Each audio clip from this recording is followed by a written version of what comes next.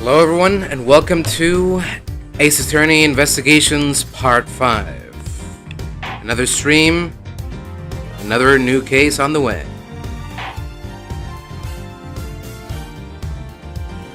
Cool. Alright, without further ado, let's start Episode 3, The Kidnapped Turnabout. Here we go.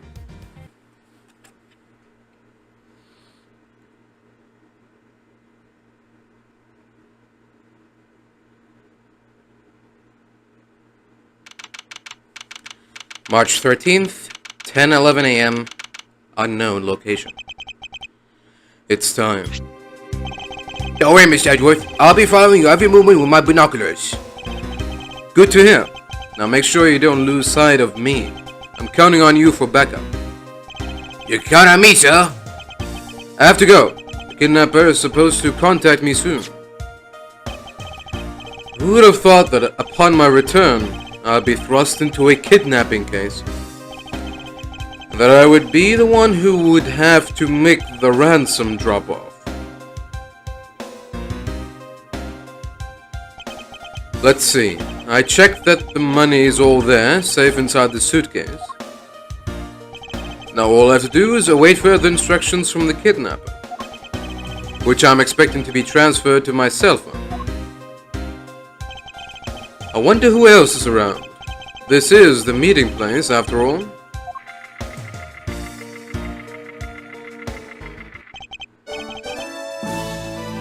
Welcome to Gatewaterland.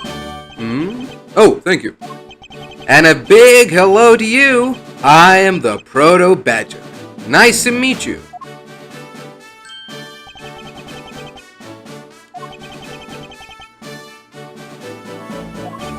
Excuse me, but were you perhaps thinking of taking a picture of me? A picture? Of you? Sorry, but I'm not interested.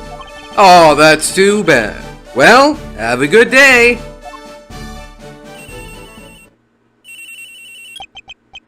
Hello? Who are you?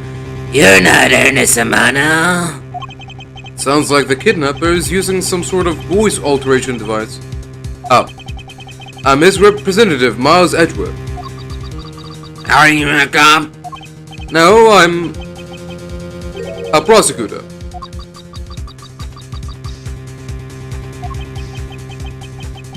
Dot. I know what you're wondering, and yes, I have brought the ransom money with me. I see. In that case, bring the money with you to the stadium.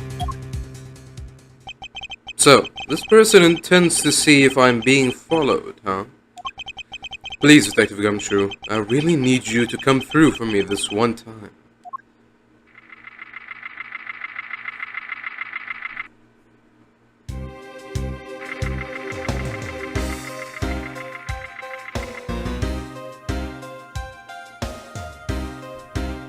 Max Galactica versus Troop Grammary. The Governors special concert. Edgeworth speaking. Next, come to the haunted house. And just how long do you intend to have me wander around for? That's for me to decide. You don't have much of a choice here, my friend. I suppose not.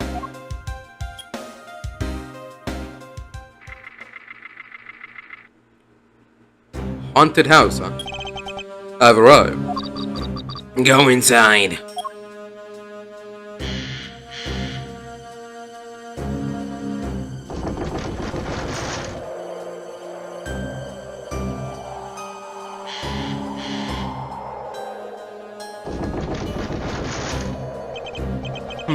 What a dismal place.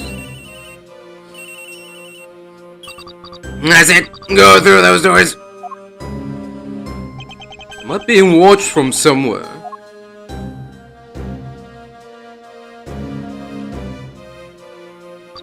Leave the money and go. Now.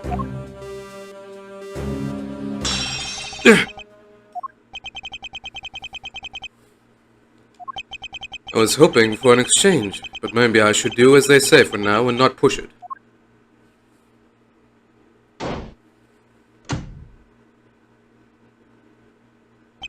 I couldn't catch even a glimpse of the kidnapper. Perhaps I should keep an eye on this haunted house until police backup arrives.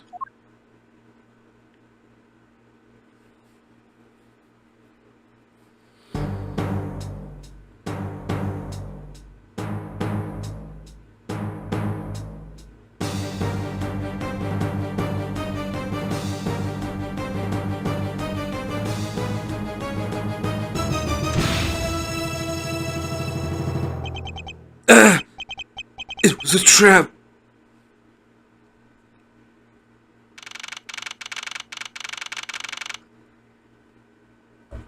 Now they're going to have to ransom me. March 13th, 11:23 a.m. Unknown location. That guy, restrained. Oh, campy. And the deal? Who's that? What are they talking about? Split, please. Alright. In front of... Meet up. I can't move my body. I fear I might fade again.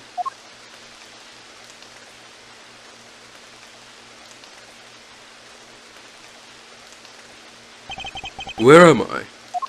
How long was I out? It wasn't raining like it is now when I made the drop off. This was supposed to be a simple affair. So why have I been taken hostage as well? I can only assume Detective Gumshoe lost sight of me at some point. The only reason I agreed to be the drop-off man was because of that phone call. It was from Mr. Ernest Amano, the director of the powerful Zaibatsu, the Amano group. But aside from that, I also owe him a great debt of gratitude. His only son, Lance, has been kidnapped. I know that Lance is already in his 20s, but I guess some things you never grow out of.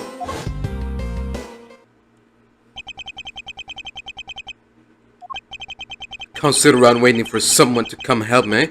I must escape somehow.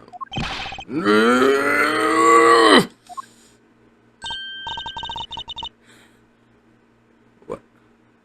Ha ha ha! Was that you making that funny sound? Is it Gumshoe? Who's there? And how dare you laugh at a gentleman's plight? Oh. Who's this? Okay. Who are you? Are you one of the kidnappers? Kidnapper? Me? No way! I'm not into such petty crimes. Nope, I'm after something much, much bigger.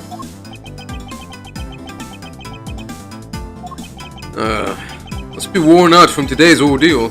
Focus, Miles. Oh, I forgot to introduce myself. Sorry about that. Ahem. Even in the depths of night, when no other bird dares to take flight, one alone soars to shine the light of righteousness on the world's blight, and that one is me, for I am the great thief, Yatagarasu. Great thief? Did she really just claim to be the Yatagarasu? Oh, but my real name is Kay Faraday. You can call me Kay, Kay? Good? Glad that's settled. Not quite. I have a mountain of questions for you. But first, if you would be so kind as to remove these robes. I wonder, should I remove them? I was actually having a lot of fun watching you make those silly faces. Hey, there's no need to get all mad and icy glary on me, you know? This rope goes through here, and there you go. What a relief. I owe you my thanks. Ah, it's okay. You can pay me back in full later. Now then, what question should I start with? Unfortunately, I can already tell nothing is going to be easy with this cheeky girl. You call yourself a great thief, yet are you really a thief at all? You doubt me? I get it. You think that a young lady like me couldn't possibly be such a big-time thief, right? That's not the part I have a tough time believing. I am the real, genuine Yatagaratsu, you know? Yep, I am a pure-blooded great thief. It's a little something I inherited from my predecessor. In that case, you wouldn't mind if I arrested you then, right? What? Of course I'd mind. I haven't stolen anything yet. Seriously, I don't know how you can say such a horrible thing to your savior. That's true. Technically, she hasn't stolen anything in front of me, yet. When you say you're the Yatagarasu, do you mean you are the Yatagarasu? Yep. The most righteous of the righteous. The legendary great thief. But I inherited the title only recently. So I haven't had a chance to steal anything yet as the second Yatagarasu. I was not aware that thieves could pass down their titles like that. But don't worry, I've got some big plans in the works. Big plans, eh? They won't happen to lead to a big arrest, would they? I knew it. There's just no reasoning with the prosecutor. I'm not the problem here. I'll have you know that the Yatagarasu has no interest in stealing petty trinkets. There's one thing and only one thing I want to steal. Only one thing. And what would that be? But that's going to have to wait until we find our way out of here. Well, at least there's one thing we agree on. I'm sure I'll have plenty of time later to learn more about you. So, you never told me what your name is, Mr. Prosecutor. Ah, I guess not. I'm Mars Edgeworth. Aha! Now I remember. How can you remember something I just told you? She sure is cheery. Alright then, Mr. Edgeworth, let's get out of here.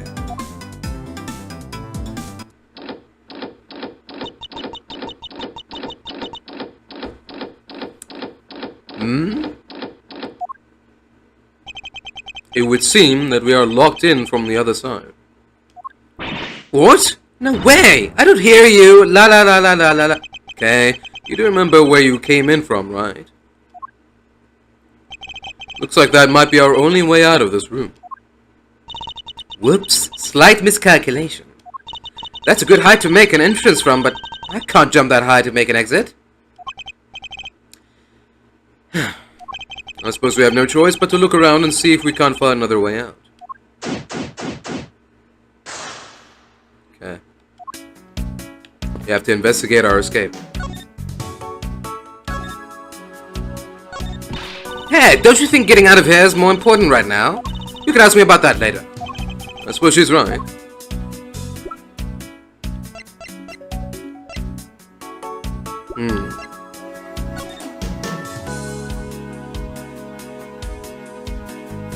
Okay.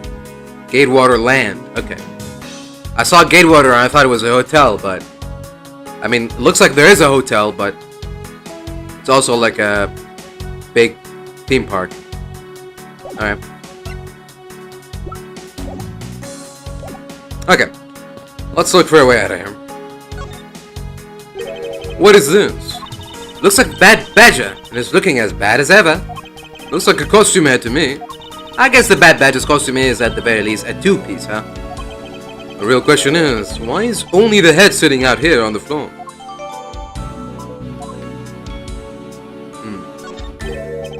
Isn't this my phone?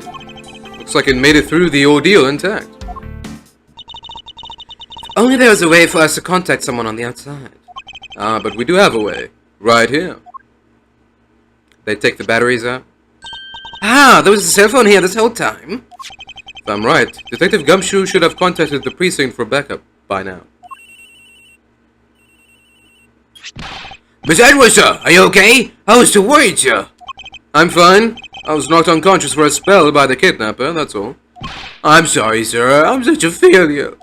If only I had lost sight of you. Detective, we don't have time for this. Have the police set up a perimeter right now.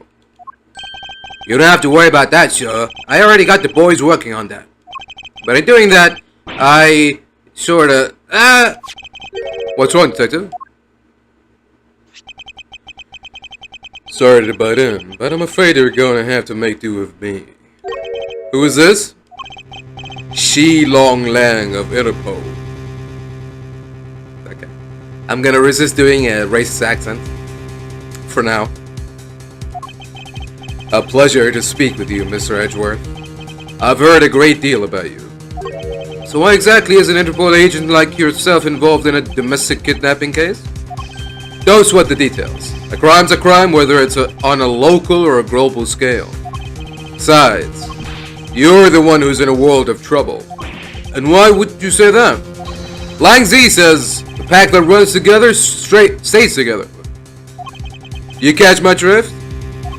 You caused quite a ruckus by running blindly into a situation and then getting caught. You should have contacted the police from the very beginning. I'm sorry that this happened because of a lapse in judgment. However, I humbly request that you please help me out of here post-haste. Sorry, no can do. What? We're hunting the kidnapper now, and I haven't got any hands to spare. As I said, my pack moves as one. My pack moves as one. You're the one who wanted to go it alone, so good luck to you, Mr. Prosecutor. Oh, and once we do catch the kidnapper, rest assured, we'll come find you. Eventually. You. What's wrong? Did you get cut off? No, my phone ran out of power. No way! Doesn't matter anyway. We should try to get out of here through our own means. Yeah, I have a name to live up to after all. If we put our heads together, we're sure to find a way out. Alright, well, that was a bust. They're holding a blue badger photo rally. You didn't know? Plus, it's not just the blue badger, it's his whole family too. If you manage to snap a shot of every member of the family, you get a really posh prize. Well, there's a costume head sitting over there. Why not start with a picture of that? You can't do that! That's cheating! There's only one of each badger in the park, so you have to work for it. Speaking of badgers, there was one sitting against a wall in the haunted house. Seriously? Somehow I don't think that one counts, Mr. Edgeworth. You have to take pictures of the costumed ones walking around the park. So those are the rules of this game. How quaint.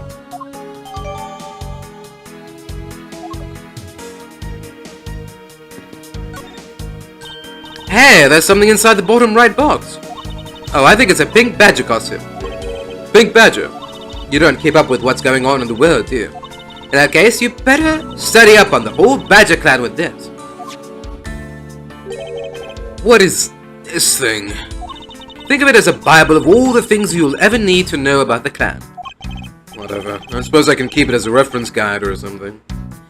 Proto badger, blue badger, pink badger, bad badger. Okay. I suppose this means that this is where they keep all the costumes. It certainly looks that way. It's like the badger family's home. There are 8 boxes, but 7 of them are empty. Which means that 7 of the costumes are in use right now. But aren't these badgers the mascots of the police force? Well, I heard that the police had a hand in sponsoring this theme park. Probably because the Great Water Group owes the police from all those cases they solved. They have all the power of the state and they use it to make theme park. It's not just any theme park. They have a handcuff-shaped double-looping roller coaster. That's quite enough. I'm feeling woozy from just the thought of such a thing. I won't rest until I've inspected every suspicious-looking nook and cranny. I suppose this is the pink badger. But since it has the same design, doesn't it seem forced to call this one a female? You think so? I mean, just look at how long her eyelashes are. That's the only difference. And the fact that she's pink. Yes, and her lips are red. See? Lipstick. What? She has nothing to say about the giant pink ribbon, or is that too obvious? This is that blue badger I met at the main gate. Excuse me, but his name is Proto Badger, not Blue Badger. He's based off of the very first design created by the local police chief. You know, when you compare the two, the Blue Badger looks a bit cuter. I suppose as he continued to redesign him, the chief managed to make him cuter and cuter. Even humanity has come a long way when you think about how much we've evolved. Are we comparing the Blue Badgers to humans now? Just an observation. So, this is the Blue Badger's rival, the Bad Badger, eh? Do you feel some sort of reverence towards this badger, Kay? Ha! I can't believe you would be so stereotypical when it comes to thieves. Surely you must also think there are much cooler and cuter ones out there, right? That's it. I've decided that thieves and thievery need an image makeover. Good luck with that one. Look, it's the Blue Badger. I suppose even this thing can be popular with women. My nemesis. What in the... Why is she beating it up? He's got the word badge right in his name. That's nothing but bad news for someone like me. That's nothing but bad news for someone like me. And to think he's out there wandering around this park. I better be careful or he's going to arrest me by the power of his name alone. I somehow doubt that the Blue Badger has the power to arrest anyone. What about the other mascots with badge in their names? I don't understand that one. What have we here? Ah! Why do I feel a laser-like stare aimed right at me? Did you want to take a look? Well, don't mind if I do. Oh, I see. Yes, this is definitely a key. I'm sure it's a key to something. The something is what is relevant to my interest. There's nothing unusual about this area.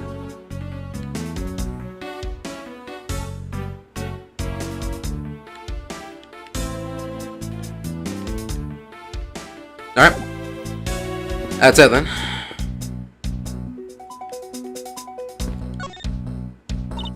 Man, why do they have to put the window so high up anyway? How is a thief supposed to make her dang escape?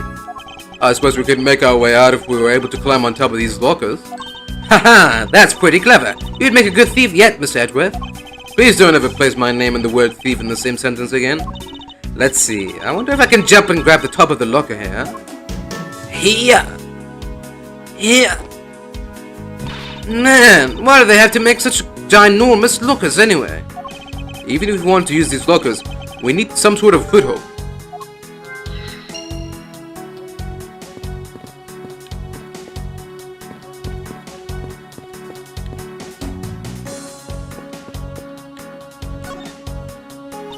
Maybe we can use this paint to help us escape. What exactly do you have in mind? Well, we could paint help in really giant letters. And who, pray tell, would see these giant letters? We're inside a building. Okay, then how about we light the paint on fire and send out colored smoke signals? Anyone who saw it would think some crazy arsonist was about and call the cops. Actually, that may not be great for me, seeing as I'm a thief and all. Let's try to find something other than this paint to use, shall we?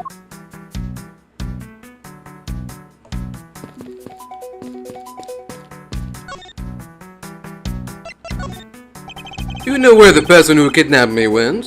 Well, after they locked you up in here. Sounded like they went into the next room and started talking to someone. Feel like I heard something as well, but it's all a haze in my mind. However, I do recall that the kidnapper was talking with someone. It was just a guess before, but I guess I really am dealing with two kidnappers here. After that, they left. It almost seemed as if they were done with it. I suppose that is the case, as my kidnapping seems like an afterthought to the $1 million. Well, if they went into the next room, let's see what we can find out through the slot.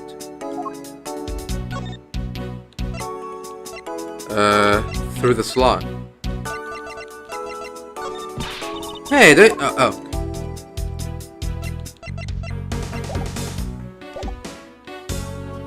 Oh, okay. Ooh, we can peer into the room the kidnappers were in from there. I won't rest until I've inspected every suspicious-looking nook and cranny. There's a door on the opposite side that appears to be the same as this one, which would mean that I can probably assume that these two rooms are very similar in structure. I believe I may have just found our ticket out. There's a beam in the next room identical to the one in this room. There's even a hook on it to hold a propped up floor panel in place. Which reminds me, did you find something useful, Miss Edgeworth? Perhaps. I may have found a very handy hint to how we'll get out of it. Is that what I think it is? Looks like the kidnappers had an escape tunnel prepared just in case. That's awesome. They're like a bunch of great thieves themselves. No, they're not, because I highly doubt they made the tunnel themselves. The floor panel was removed and propped up against the beam in a very specific way. I think this building was originally built with the basement or underground area. It's a very good guess. Alright, that's it then. This is the beam I was tied to. What's up? I was pondering if perhaps we can make it over to and out the window if you climb this. Good thinking, and if it's climbing action you need, just leave it to me. Thanks. This little hook looks like it might make for a good foothold. Up you go, Kay, and good luck. Count on it. The great thief Yatagaratsu spreads her mighty wings and takes to the skies. Here I go!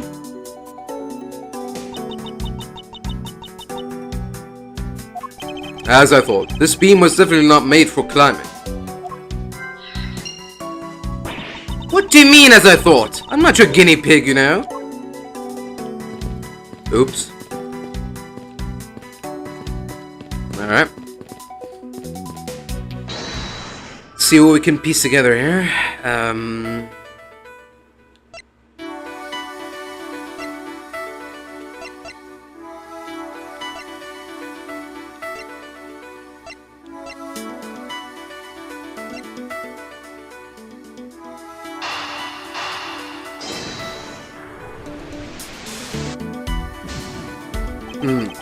Okay. So the key isn't for the lockers.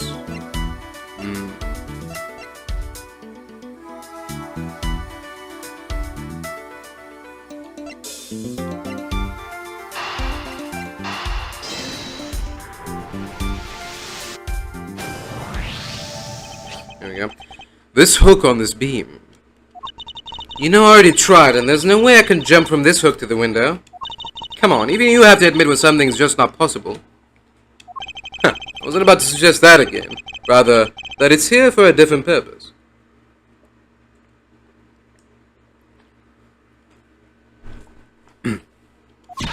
Really? Like what? As you saw in the adjacent room, it's clearly for keeping a floor panel propped up. Which means that there should be a panel in this room that we can open as well. Oh, I get it. We didn't notice its existence all this time because it was being hidden by this top. Alright then, let's fill this thing up and see what's underneath. Now this is what I call a treasure.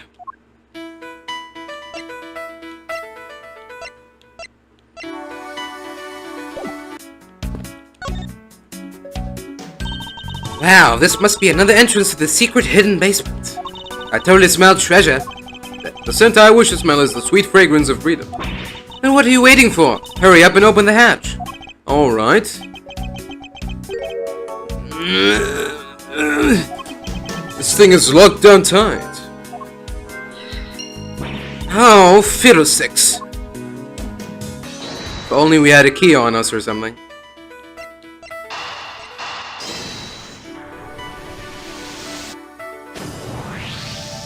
I believe you're up, Kay.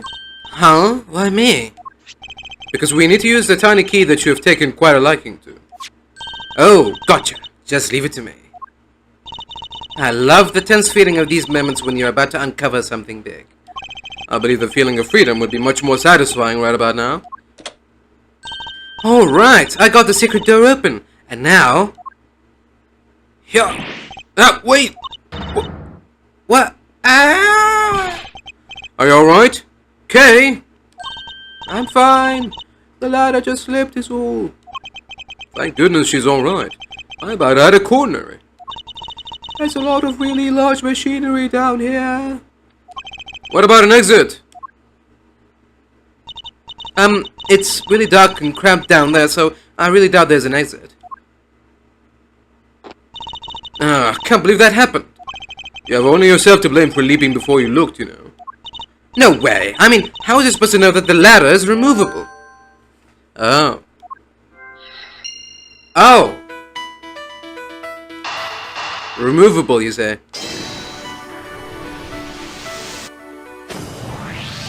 I figured out how we'll escape this prison, Kay. Oh? So how are we going to bust out? Seems that your reckless actions were of use after all. Are you actually praising me? More of a thank you for giving me an idea regarding this ladder. The underground ladder? What about it? This ladder isn't just for those who wish to go down. Oh, I see. If we use this... Yes, I believe it's long enough to reach the top of those lockers. Well, then, what are we waiting for?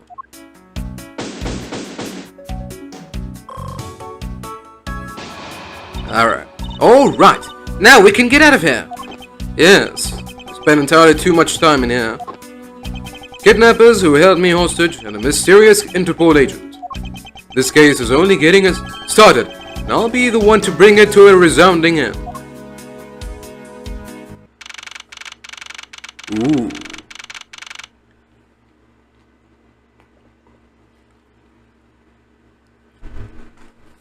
March 13th, 12:11 p.m. Wild West area.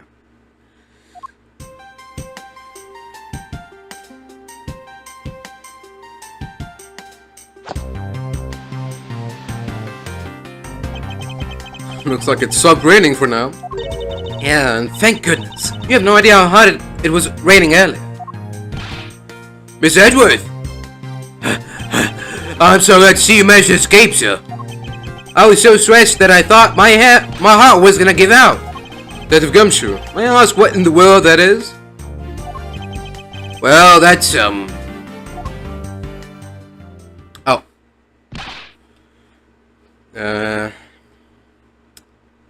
Okay, what? Sure. Count off! 1, 2, 3, 4, 5, 6, 7, 8, 9, 8, 9, 9. Chief out! All 99 members are here accounted for, sir.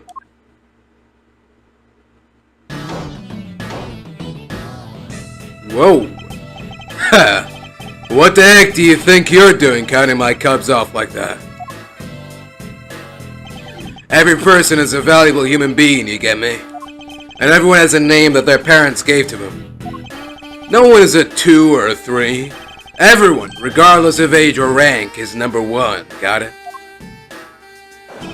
Chifu! Chifu! Chifu! You are Agent Lang, I take it?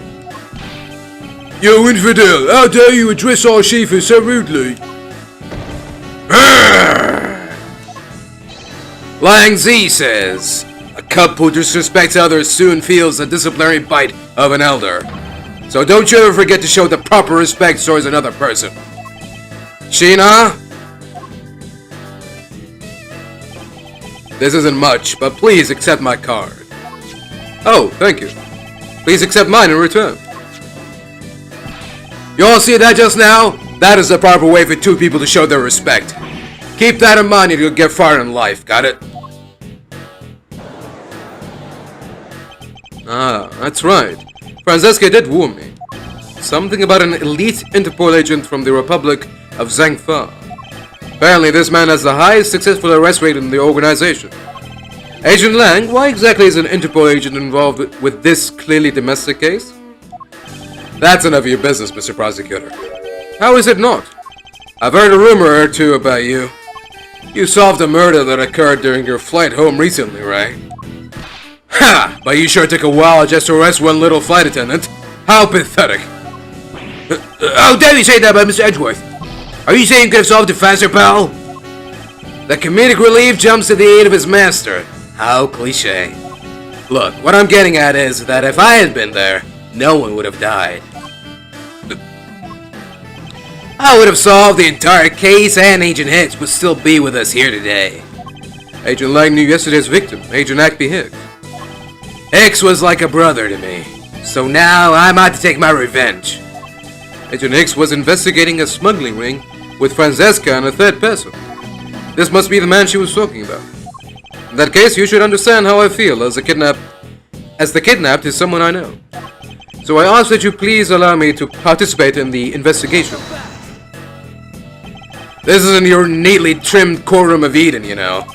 You're out in the wilderness now, Mr. Prosecutor, and way out of your league. No hard feelings, but why don't you go back onto your courtroom now, pretty boy? You dare to mock the court?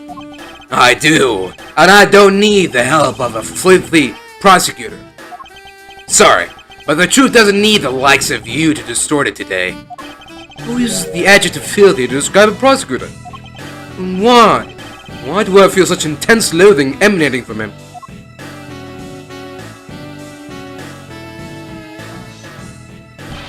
Alright, men. Good job on the perimeter around Gaywater Land. Now just find me the kidnapper and bring the punk to me. Dismissed! Sir!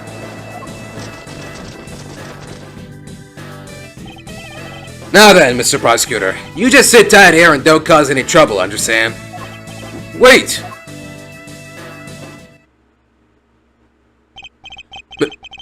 Mr. Edgeworth? It's been a while since I last met someone so disagreeable. Why of all places did he show up here? And completely out of the blue at that?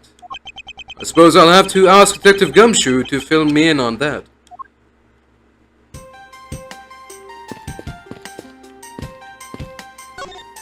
I highly doubt I'll find a clue in here, but I might as well check just to be sure. This barrel sure is heavy. You there? Do you know what's inside of this thing? It's the emergency water supply for putting out fires. I see. Well, they certainly are well prepared. I don't care about the barrel, I want to examine the cat. Excuse me, but if you could just let me through here. Sorry, I can't let anyone through. Agent Lang's orders. I suppose we'll have to deal with this impasse for now.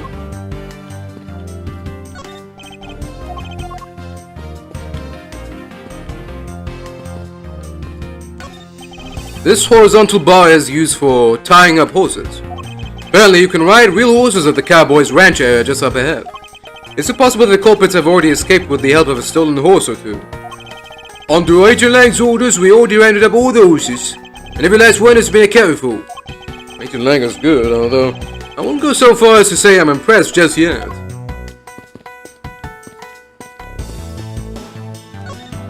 It's an old-fashioned rocking chair, the kind that makes you feel instantly at ease. There's something written here, a soothing 10-minute sitting for only $100. I see. Reverse psychology. Make it so expensive that no one would dare sit on it.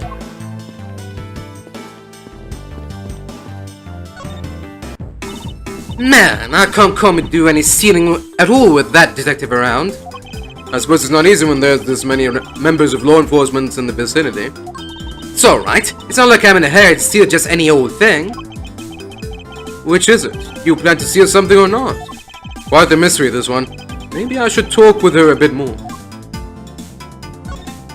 So, what are you going to do about your investigation to the kidnapping? Good question. Since Agent Lang holds the authority to investigate this case now, this makes things a bit more complicated. Oh, come on, you can't let that stop you. I'll even lend you a hand, so let's go. But you're a self-reported great thief, are you not? I don't believe I can let someone of unlawful nature participate in an investigation. You don't like to listen, do you? I'm not just any old great thief. I'm the Yatagarasu. And as I said earlier, the Yatagarasu is after one and only one thing. What is this one and only thing you're after? The Yatagarasu is only interested in one thing. And that is the truth.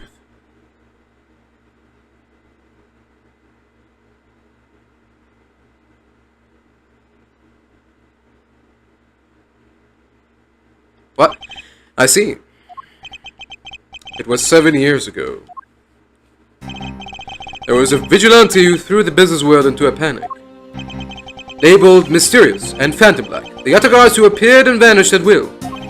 Though we still don't know much about this thief's ultimate goal, we do know the target. The Yatagarasu like to find and publicly disclose evidence of corrupt dealings of all sorts. Once the target was chosen, no dramatic calling card or announcement was sent forth. Instead, the chosen corporation was infiltrated without even the target noticing. Some days later, the evidence that was found was sent out to the mass media, along with a card with the mark of a three-legged raven. Looking back, I suppose you could call what the Yatagarasu was stealing the truth.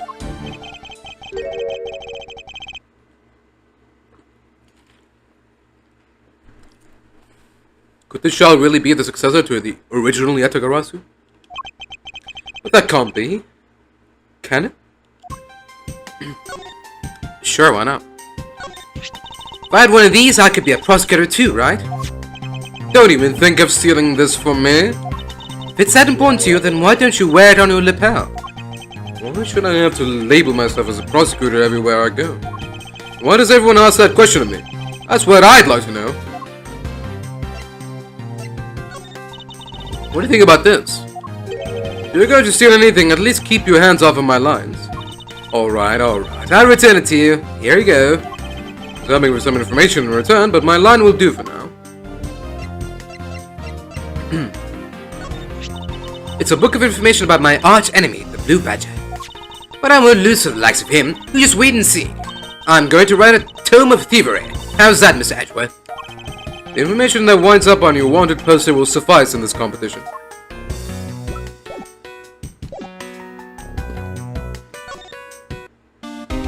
Great job, Detective. Sir! For losing sight of me and the kidnapper, and allowing my investigation to be hijacked.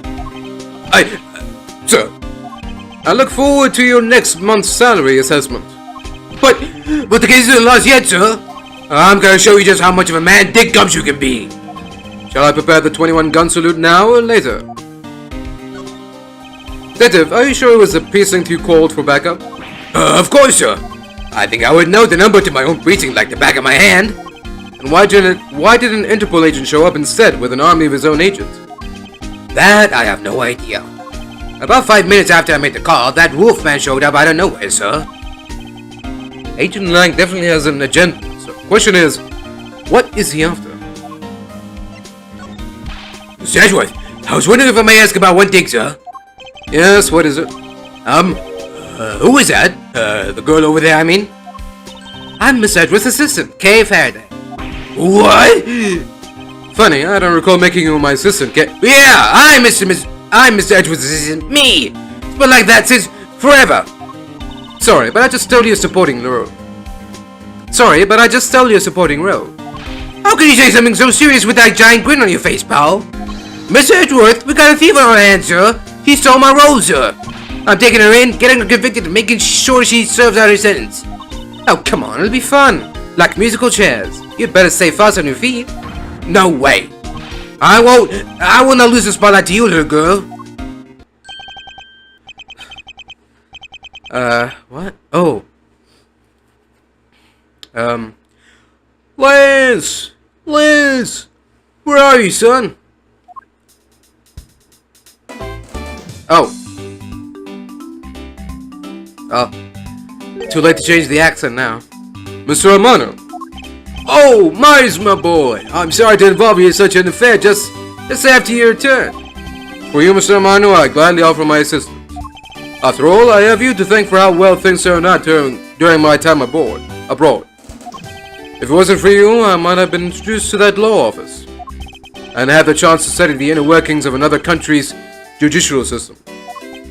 No! Think nothing of it. As you know, Manfred and I go way back. I consider a beloved disciple of his to be like one of my own blood. If you ever want to go overseas again, you need only to ask. I can use my company's vast network to send you anywhere at any time. So who's the old man? He is the father of the currently kidnapped Ernest Samano. Now then, have you found Lance yet, Miles? Please, I miss my poor boy dearly. I'm terribly sorry, but your son's whereabouts remain unknown, Mr. Romano. Hold on, eh? And what happened to all that money? I believe the $1 million has been stolen, and that the culprits are now on the run. What? Poor old man. Don't you have anything you could give him to cheer him up, Miss Edgeworth? Forgive me, Mr. Romano.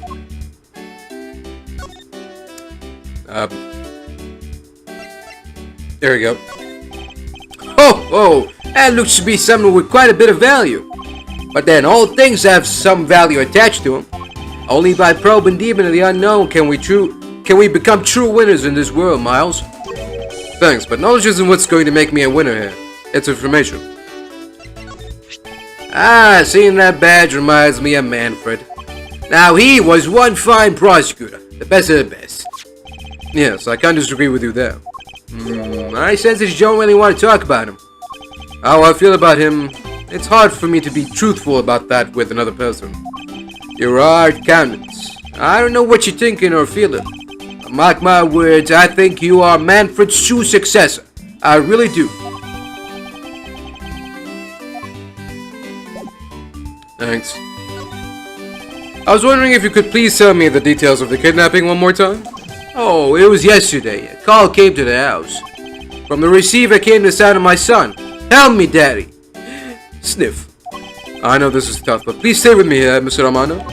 You don't understand. He hasn't called me Daddy in ages. It was incredibly moving. I wish I had recorded him saying that.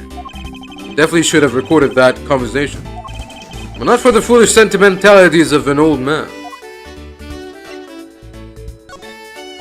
Refresh my memory. What kind of person is Lance again? Well, telling you about Lance helped me get him back. Surprisingly, a lot can be deduced from a person's relationships and behavior. Very well then. Lance is my one and only son, and he turned 21 this year.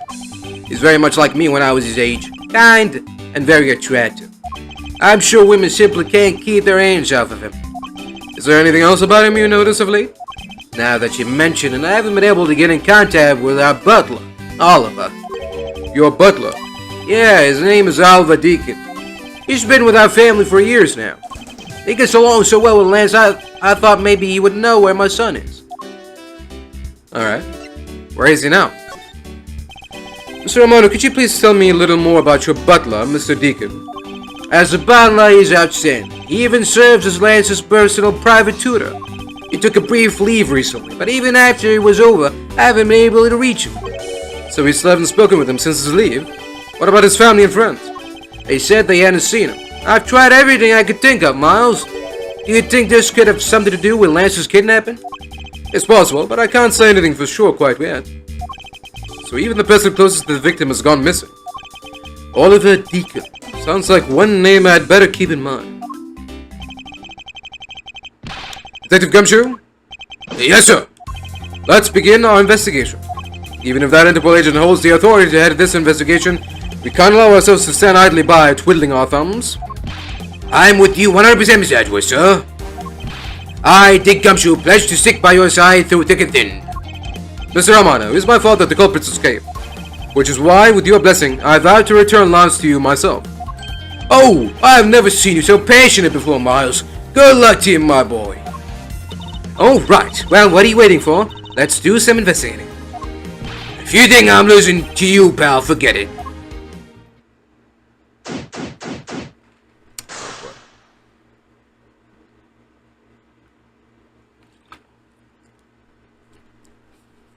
Should be fun.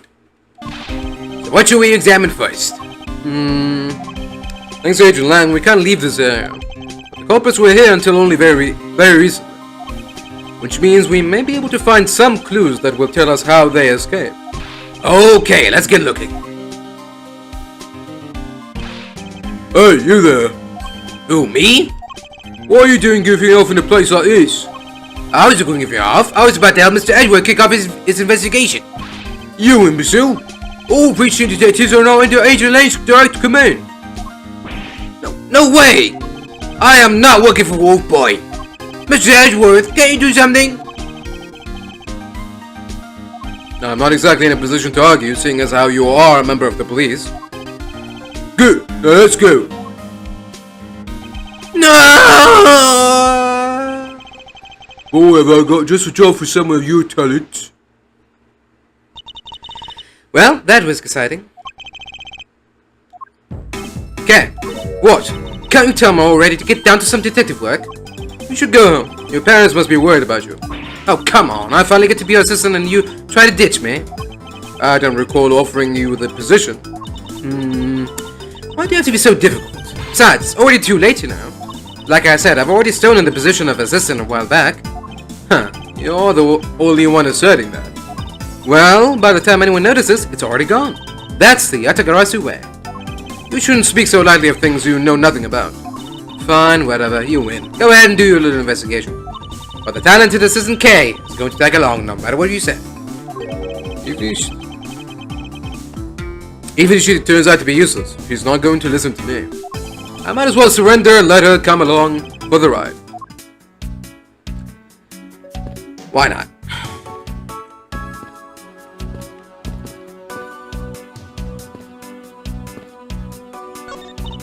I've got you now, you vile criminals. I think the kidnappers would have better sense than to try hiding in these. Oh, come on, lighten up, will you? It's only joking. I don't really think that the criminals would be hiding in here, right in front of two officers. I certainly hope not. Hey, there's a bunch of footprints in the mud over here. I remember hearing rainfall out here while I was being held in there. Yep, it was just a passing rain. That's why the ground is already pretty much dried up. I should be thankful. It left us with some nice footprint samples. You know what? I bet if we followed them, we can find out where the kidnappers went. Plus, we'd be able to spot them because of their muddy shoes. I don't think it will be that easy. Why not? Look carefully. There are quite a few different sets here. And we don't know which ones belong to the kidnappers. Oh, that's true. We don't know what kind of shoes they were wearing.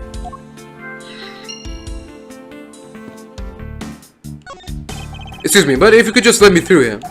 Sorry, I can't let you through. Agent Lang's orders. I suppose I'll have to deal with this impasse for now. Hey, Mr. Edgeworth, isn't this one of those things you tie horses to? Yes, although the horses are in another location at the moment. Oh, and here I was hoping I would get to ride one. You know how to ride a horse? Nope, never rode one in my life. But I have an Asian friend who was born in the year of the horse. Non sequitur is the only way to describe your logic.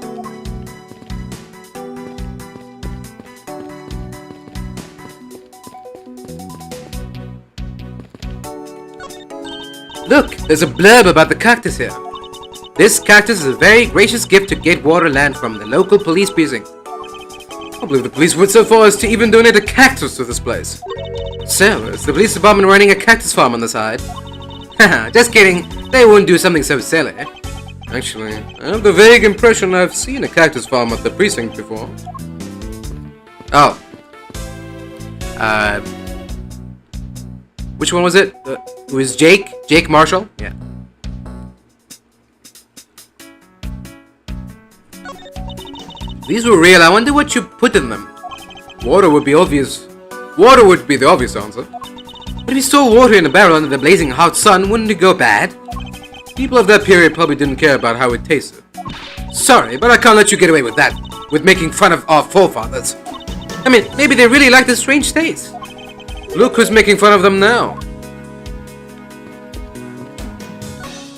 Horses are painted on this garage door to complete the Wild West theme. They look so lifelike, don't you think? Are you thinking of wrangling, or rather stealing them? If you can coax them out of there, sure. Come on, I know you can sweet talk them out. I could be holding a cube of sugar in my hand and they wouldn't budge, Kay.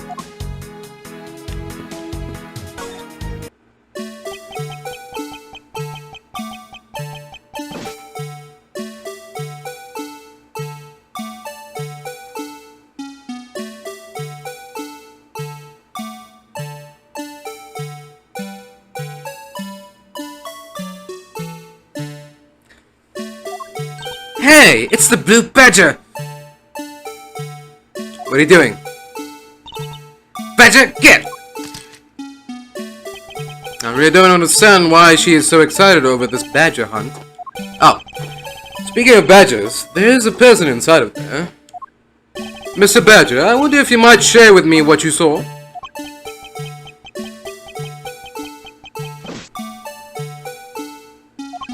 He's doing that contorted wriggling dance again. Aha!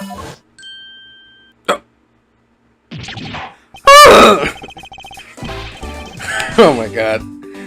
Oh my god. Out of all people. Okay, well. I knew this was coming, but I didn't know when. Alright, hold on. You know what time it is. I'll be back.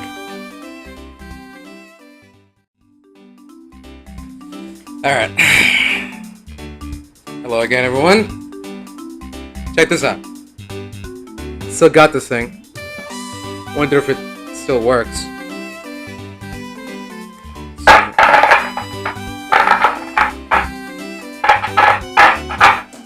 Hold on. There might be dust in there or something. Okay. Just get it stop crackling. Stop that. Why is it crackling so much?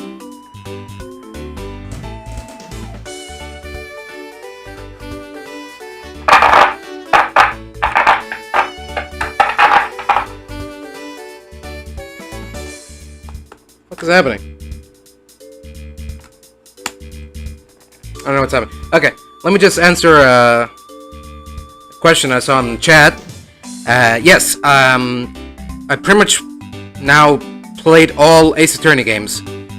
I played Ace Attorney 1, Phoenix Wright Ace Attorney, Justice for All, Trials and Tribulations, Apollo Justice, Dual Destinies, Spirit of Justice, The Great Ace Attorney Adventures, Great Ace Attorney Adventures 2, and now I'm planning on playing and completing both Ace Attorney Investigations 1 and 2. So, yeah. Besides Ace Attorney versus Professor Layton or whatever, pretty much played all Ace Attorney games. So, yeah, there you go. There's the answer to that. Are you calmed down yet? Are you still making cracking noise? Okay, calm down. It's okay. It's alright. You're safe now. Okay. I don't even know if he has a megaphone with him, but just in case. Alright. Now, his voice was like, basically Patrick Star, right? So... Shh! Okay. You've recovered, but... undercover identity, sir! I was turning me under that head, sir! Aren't you Officer Meekins? Sir! Mike Meekins reporting for duty, sir! This man was a witness in one of the cases I had 2 years ago. But the only thing I remember about this officer is that he often spoke and acted before he thought, which gave me a great deal of headaches. Is he a friend of yours, Miss Edgeworth? I met him in the courtroom once before. What? Hey! Okay, I have to silence you. Why was he so upset when we unmasked him? Does he have something to hide? He's always like this. Officer Meekins, why are you standing here wasting time? Sir, because I'm not a police officer right now, sir. I'm the Blue Badger. And I'm creating memories and dreams for the kids. That's never a waste of time, sir. I have a dream to become as big as Detective Gumshoe, sir. I was patrolling the scorchingly boring beat until a little while ago, when the dispatch radio on my shoulder crackled that the kidnappers had escaped, sir. I thought maybe this was my shot at making detective, sir. I rushed on over to join in, but when I got here, there was a sea of people already, and I couldn't spread my trademark friendliness and joy onto anyone. It would seem that some people never change. Okay, doesn't look like he has the megaphone with him, so we'll have to call that off for now. Alright. There we go. So why exactly are you in that ridiculous outfit? Sir! That's because... Sir! I'm here to keep the visitors in good spirits, sir. But it's also to hide the fact that I'm an officer on the trail of a kidnapper, sir! I see. Agent Lang is very wise to employ this sort of diversionary tactics. To be handed the role of the Blue Badger out of all the different disguises, sir. It's such an honor! How long have you been standing here, officer? Sir! For about 1 little hour, sir. That's around the time I woke up from being knocked unconscious. And I've been here ever since, sir. That's true, then it's possible Officer Meekins saw the kidnappers escaping. However, sir, I must tell you I didn't see a thing, sir. I haven't asked you anything yet, officer. No. I know you will, sir. He's hiding something from me. Officer Meekins, I insist that you tell me more about your recent movements. Are we gonna have to cross-examine Meekins? Sir, I've been playing the Blue Badger this whole time, sir, and getting into it too. I patrolled the park all while wearing this costume. And about 1 hour ago, I came over here, sir. I haven't seen any suspicious-looking people this whole time, sir. But I did see a badger, sir! A lone Blue Badger! What you said just now was contradictory to the facts. How so, Miss Edgeworth? This is what Officer Meekins' testimony contradicts. Take that! Your testimony contradicts this piece of evidence. I'm just a little patrolman, so I don't understand what you're talking about, sir. I can't say I get it either. This isn't what I was looking for. Oh, what? I'm sorry, officer, but could you please repeat what you just said one more time? Of course, sir. I'd be honored to repeat myself as many times as needed, sir. For almost a whole little hour, I didn't see any suspicious-looking people around, sir. But I did see a badger, sir. A lone Blue Badger. As I thought, what you just said now is contradictory to the facts. Okay, so what exactly is so contradictory, Mr. Edgeworth? This is what Officer Meekins' testimony contradicts.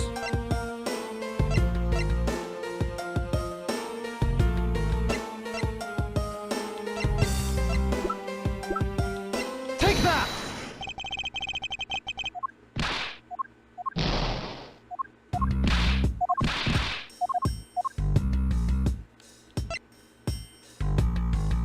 What?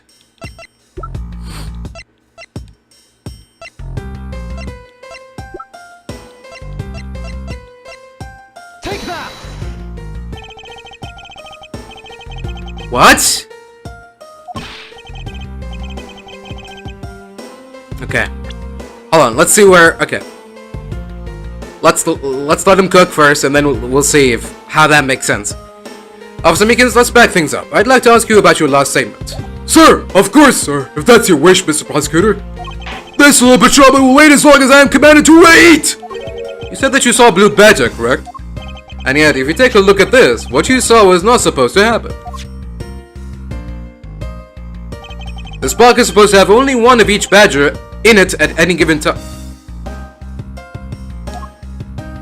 Fine.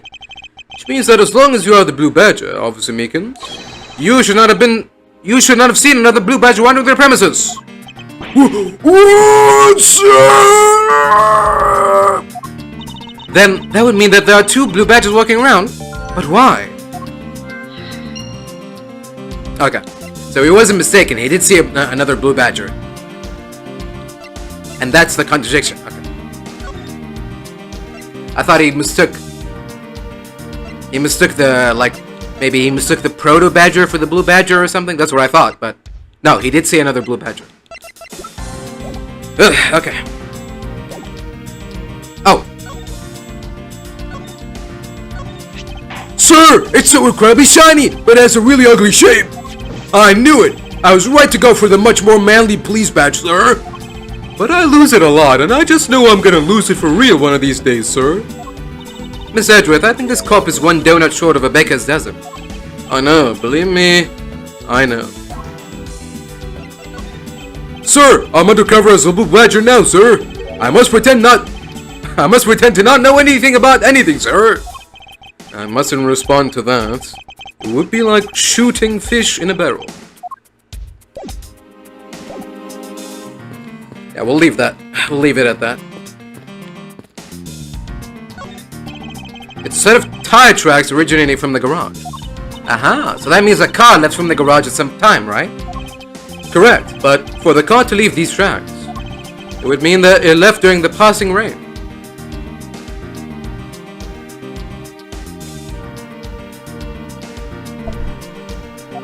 That's the only explanation as to why these tracks are made of mud. 3 treads. I think we can also safely assume it's a special type of car. A 3-wheeled car. Is that it? Is it time to connect the dots? Okay.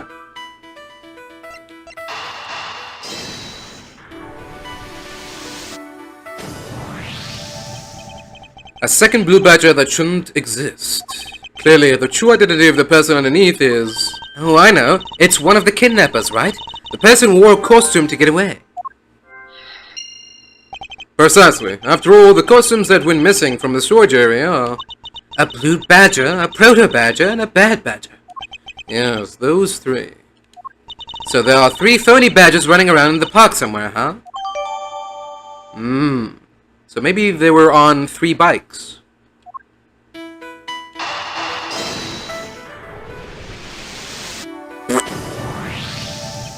Now that we know that the kidnappers were wearing badger costumes, those footprints from earlier take on a new and very significant meaning.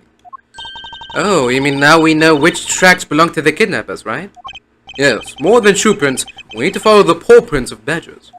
Okay, Miss Edgeworth, it's time to use those footprints and go badger hunting. So we're looking for footprints made by a costume. Hey, I think I found them. There are 2 sets here. They both do look like possible candidates. This set is walking off to the west. It just stops. I can't make heads or tails of where it's headed from here. I think we can assume it's headed towards the stadium. I wonder where the other set leads. This one seems to be headed east.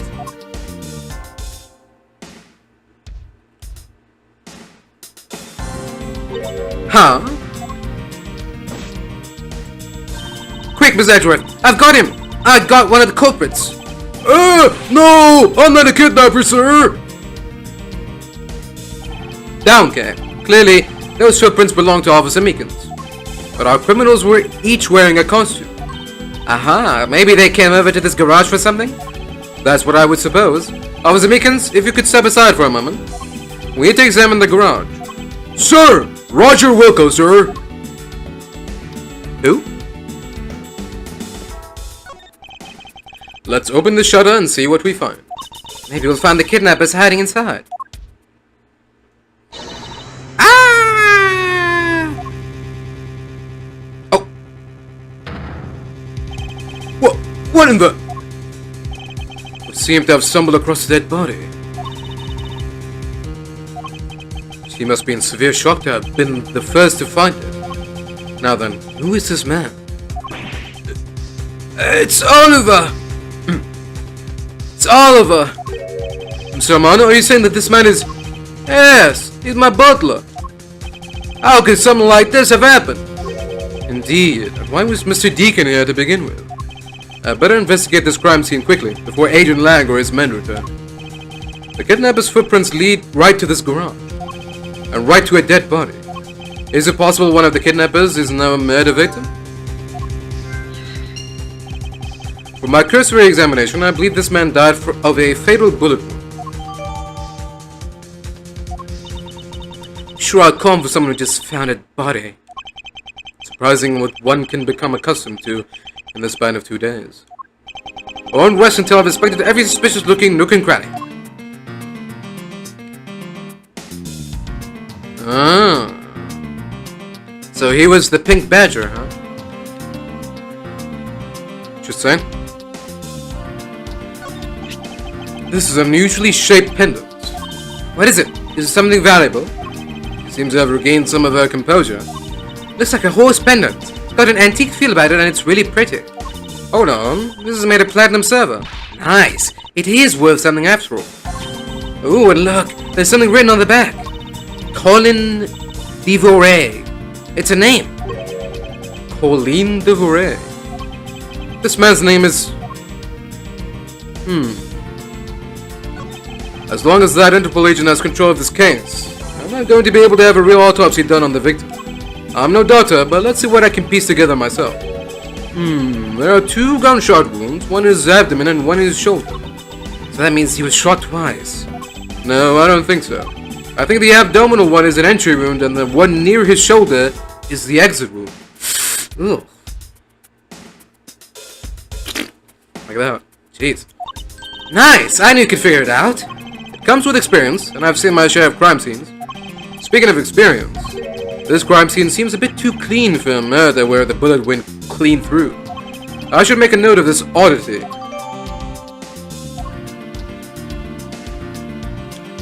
Maybe he was shot during the kidnapping and then he bled out and died here? Or...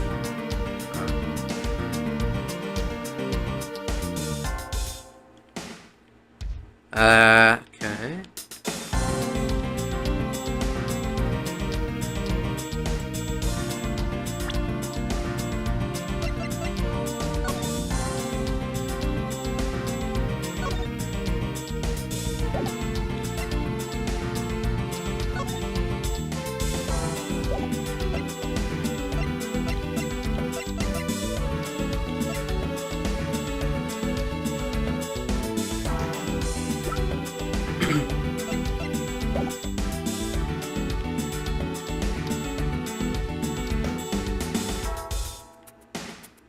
Is that it?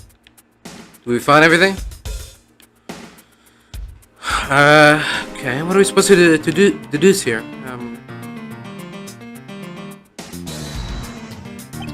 Is this spot somehow connected to any of the evidence I hold?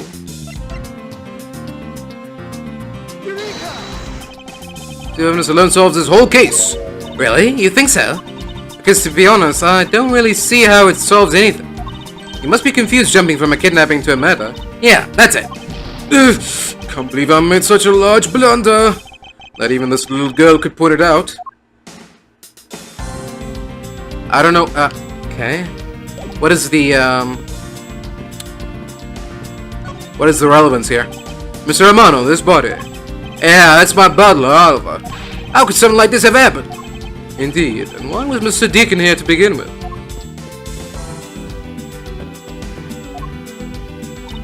Yes?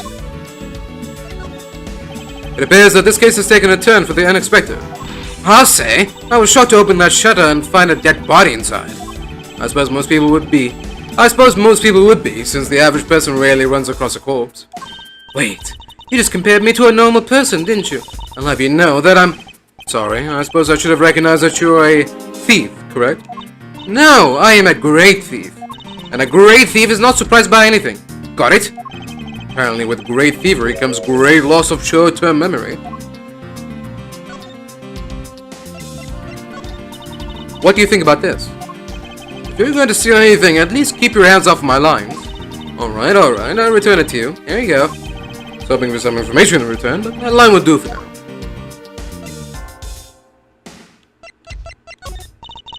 Looks like there's another thief afoot. Only if we assume that this is not your handiwork. Are you kidding? You know that the Blue Badger is the enemy number one to me. Can you imagine me ever being on good terms with that thing? Actually, it's surprisingly easy. Okay, what do you think about the kidnapping? Well, I don't know anything about the victim, so actually I was hoping you could tell me. Ah, that's right. I never did explain the situation to you. I got involved because of a phone call I received. It was from none other than the director of the Amano Group, Mr. Ernest Amano. His only son, Lance, has been kidnapped, and he wanted me to be the drop-off man. Little did I suspect that I would be abducted myself. That's when I found you tied to a pole screaming, "Nugu!" Can you please drop that already?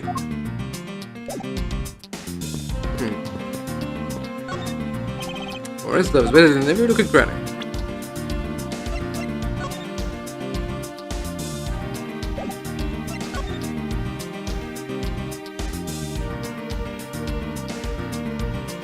Is there a connection with the horse pendant? Wild Wild West.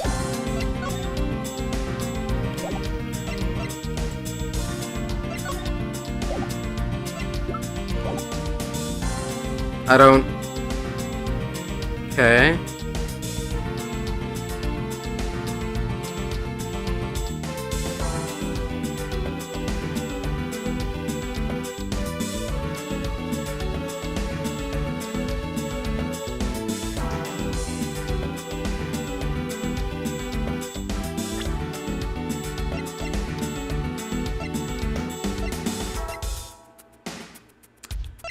I'm not following here. I don't know what's going on.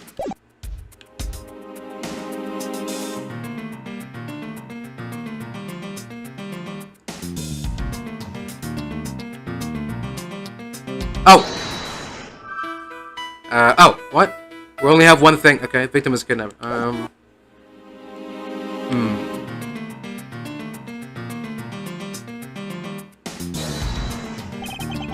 It's possible connected to any of the evidence I hold.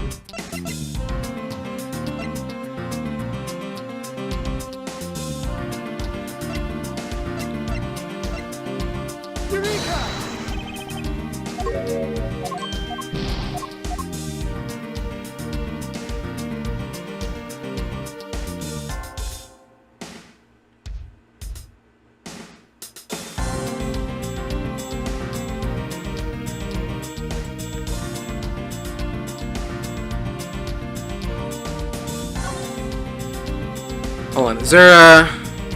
Can we, like, activate a little helper thingy?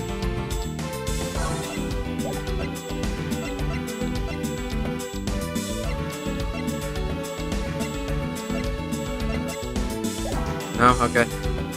Can we at least get a, like, a clue or a hint or something? Where to go from here? It's an unusual shaped pendant. Horse pendant. It's antique, really pretty, platinum silver, Colin, Devore.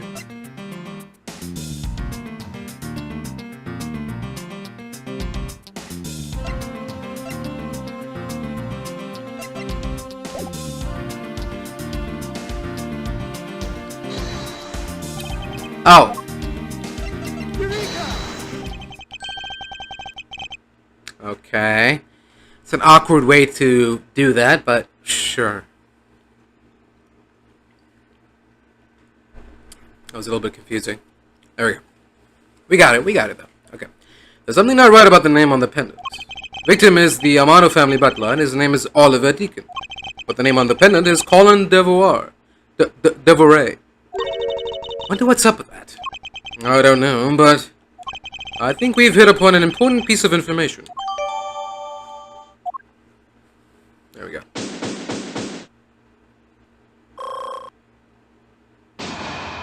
Cool. Lance... What? Who's this now? Oh, God. Lance, Lance, where are you, sweetie? Oh. Excuse me, but you are? Ba-dump. What? Huh? Oh, he's bad. He's really good looking. Stop it, Lauren. Can't let yourself fall for a playboy like him. You're in love with... Sounds like someone doesn't know the meaning of the phrase inner monologue, huh? Sorry to interrupt your conversation, but might you be a friend of Lon's? Yes, I'm Lance's girlfriend. My name is Lauren Pops. His girlfriend? Oh, it's not like that. We're more like friends. And, we're not lovers or anything. We haven't gotten that far yet. But I guess that's how people are gonna see it, so I should just accept it. I even got this ring as a present from Lance. Swoon. Haha, you know what she reminds me of? A cartoon character. May I inquire as to why you're here? I haven't been able to get in contact with Lance lately, and I began to get really worried. Sob. I looked everywhere for him, and then I heard about the kidnapping, so I came here. Oh, you're really strong for having made it through all this by yourself. Is it true? Has Lance really been kidnapped? No one is supposed to know, but yes, it's true. Oh, Lance. I can't believe you've been spirited away. I wonder how you're doing right now. Looks like she's going back to the fair maiden in love routine. It's like a fucking sitcom in here. So, Mr. Edgeworth, where do we go from here? Well, we found a body, so we should look into the murder. Uh-oh. My men brought me up to speed over the radio. And I have to say, you really should have called. I heard you found something really intriguing. I have nothing to hide, Agent Lang. It's exactly what you see before you. I'll take it from here. Yeah, that guy's really dead. Hey, you in for an invitation? Hurry up and detain the suspect now. Suspect? Who? Officer Meekins, is it? You're coming with us. What? Sir! I had nothing to do with it, sir!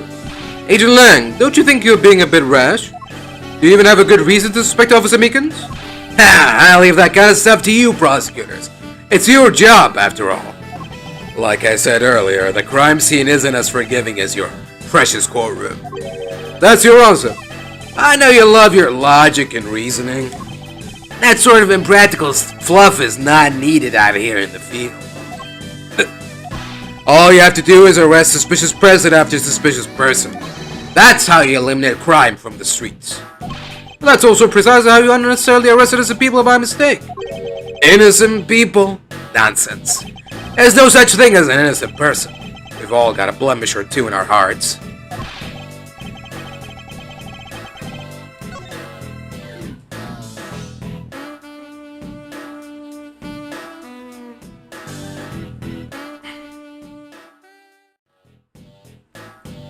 Alright.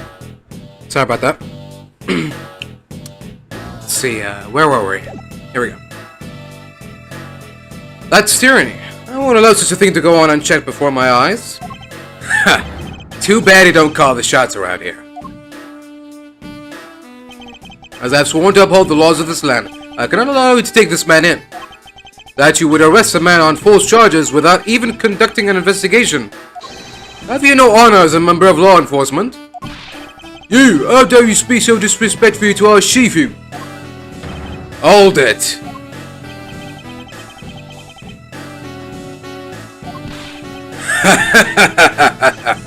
You amuse me, Mr. Prosecutor. Lang Z says every pack has its own rules. If you can play by their rules and come out on top, that is a true victory. Alright, I'll give your beloved laws a fair shake. I'll show you just how much investigating I've done.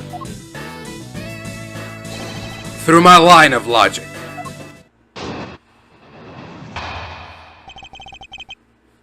Alright.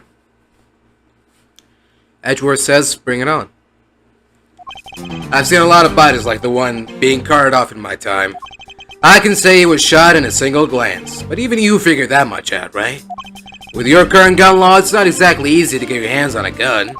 Not unless you're a member of law enforcement like Officer Meekins. Isn't that right? That is your reasoning? You think that, what, you think all criminals walk around without guns? Come on. Call that logic? Solid as a rock. It's based on the philosophy of detainment. What's this philosophy of detainment? Ha! You don't know? In that case, pay attention, girlie. In my country, the criminals have a saying, beware of the wolf. Why the wolf? Because in my language, lang means wolf, and you don't mess with me or my pack. And as for the detainment philosophy, its father is my honorable ancestor, Lang Zi.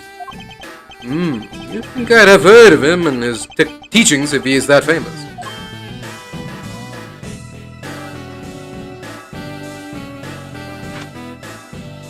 Lang Zi developed it as he worked to lock criminals away thousands of years ago. To this day, the Zhengfa police still trains its recruits using his philosophies. But thousands of years ago? That makes your story about as believable as a fairy tale. Anything wears down and breaks over time. Do you really believe something as ancient as that can be applied to today's world? You want to put it to a test?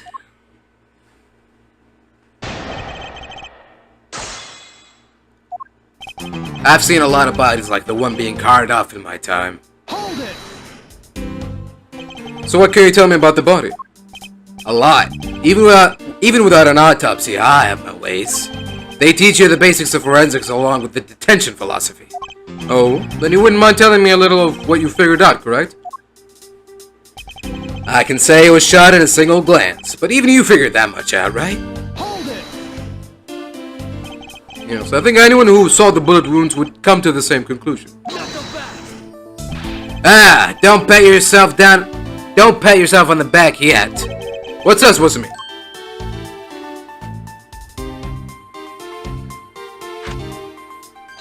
Lang Zi says, search where the water is deepest.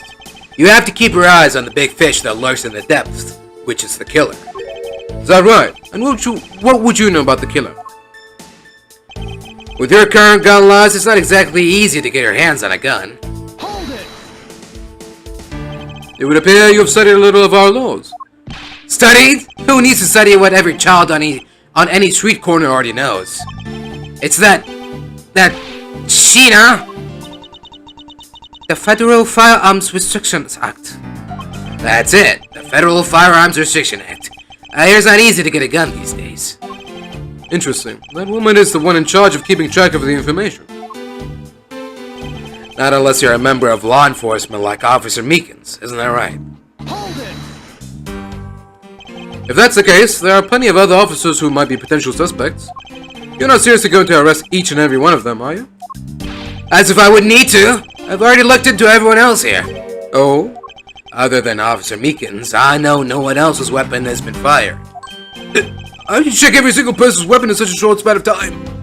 That's because each and every one of my subordinates is extremely capable. Didn't take more than a few minutes to conduct the entire investigation. Power of sheer numbers. But you have yet to check Officer Meekins' weapon, correct? Thanks for reminding me. Hey you, show me your gun. Oh! What's wrong? Why does he look so sickly pale all of a sudden? Good. What did you say? I can't hear you. Stop mumbling and spit it out already. Sir? Sir? I lost my gun, sir!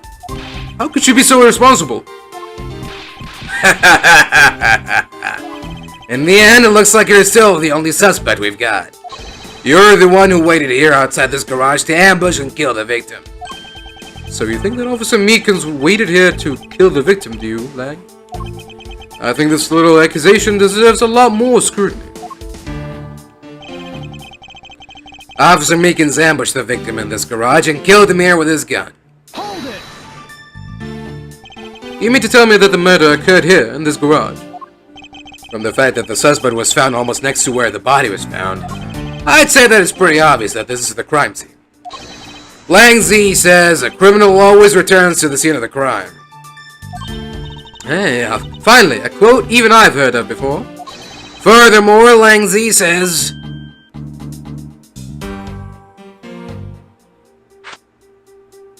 Successful investigations are the result of multiple returns to a crime scene. It's like neither detectives nor criminals have changed their ways over the millenniums. So, this is the kind of conclusion the philosophy of detainment can lead you to. I don't get it, Mr. Edgeworth. Why are you putting yourself on the line for Mr. Meekins? It's not that I particularly care about what happens to Officer Meekins. What? Oh, who said that? Okay. What? However, I can't simply stand by while Agent Lang ignores our country's laws. Shi Long Lang. Just what sort of investigator are you?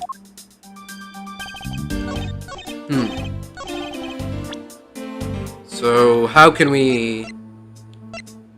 how can we debunk that theory?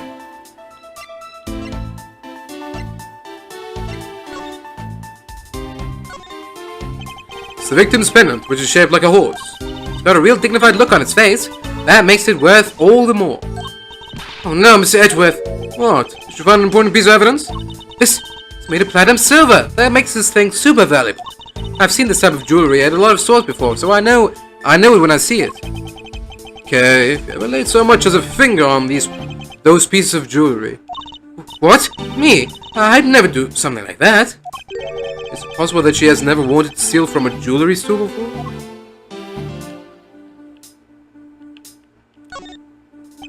The name Colin Devoray is engraved here.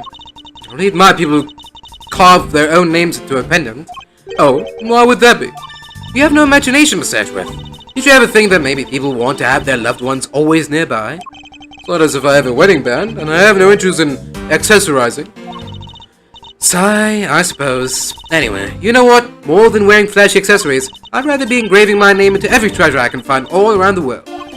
A sign of affection is one thing, but blatant vandalizing is just a bit different.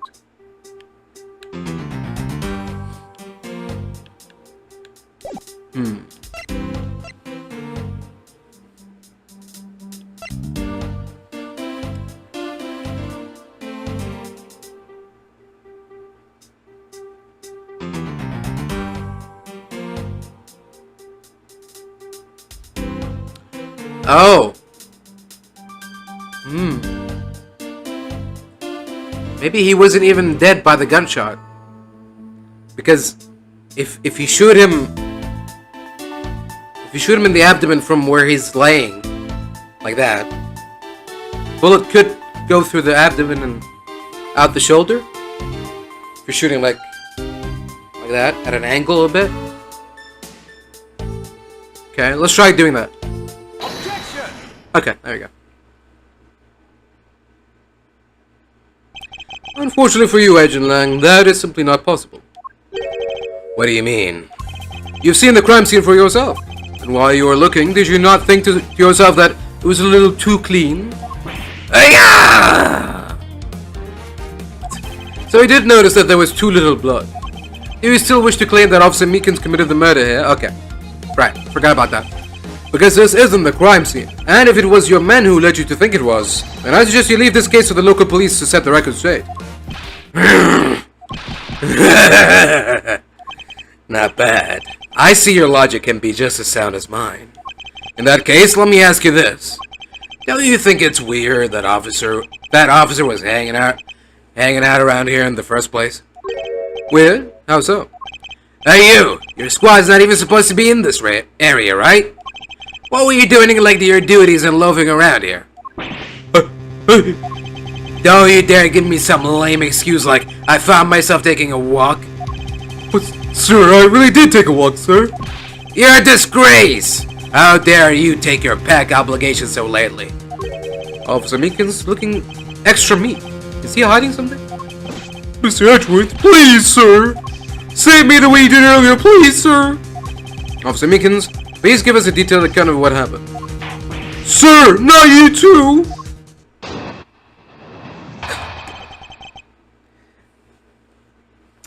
Here we go.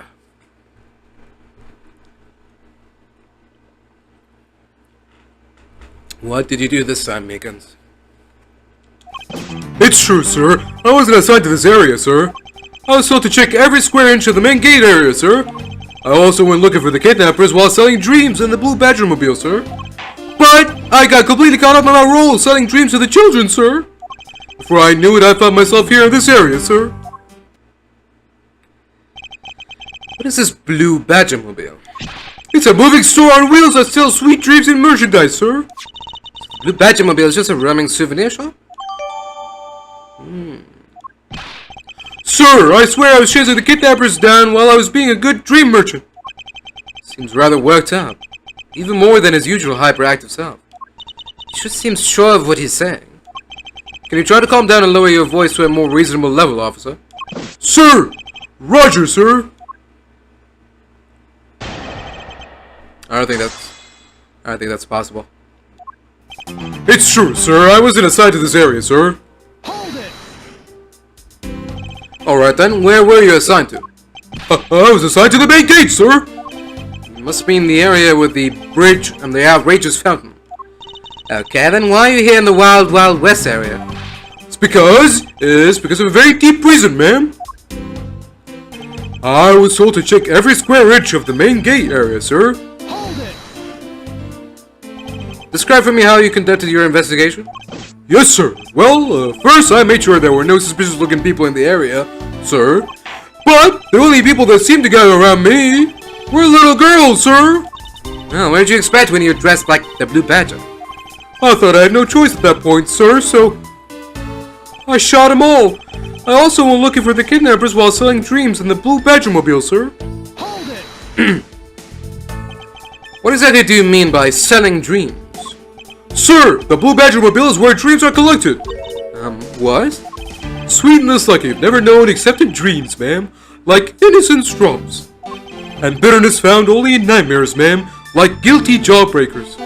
Selling those as I push the Blue Badgermobile along in my sworn duty, ma'am. But I got completely caught up in my role, selling dreams to the children, sir. Hold it! You completely forgot to look for the kidnappers. No, sir, of course not, sir. I would never do something like that, sir. You're absolutely right. Wow, you're good at this forcing people to confess things, Edgeworth. To be frank, I'm just a little man, sir. I'm better at selling kids a few small dreams than looking for a big crook, sir. Hold it! Enough wallowing in your own self-pity. Let's return to your testimony. Yes, sir. Before I knew it, I found myself here in this area, sir. Hold it! How did you wind up all the way over here? I was in the middle of a sea of kids, sir. But one of the kids decided to challenge me to a fight, sir. I had to run away from the child's painful dropkicks, and before I knew it... The good old dropkick. I dished out my fair share of those when I was a kid. It was always the best when you felt one really connect with your opponent. In any case, you wound up here for a reason completely unrelated to the investigation. Sir! That's right, sir.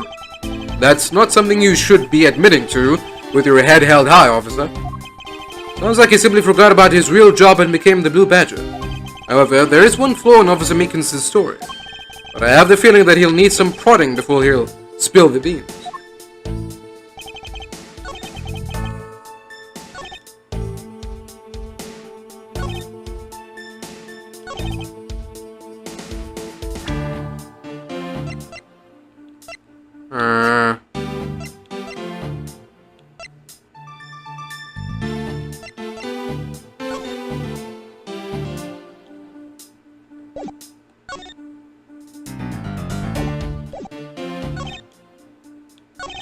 Okay.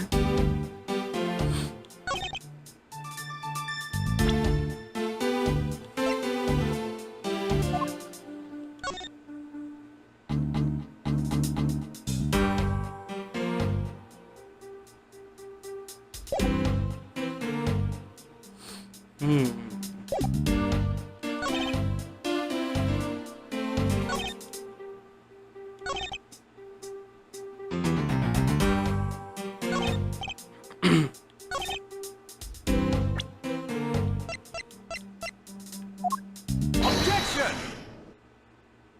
Really? Okay. So, is the lie here that he wasn't on the Blue Badgermobile, or he took another one, or... Okay. I know there's something wrong with the statement, but I'm not sure yet what it is. Officer Meekins, I would appreciate it if you didn't tell such transparent lies. Sir? I'm lying, sir? Yes, you are. If you were really out there selling dreams with the blue Badger-mobile until recently, then what is it doing here inside the garage? Actually, I just lost track, sir. Lost track of what? By the time I realized it, the blue Badger-mobile is nowhere to be found, sir. Which would mean it was perhaps stolen? And that's when I came back to this area, thinking maybe it was in the garage, sir. That's when you found me, Mr. Edgeworth, sir. A likely story. Who do you think is gonna buy such a convenient tale as that? And what exactly is so convenient about his story? The car getting stolen is completely unbelievable, even for a cover story. But I think we can assume the car was used alright. To move the dead body. What? You killed the victim at some distant location, Officer Meekins. And then you used the Blue Badger-mobile to transport it all the way here. Now then, you're coming with me. But it wasn't me, sir. The killer, sir. It wasn't me, sir. Agent Lang, wait. What do you want now?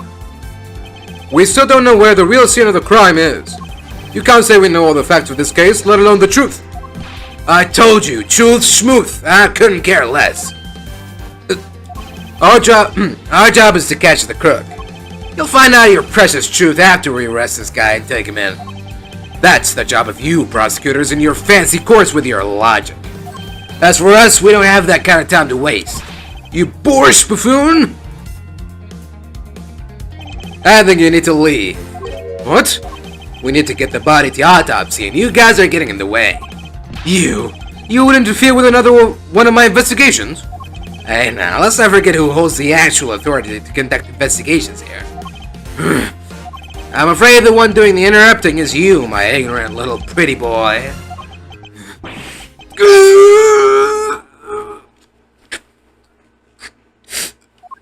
Now be a good fancy boy and get out of my sight.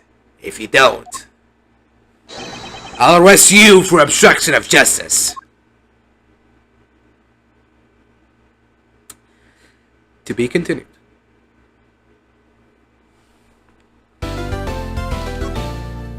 Ooh, damn, okay. A lot of crazy stuff happened there. A lot of twists and turns. Okay, well, let's see. I don't know. I don't think the next part is gonna be less than an hour or something. So, yeah, I don't know. I think it's better to leave each segment for each episode. I don't know. Okay. I mean, after all the loud voices and screaming, I think I need a little break. So, yeah. So yeah, that's it for now. That's it for today. Hopefully we'll pick this up tomorrow. But, yeah. Hello everybody, and welcome back to Ace Attorney Investigations. Case number 3, Part 2.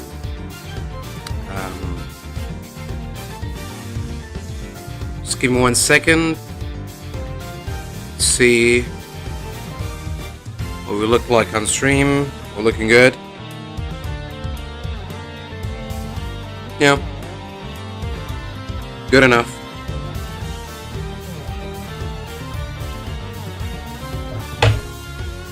Alright then. Perfect. Without further ado, let's continue with the investigation.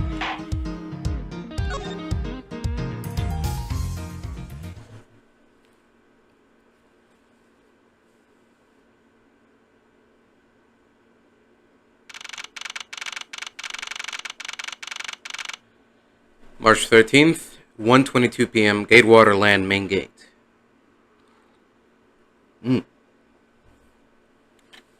Still hot.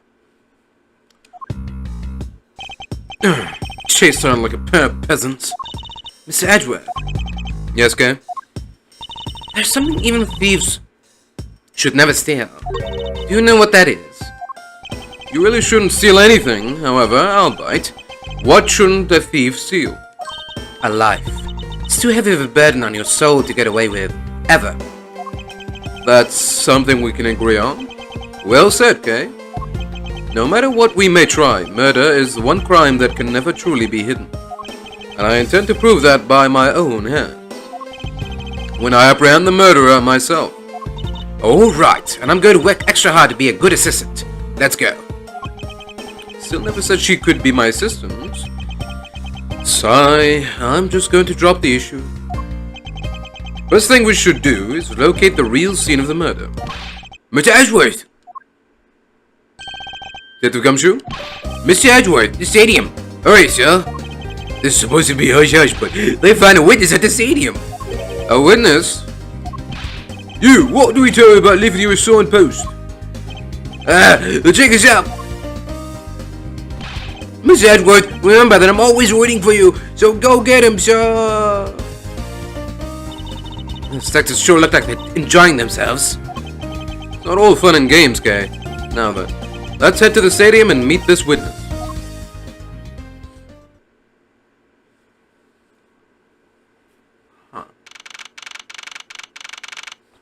What are the odds that this witness is actually the murderer? Or one of the kidnappers? At least. March 13th, 1:42 p.m. Stadium. Oh, so that conversation lasted 20 minutes? I guess the journey as well. Okay, fine. Fair enough. I thought there was a witness here.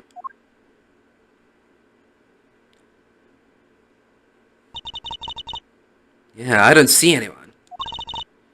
Mr. Edgeworth... Gumshoe? Oh. Long time no see. You are Miss Emma Skye, correct? This girl is the younger sister of my former superior, Lina Skye. 2 years ago, we stood in the same courtroom together as witness and prosecutor. But I thought she had gone to Europe to study forensics. Can't believe you remember me, Mr. Edgeworth. Of course I do. How have you been? You look to be in good spirits. Are you still studying abroad? You bet. More than anything, I want to investigate crime scenes, scientifically. I've been studying non-stop every day to become a top-notch forensic scientist. But it's spring break now, so I thought I'd come back for a bit. I see. Well, cool. Are you, by any chance, the witness? I almost didn't recognize you. You've really grown in these past few years. Please don't tease me, Mr. Edgeworth. I know I still have a long way to go, but I'm going to be a super forensic scientist someday. You'll see. You seem to know Miss Edgeworth really well. Are you two acquaintances? Oh, I forgot to introduce myself. I'm Emma Skye. Nice to meet you. I'm studying abroad now to be a forensic scientist. How about you? Wow, that's a great dream. My name's Kay Faraday, and I'm training to become an unstoppable great thief. A great thief? Don't think too hard on it, Emma. It's not worth the trouble. In any case, we have much to catch up on. You bet we do. So, why are you here, Emma? Well, I just happened to decide to come back home for spring break. And then I heard that you'd come back too, so I raced on over here. I really wanted to welcome you back at the airport, but I had just missed you. And how exactly did you know I was here? Through the power of science, naturally. Never underestimate what science can do for you. I used these to track your footprints and I followed them straight to you. This set is the greatest. It's so wonderfully scientific. You spray this chemical on the ground and when you shine the special light on it, zing! The footprints light up like an electrified noble gas in a glass tube. It's almost like magic, scientifically speaking. Forensic science has never seemed more ominous to me than at this very moment. Emma, I'd like to ask you about what you witnessed. Huh? What are you talking about? Are you not the witness Detective Gumshoe told us about? Well, I did get a call from Detective Gumshoe earlier.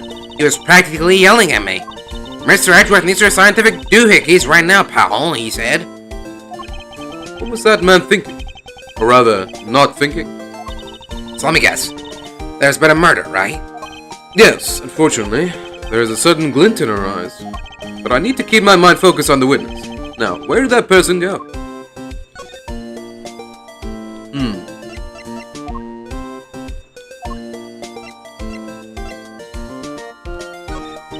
Scientifically calculating and thinking critically about this, and putting it in a way that transmits the feeling that I understand.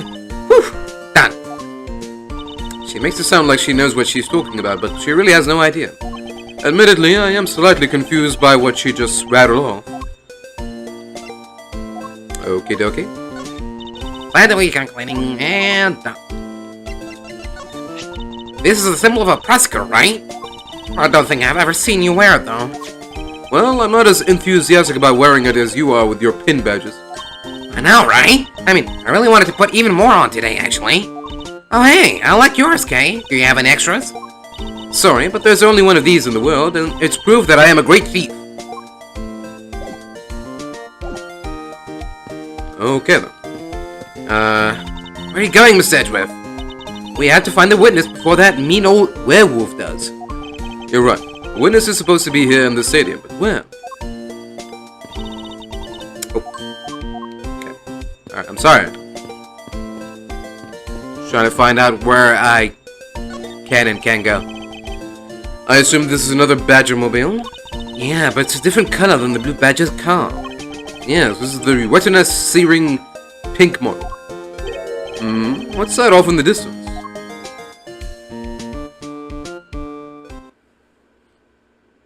Oh. Hey, it's the pink Badger. Badger, get! Badger, Badger, Badger, Badger. Just what does she... Oh my god. Just what does she see in these silly things? Seashells by the seashore.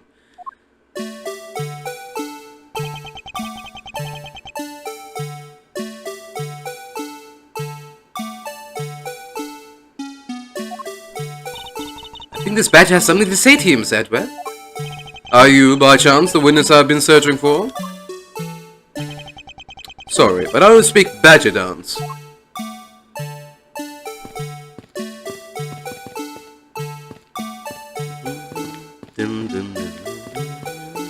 Oh, that's it.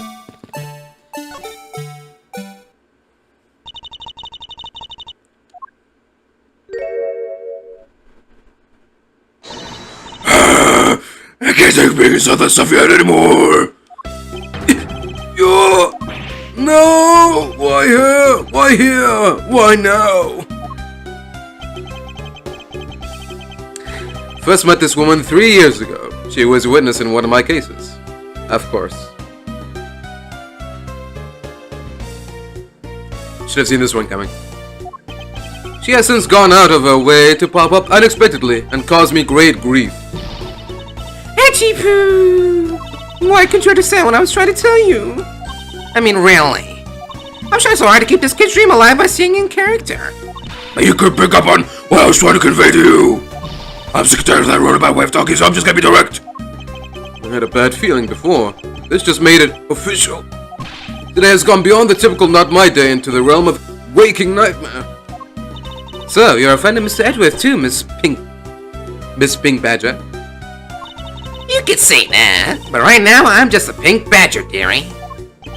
She may look the part, but I know better than to trust my eyes around this woman. My name is Wendy Oldbag, but you could call me Wendy, or Granny, or whatever suits your fancy. Nice to meet you, Miss Oldbag. I'm Kay Faraday. What do I care about a young whippersnapper like you? Yes, I was just trying to be polite. Weren't you a security guard at one of the Gatewater hotels the last time we met? I get where I'm needed. I'm very good at what I do, unlike the youth of today. I get called in all the time to fill in when there aren't enough hands. But enough about me, Edgy Poo. I'm thoroughly dejected right now. Finally get the chance to see you again, and here you are talking with two young girls. Men are all the same. Doesn't matter how old they are, if this course we have those other days we have to be working at the race match to 18-year-old. Seem to attract all sorts of interesting people, Miss Edgeworth. Kay, please, I'm begging you, by all means, do not provoke her any further. Aren't you forgetting about something, Miss Edgeworth? This person could be the witness. Honestly, I hope she isn't, but I don't think fate is going to be so kind today. I saw what happened. I even saw the exact moment it happened. How's that? So it's true, she is the witness. I don't suppose I can afford to ignore the old bag. Yes, it was just a little while ago. I saw it happen right in front of me. Moment of the murder! You mean to say that you witnessed someone being killed right before your eyes? Sounds like a pretty important piece of testimony to me.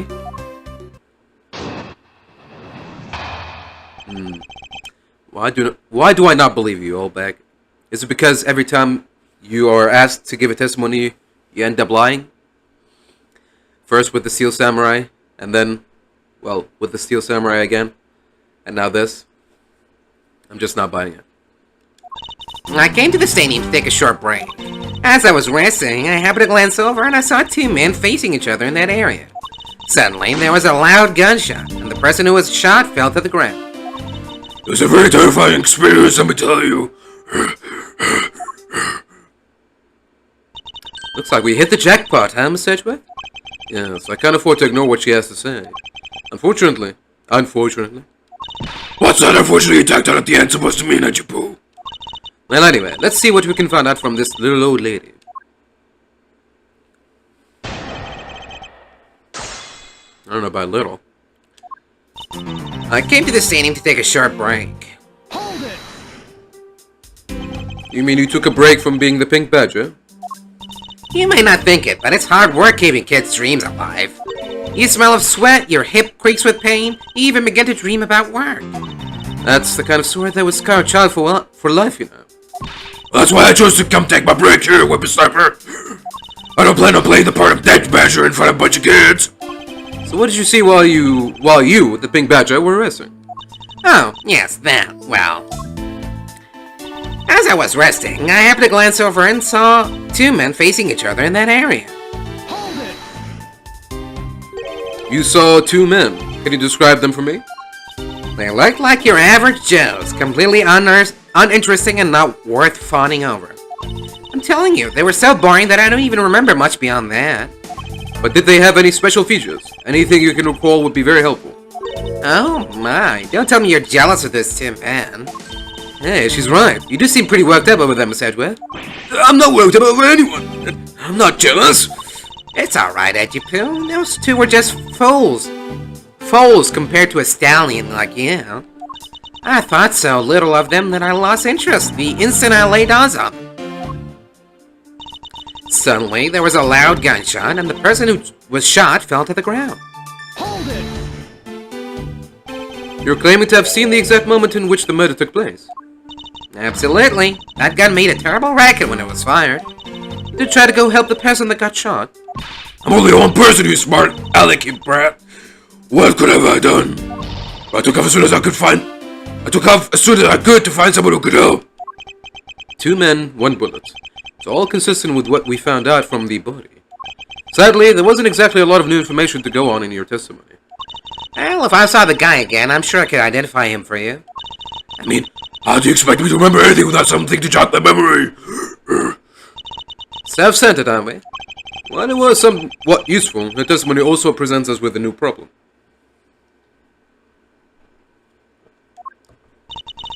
Miss Edgeworth. Yes? So, about this new problem. What is that giant grin on your face for? Do you want me to show you something really nice? No, thank you. Don't be so mean. I swear it's something you're going to like. What is that gadget you're holding? What you see before you is the secret weapon of a great thief. Ah, I should have known it would be worthless. Oh, don't be like that. Tee-hee. Ahem.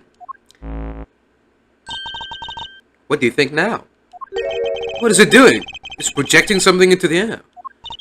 I'm going to input the necessary information to run the simulation now. Once I'm done, I'll increase the size of the projection to its maximum size.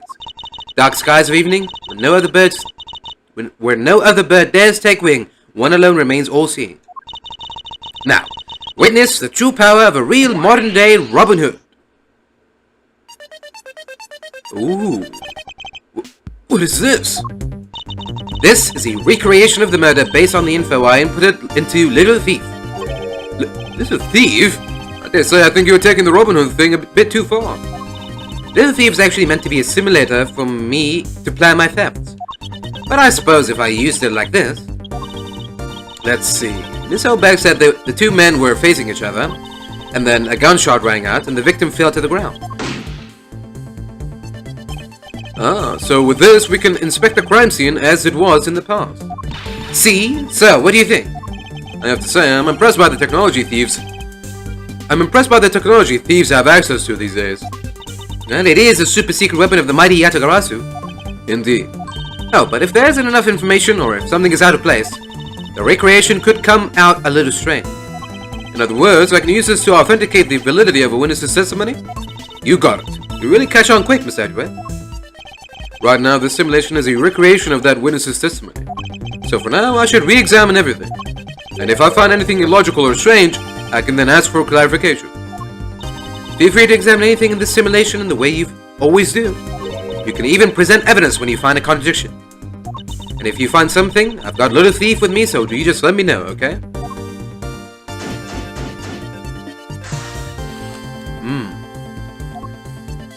So... Okay.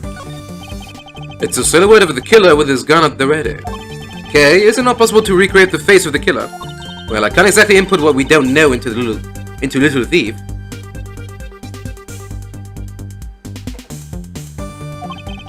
She has a point.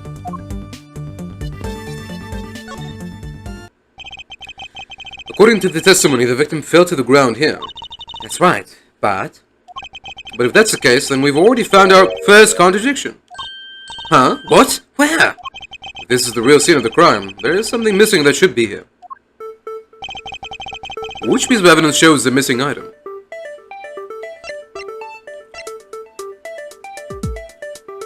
The missing item?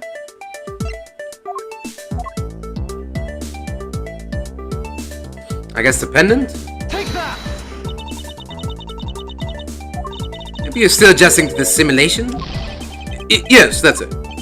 Allow me to find my bearings, and I'll present the contradiction again. Maybe I need to review the evidence again. It should go without saying that the truth lies in what is missing from this scene. Which piece of evidence shows the missing item? Take that! This is the contradiction. Hey, is something wrong with my recreation? If this is the real scene of the crime, something specific should be here. If you think back, how did we deduce that the other crime scene was not the real one? Oh, I get what's missing. Okay. Yeah, okay. That's my fault. I should have known that. I wasn't paying attention. Okay. There's no blood on the ground here either, right? Right. The fact that there's no blood here casts doubt on the witness's testimony. Edgeworth! How can you tell me like that? You call me a liar! I know what I saw. I saw the victim get shot down! You know, I don't think she's lying, Miss Edgeworth. To be honest, I can't think of a reason why she would lie to me. In that case, maybe there is another explanation for the distinct lack of blood.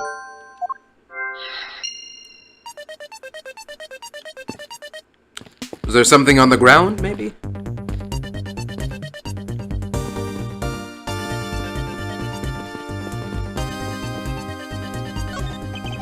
Looks like they broke the stage down. I guess this means they're done for the day. Or maybe it's because a different show is scheduled to start its run tomorrow.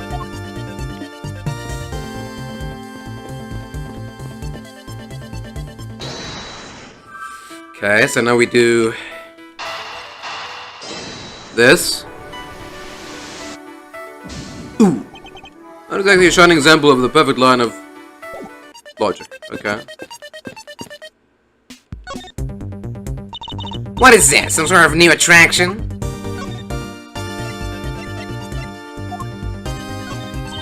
Go on, Edgy Poo, show me anything and I'll tell you all about it. Very well, what do you think about this? It's nothing special. Somehow I figured she'd say it much.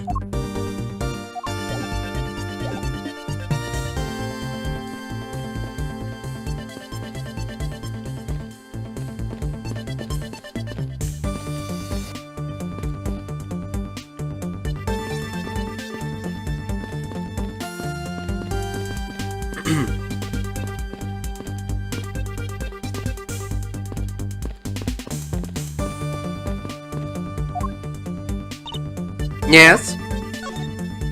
So, you believe that this gadget will provide us with the proof we need? Yeah, of course. Pretty neat, huh? By putting info like this, it can recreate the crime scene exactly as it was. Although Little Thief was originally intended to be a training sim for heist, a training sim for thievery, I don't believe I can turn a deaf ear to that, Kay. Ah, it's for practice. practice. It's not like I've actually stolen anything yet. Besides, we're in the middle of an investigation, so stop nitpicking. Even if it is just practice, I don't exactly endorse the act of stealing. Although, admittedly, this device is rather useful in an investigation. So, how am I supposed to use this to aid my investigation? Oh, that's right. I guess I should explain how to use it, huh? Objects outlined in yellow are things that are not present in our time, but were in the past. Things outlined in a dotted line are things that exist now but didn't in the past. I see. You can examine and interact with replicated people and objects as you normally do. You can even present evidence whenever you find an inconsistency. Oh, and be sure to point out mistakes in the recreation with evidence, too. Very well. Let's continue with the investigation. If there's something you don't get about Little Thief, feel free to ask any time, okay?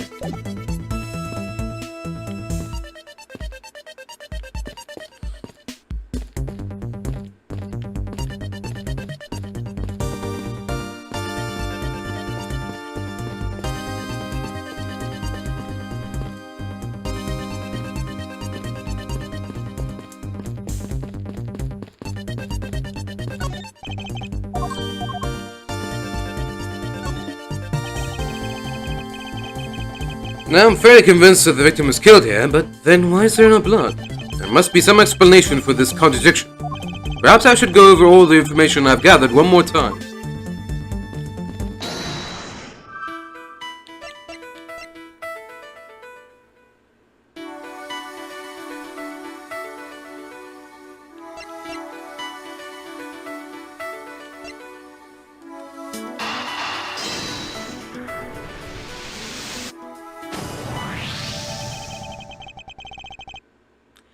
Even if he was wearing a costume, it's not like he's wearing, like, fucking all sham, no wow, super absorbent sponge costume.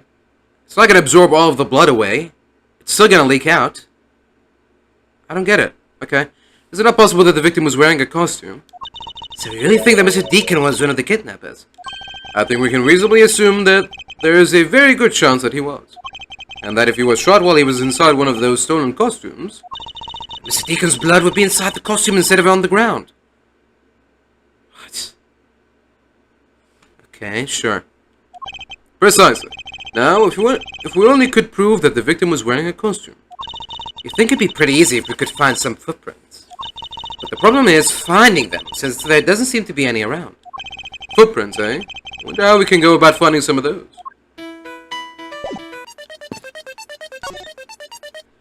This is amazing! Just feel the power of science! Emma, about that method you were talking about for finding footprints. Following my expert knowledge in forensics is needed. Yes, well, can you detect and trace even partial footprints? Leave it to me. My cutting-edge detection kit can find anything. Very well, if you could please analyze the footprints in this area. Okay, stand back now and witness the power of science at work.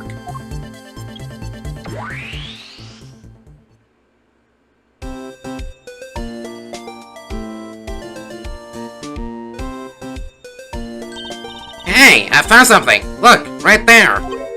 I don't see anything. Oh, that's right. Here, put these special glasses on, Mr. Edgeworth.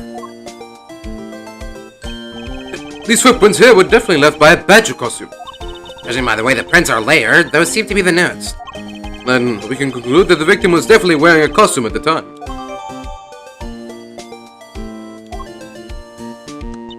Okay, in that case, I'll update Little Thief simulation parameters.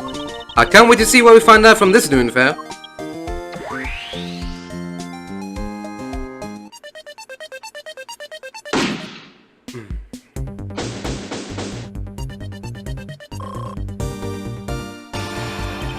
So the victim was wearing a costume when he died. And with that, we should be one step closer to the truth, right? I see the equation has changed in accordance with the new information. We may be closer, but now something else has caught my attention.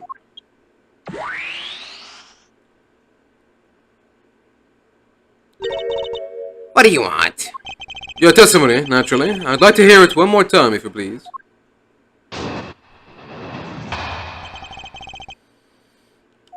I came to the stadium to take a short break. As I was resting, I happened to glance over and I saw two men facing each other in that area. Suddenly, there was a loud gunshot, and the person who was shot fell to the ground. It was a very terrifying experience, let me tell you. So, does this mean that Miss Oldback's testimony has a contradiction in it? Yes, and I believe our best course of action is to compare it with your recreation. See, I just knew Little Thief would be of help. Now let's see if we can pull more info from Miss Oldback to put into the recreation. For that, we must first find the contradiction in her testimony. Alright, do we need to press on everything again, or is it going to be the same result? You mean you took a break from being the Pink Badger? You may not think about it, it's hardworking. Okay. Same stuff.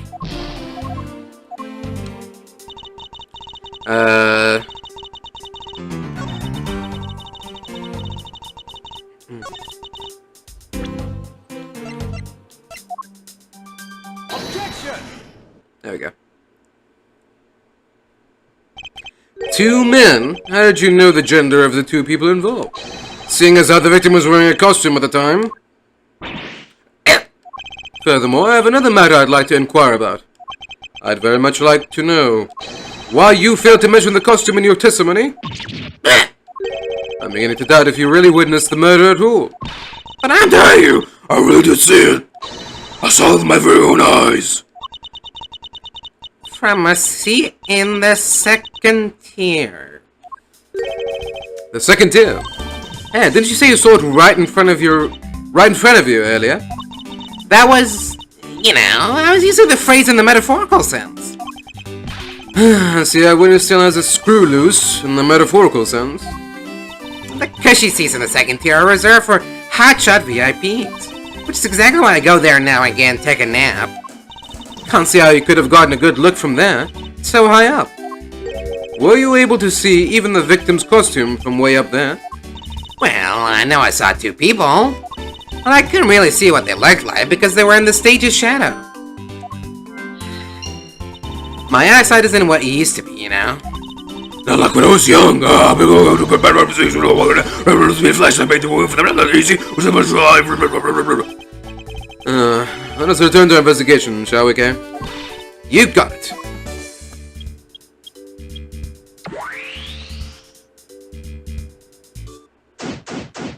Alright. Are we still gonna be here, or are we gonna try to go up to the second tier? So we can see what she saw?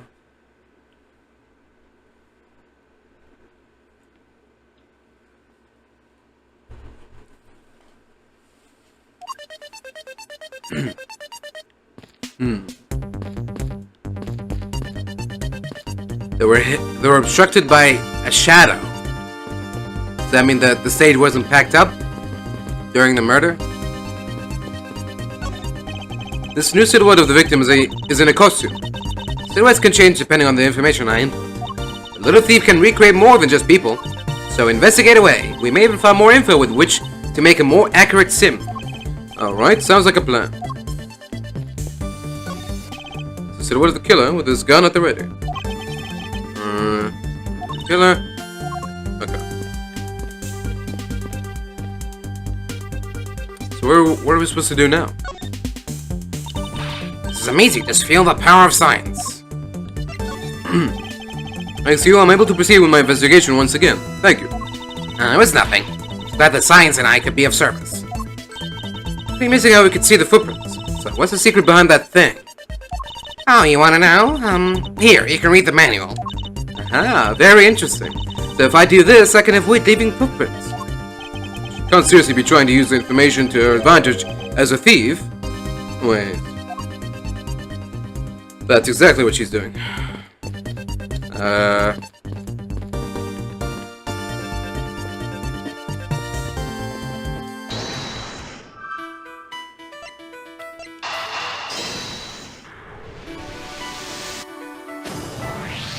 Okay. That woman's testimony is to be believed. The murder occurred before the stage was broken down. You want me to input that bit of info into Little Thief? Yes, if you please. Okay.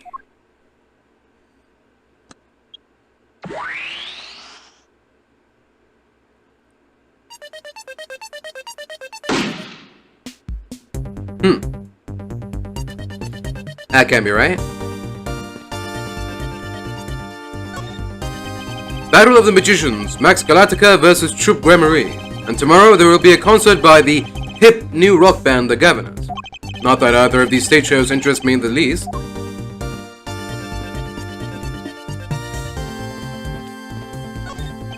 This new silhouette of the victim is in a costume. Silhouettes can change depending on the information I input. A little thief can recreate more than just people. So investigate away. We may even find more info with which to make a more accurate sim. Alright, sounds like a plan. There's clearly a contradiction here. Please stop seeing my lines. Come on, it wasn't that hard to see it coming, even for a layman like me. I suppose. In any case, it's not possible for the killer to have stood here in that way. Because there was a very real stage set up in this spot at that time. Yeesh, I told you I got it. Do you feel the need to explain everything? Yes, well, in any case, we still need to resolve this unusual situation. Isn't it obvious? The killer was on top of the stage, naturally. Right, Miss O'Bear? Yes, I remember now. The killer is standing on top of the stage. See, now let me update the info on the simulation. In the simulation. Now the bullet is gonna be like that. That's not gonna make any sense. That doesn't fit with the bullet.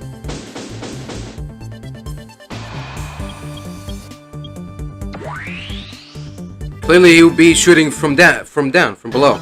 Like that. Oh! Well, what have we here? A bunch of hooligans running amok, I see.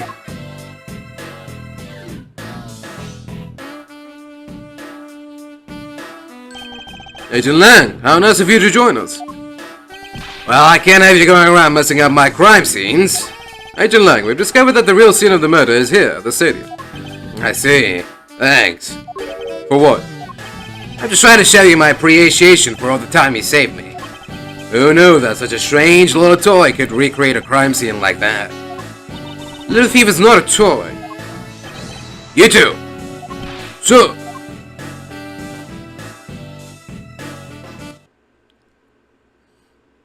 Oh. Okay. And there you have it. You see? Big boys like me don't need silly toys, little girl. Now this is a recreation. So what? Do you still intend to assert that Officer Meekins is the killer? Of course. Even knowing that the crime took place here doesn't let him off the hook. Alright. Time to defend Meekins again. This is the real scene of the crime. Officer Meekins lay in wait for the victim on top of the stage. When the victim finally showed, he shot him from on high.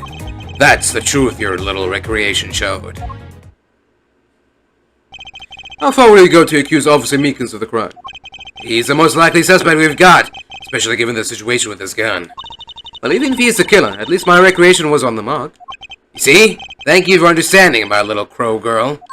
Not some common crow, I'm the Yatagarasu, the Raven of Legend. Unfortunately, your conclusion has yet to be tested, so let's see how well it holds up.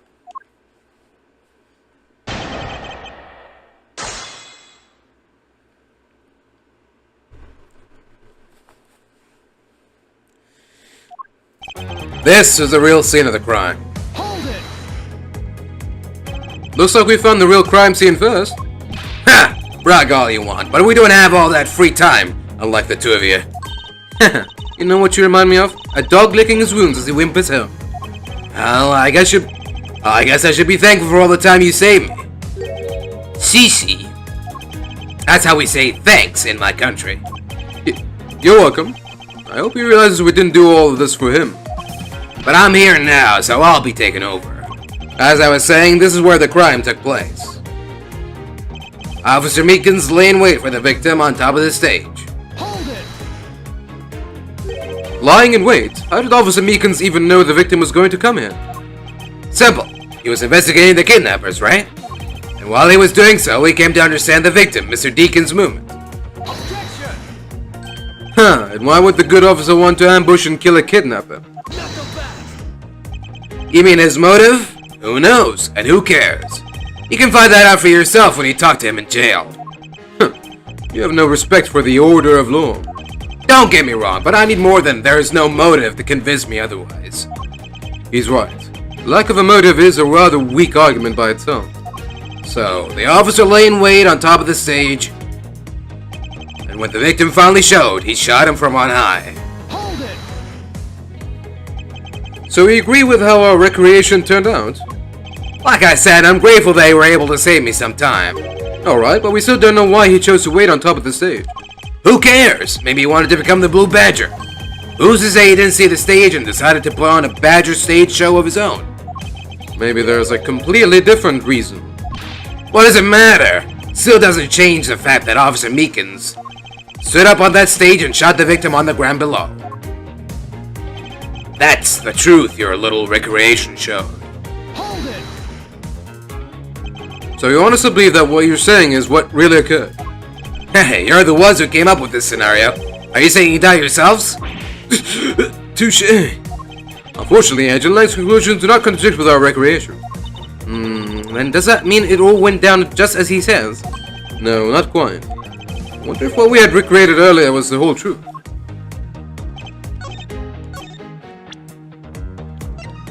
Objection! I am terribly sorry, Agent Lang. I should have warned you that our recreation is incomplete. You cut in quite unexpectedly, after all. What's that supposed to mean? You said that the victim was shot by the killer from up above, correct? I had to break it to you, but that's not possible. Huh? Why not? Recall Mr. Deacon's body, specifically where the gunshot wounds were located? Actually, I didn't get that good of a look. Oh, well then. The bullet entered Mr. Deacon in his abdominal region and exited his right shoulder. This is more consistent with an angled shot from beneath the victim. Then, yes, our recreation had the victim being shot at an angle from above. A clear contradiction. You're discarding your own conclusions? No, this one point is the only flaw. This was the mistake parameter in our recreation.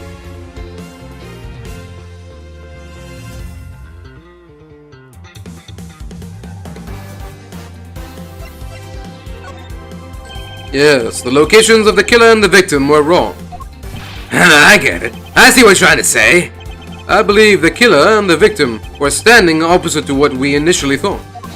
It was the victim who was on top of the stage as he was being shot by the killer.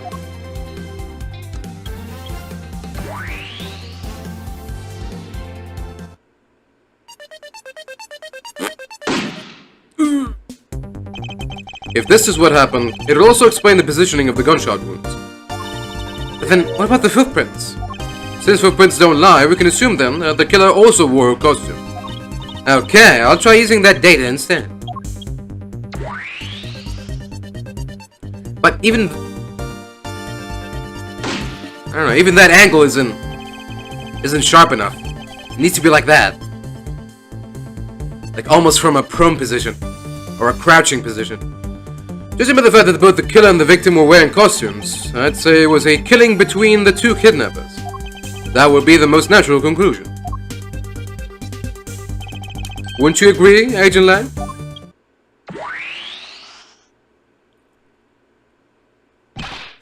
Well done, Mr. Prosecutor. But that alone doesn't clear Officer Meekins of the crime. Yeah, because he was wearing a costume too.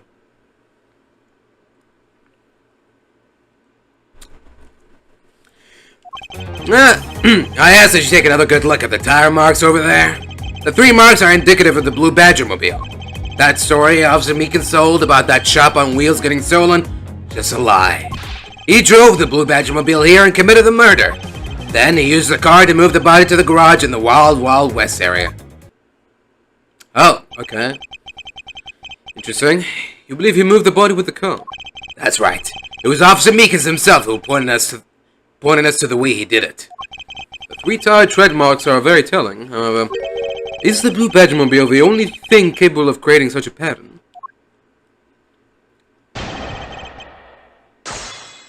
There were clearly more than one Badger mobile and, like I said, 3 bikes next to each other. I asked that you take another good look at the tire marks over there. Hold it! The tire marks? Yes, the tire marks. The ones there behind the stage. They were hidden up until now by the various pieces of stage equipment. As for when they were made, They must have been made after the rain had begun to fall, correct? yes, and probably around the same time as when the killer's footprints were made. Tires on that blue Badgermobile probably got pretty muddy because of that. I say it's the blue Badgermobile because, well, it's pretty obvious too. The 3 marks are indicative of the blue Badgermobile. Hold it! 3 tire marks. I have to agree that the blue Badgermobile has 3 tires. Of course, the only thing in this park that can make those marks is that roving shop. Objection! Are you forgetting that there are in fact 3 of them? You can't simply ignore the pink and proto Badgermobiles, Agent Lang. Not so fast! Of course, I didn't say it couldn't be either of the other 2. But I see no reason to drag them into this just to complicate things. That story Officer Meekins told about that shop on wheels getting stolen was just a lie. Hold it! Of course, you have some sort of proof that it was all a lie, correct? Of course not. Well, that was blunt. Suppose it is a lie. It would explain a lot of things. Like his movements and his whereabouts. He drove the blue Badgermobile here and committed the murder. Hold it! So you still claim that the tire marks belong to the blue Badgermobile? He must have arrived on the scene after the ground had become wet with rain. Officer Meekins committed the murder. Then, he used the car to move the body to the garage in the Wild Wild West area. Hold it! Besides the blue Badgermobile, there are other ways the body could have been moved. Not so fast! Recall what the Wild Wild West area looked like? Only the blue Badgermobile and Mr. Deacon's body were in the garage. I'd say that's proof. I suppose if one were to look at that place, that would be the only logical conclusion. However, my experience tells me that the truth is usually not so easily found. Is there some sort of problem with Agent Lang's statement with regard to that scene? So the only thing that car was selling was death, not dreams. Only if what Agent Lang believes turns out to be true. The 3 tire tread marks are very telling, however. Is the blue Badgermobile the only thing capable of creating such a pattern?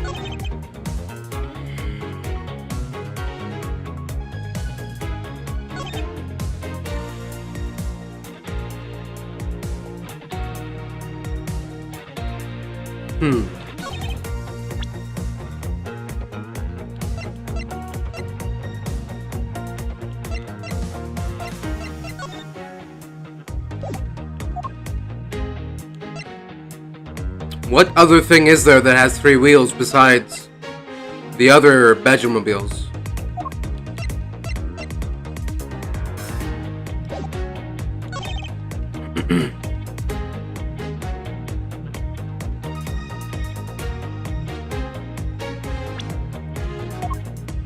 Objection! Okay. I have no idea why this is right. I'm gonna assume because if we examine the Badgermobile, there's not blood inside, or that. What is the contradiction here? Yeah, it's either there's no blood inside the car, there's not enough space to fit a corpse inside the car, or that the body was dropped off before Meekins arrived or something. I don't know. I don't know what the argument is going to be. Okay, let's see. Sorry, Agent Lang, but that's an impossible tale. And why is that? Those tire marks would not have been left by Officer Meekins' blue Badgermobile. One look at the car would have told you so. What proves the blue Badgermobile had never been to the stadium? Oh, no mud on the tracks. Take that! Wow, okay. I never would have noticed that. Take a good look at the tires. There's not a single dollop of mud to be found on it. This car had come to the backstage area and left those tire tracks. Then the lack of mud on these tires stands out as very peculiar indeed. And how do you explain the tire tracks, genius? Hey, I've got it. What about Miss O'Bag's pink Badgemobile? Don't be ridiculous! I'll sleep in the entire time with second-tier seats! Indeed, I believe we can rule her out as someone related to the crime. However, there is yet one more roving store, as I recall. Oh, you mean the Proto-Badger? That's right. There was one more parking space inside that garage, and it proves the existence of a Proto-Badgermobile. Agent Lang, I suggest you find this Proto-Badgermobile post-haste. There must still be some sort of incriminating evidence in it.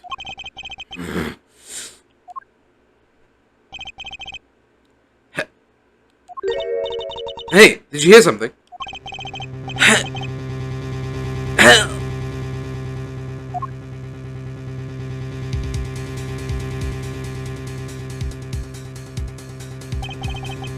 Help me. Are you alright? Well, this is something. Looks like we found our kidnapping victim. Where were you all this time? Well, was kidnappers. He was in the room next to the one I was held in. Ran away using underground. Got lost. The kidnappers. What is it? I can't understand what you're trying to say. Kidnappers escaped wearing costumes. Did you see the face of your kidnappers? No, I didn't see their faces, but two. One was a woman. A woman? What an important piece of testimony. Hey, what are you guys doing? Stop standing there and get your cops on this already. I'll even let you guys have what the kid just said now. Consider it a gift. Now, are you gonna get out of my crime scene, or am I gonna have to get rough? Again? You're nothing but a big bully. Come on, Mr. Edgeworth, let's go. Oh, no, not you. You're a very important witness for my case. I'm not about to let you get away that easily. Don't count on me to testify, because I won't. Not for you. That's right, I won't either. You hear me, you young woman stopper? Hey, calm down. There's no need for all this hostility. I just want to take a statement from each of you. I'm not gonna rough either of you up. I give you my word. Come on now, fair maidens. What do you say? Will you cooperate? Fair maidens? My, you little rascal. You sure know the way into a woman's heart. Langsley says, the passage of time is but a fleeting moment, and a lady is young forever. Trying to outdo my agent with your fancy schmancy sayings. Let's get this over with. So we're clear, I'm only interested in giving you my statement. Sure, just as soon as Mr. Prosecutor leaves us be. Mr. Edgeworth.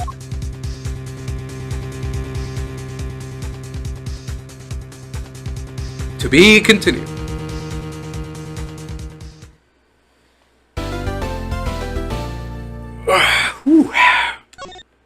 Alright then. Is that the middle part done with? Oh, no. We're still in the middle part. Okay. Middle part 1 complete. Well, I guess... yeah. I guess that means we gotta keep going. Let's see.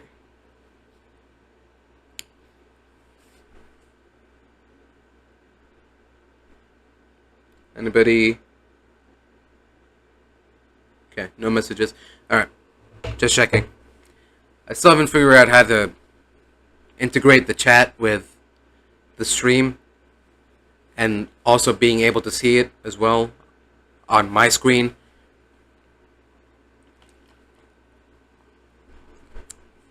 But doesn't matter now because there's barely any chat activity going on, so doesn't make any difference. Okay, let's lube up.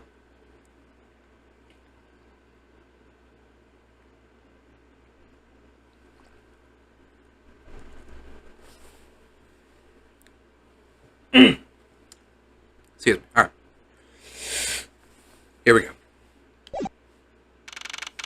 March 13th, 2:34 p.m., Wild Wild West area.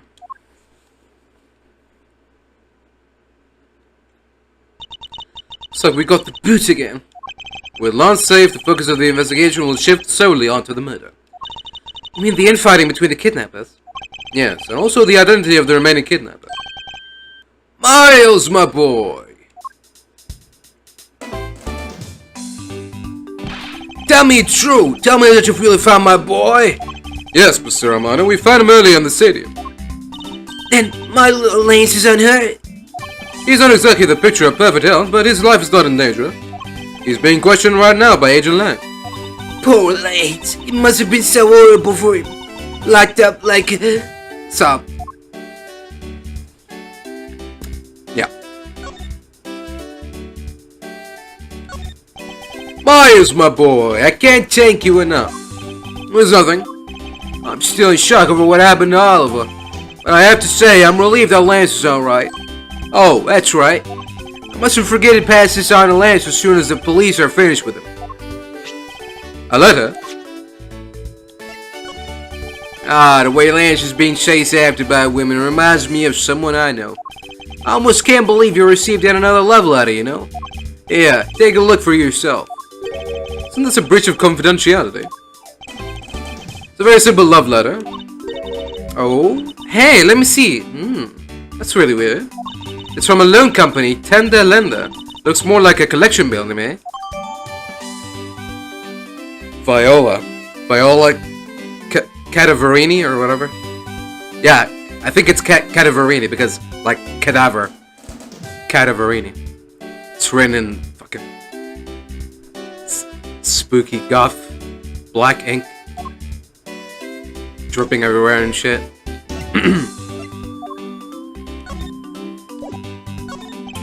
Oh, that looks to be something with quite a bit of value. But then all things have some value attached to them.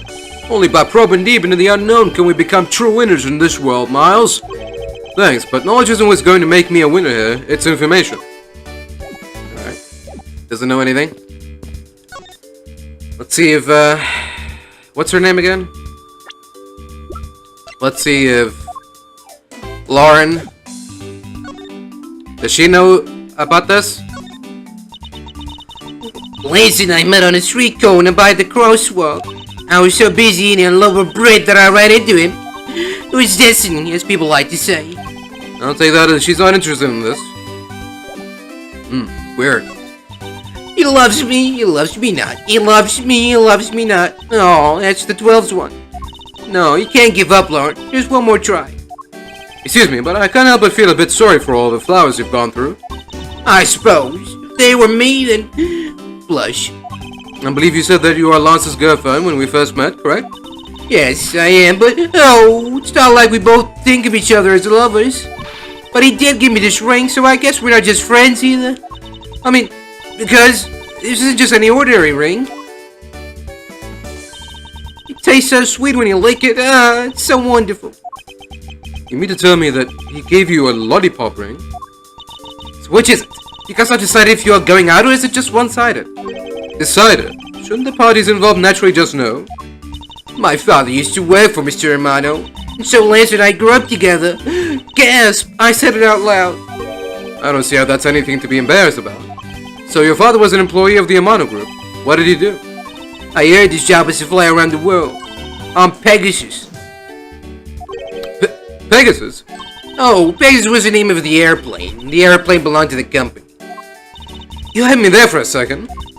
But now it's all changed. My father, he isn't around anymore. Oh, I see. About 10 years ago, he rode in Pegasus off to somewhere and never returned. Riding Pegasus to whereabouts unknown. Sounds like the stuff legends are made of. It's been so long. I don't think I recognize him if we were to ever meet again. I'm sorry, Lauren.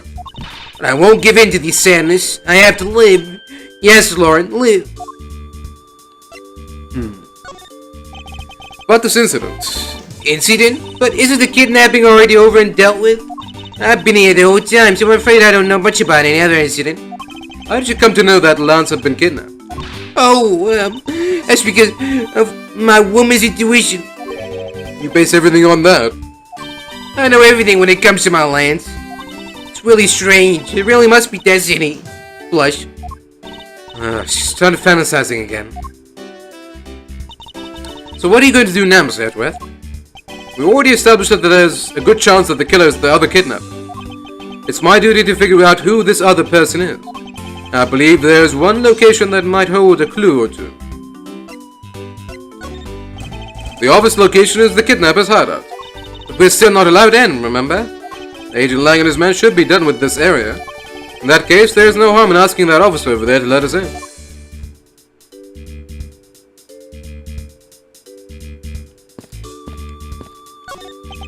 So this must be the blue Badgermobile that Officer Meekins was driving. He said it was stolen, didn't he? Don't tell me that you were the one who stole it. What the heck are you talking about? I don't even have a license. It's illegal to drive a car without a license. A great thief doesn't break the law. This little girl has a very odd understanding of the word law.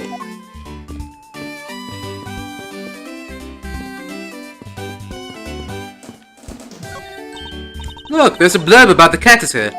This cactus is a very gracious gift to Great Waterland from the local police precinct. Can't believe the police went so far as to even donate a cactus to this place. So, is the police department running a cactus farm on the side? Huh, just kidding. They wouldn't do something so silly. Actually, I have the vague impression I've seen a cactus farm in the precinct before. Where does this go? Oh. Oh. We can go to the entrance now. It's a set of tire tracks originating from the garage. Aha, so that means the car left from the garage at some time, right? Correct, but for the car to leave these tracks, it would mean that it left during the passing rain. That's the only explanation as to why these tracks are made of mud. 3 treads. You can also safely assume it's a special type of car. You don't say. Why is there a blue badger here too? Are you deathly allergic to him or something? It's not that.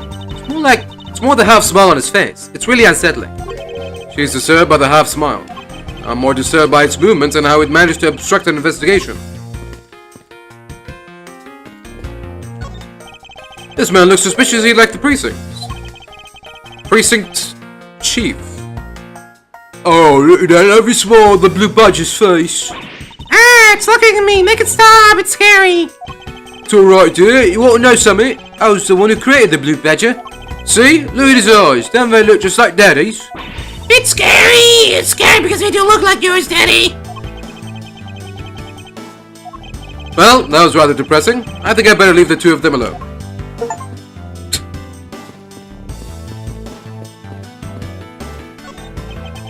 To think they were but a hotel, now they have their own safari park attraction.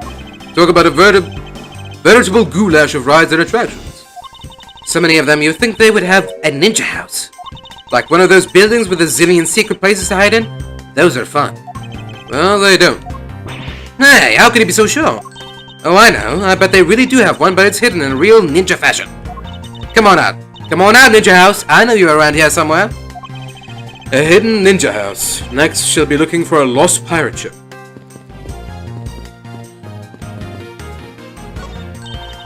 That lamb looks like it's got a lot of good stories to tell about the olden days. Oh, looks incredibly new to me. Mr. Edgeworth, you need to lighten up and get a sense of humor.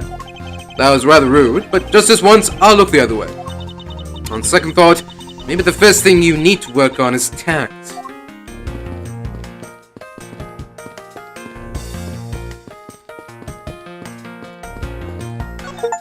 Ooh!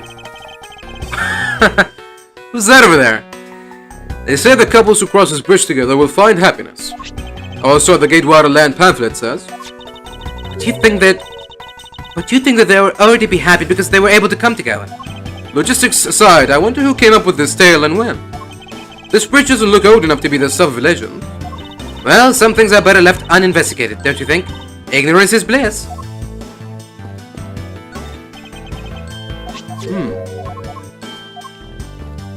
Oh, really?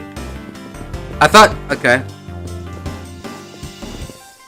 I'm not asking for, like, an interaction, but at least an acknowledgement. Come on, Edgeworth. They're right there. Just wave them. Wave to them. Say hi. Oh, you. Alright, well. That's it. I guess.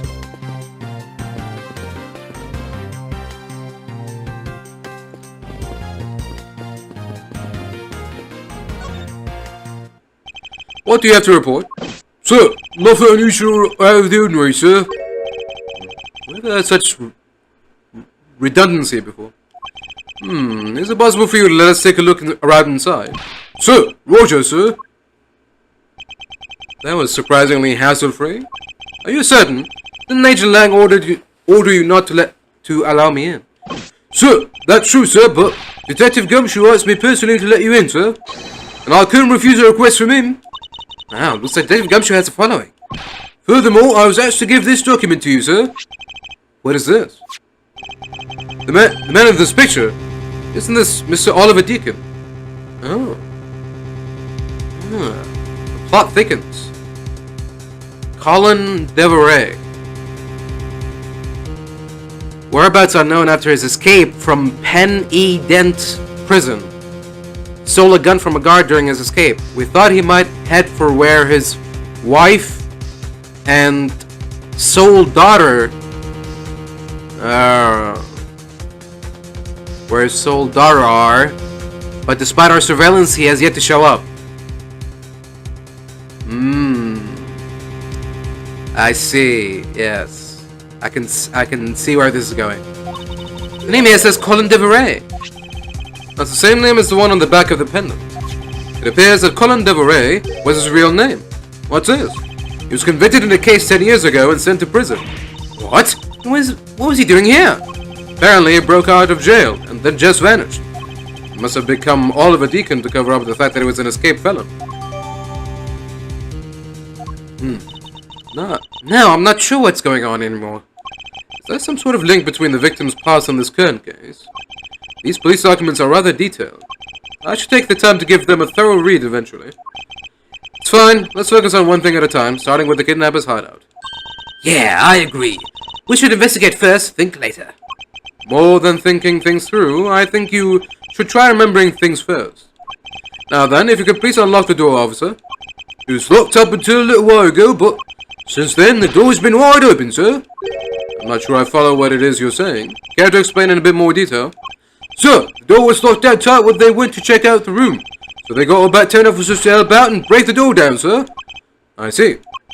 I guess that means I get Agent Lang's leftovers. Well, let's see what we find.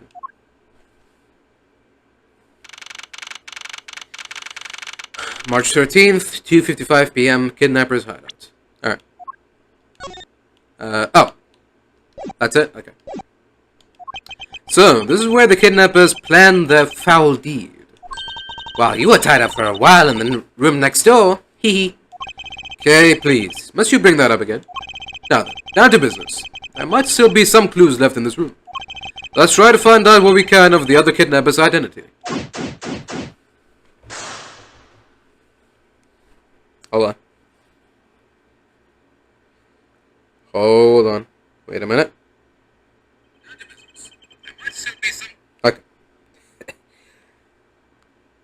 For a sudden moment there, I just... At the back of my brain, I thought, wait. Did I check that there's audio coming from my microphone or not?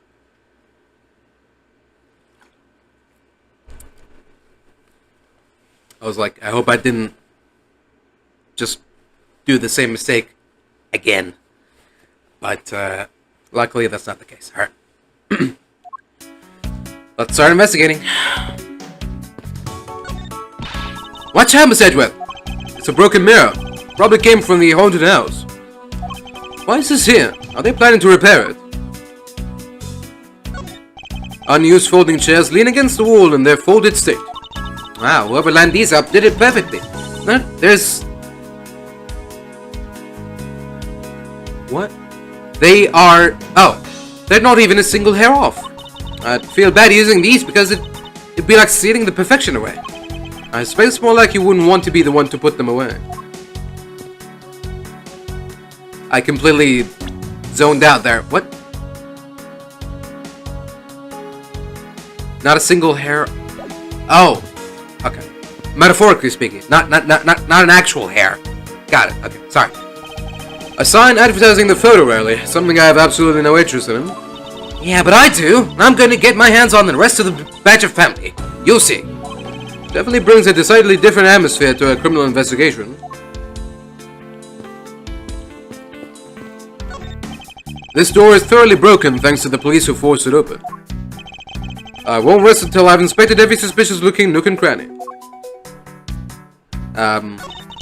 Looks like a sword. A broken sword. Strange. Why would it be broken like that? Swords don't usually break on their own. That's true. Alright then, let's think about it in this way. Maybe it's broke when someone was trying to use it for or on something. Hypotheticals aren't going to get us anywhere. Perhaps we should think more on this later. That doorknob handle thingy is looking pretty beat up. I suppose that's what happens when 10 officers break their way in with brute force. Hey, that's odd. The lock on this is completely fine. Look, not a single dent. How is that possible after what that officer told us? Yeah, the lock had been in use when the door was busted down. Then the lock itself should be completely wrecked. So the lock on the door leading to the outside is undamaged. How can that be? Ah, the prop sword was used as a lock. It was used to jam the door shut. And that's what broke? Okay. Maybe. Ooh, they have barrels like these just outside.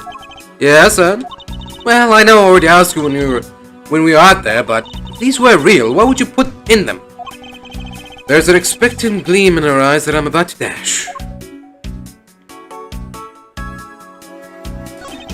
The panel that hit the entrance to the underground is propped up and wide open. Be careful of where you step, Kay. I only found that other opening once, you know. Right, well, just saying, be careful. One can't be too careful. This must be where they dispose of old and worn-out costumes. That's so sad. It would seem that they throw the costumes away in pieces.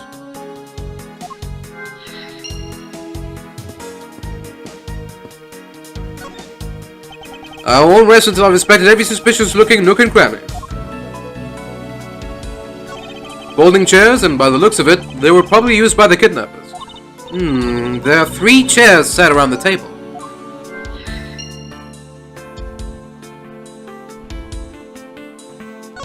A poster of Gatewater Land is stuck on the wall. Intrigue, fun, prestige. Gatewater Land has it all, and it's waiting for you. It's not especially catchy, is it? I wonder what this key is to. You got me. It reminds me of the key we found in the other room. That's it. This must be the key for one of those trap doors. That wasn't a trap door. You only call it one because you quite literally jumped into it. Hey, but isn't that what you're supposed to do when you see one? I'm not having this conversation with you. Good day, sir. Cheap styrofoam cups. Looks like only 3 cups were used.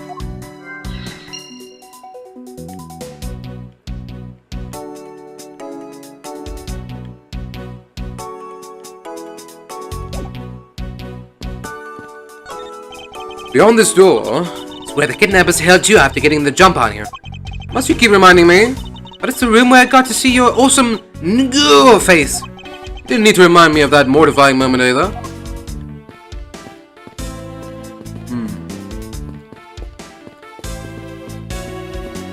Is that it then? Okay. Oh. Hey, there's a trap door in this room too. It's not a trap door, it's an entrance to an underground passage, okay? I know that. The door leading to the outside world was locked. So Lance must have escaped his prison through here.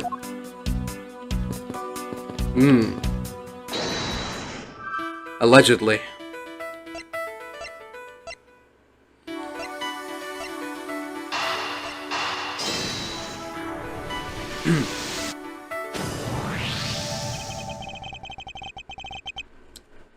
The common denominator between the cups and folding chairs is the number 3. Speaking of which, the number of missing costumes is also 3. Wait, but I thought there were only 2 kidnappers. Indeed, something isn't adding up. Literally. Is it possible there's a third kidnapper that Lance didn't see? No. Somehow...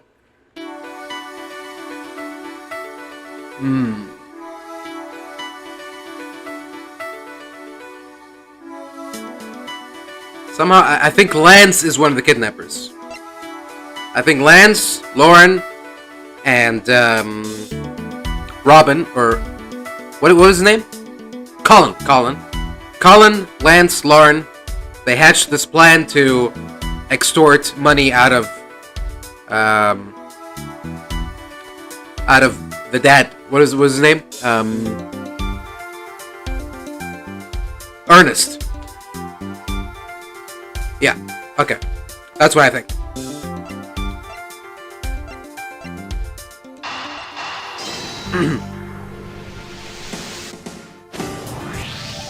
It's a bit strange that the police had to force their way into an unlocked room. One look at the pristine door lock and anyone can see that it was not in use at the time. But the policeman outside said that it took 10 men to get it open. The door that was locked tight despite it being not locked at all. It can only be because of this. Oh, you mean... Yes, it was used to jam the door. Yeah, take a look at the door handle.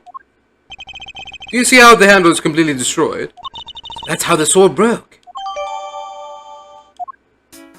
I thought that we might uncover the true identity of the kidnappers, but instead we've only uncovered more questions that need to be answered. What is it? Well. Mr. Edgeworth, am I correct? What are you doing suddenly popping out of the secret entrance like that? This is an underground passage used by staff members, sir. We Badgers also make use of it in our duties. Look, why don't you get out of there first, and then we'll talk, okay?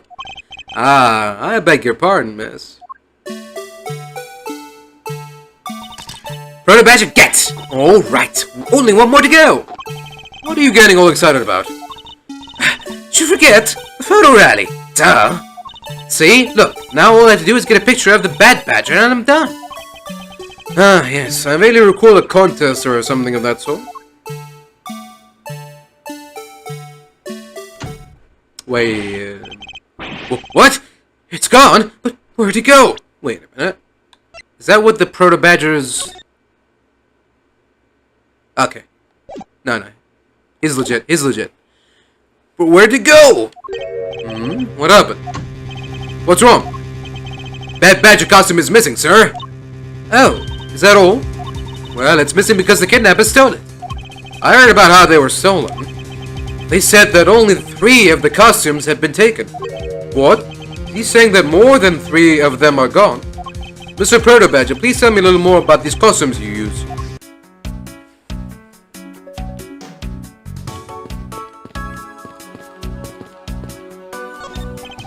What did you mean by a Bad Badger costume is missing? Why, just what I said, sir. We're 1 Bad Badger short. Counting the spares, we have 2 of each costume on hand at all times. Okay, so because one of them is walking around in the park, the other should be in that room. Actually, both of them should be in that room. Huh? What do you mean? Normally, we don't use the Bad Badger costumes. In fact, we only use them during a certain event at a set time each day.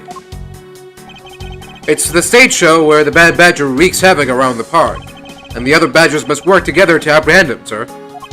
I'm speechless that such a show exists. Well, sir, I was trying to explain to you the only time we use that costume.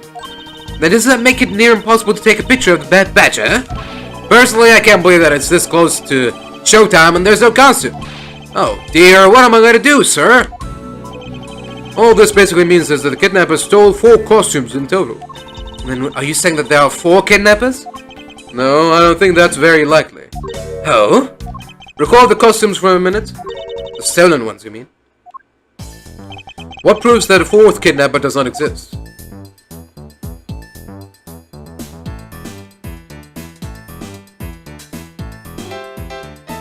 Take that!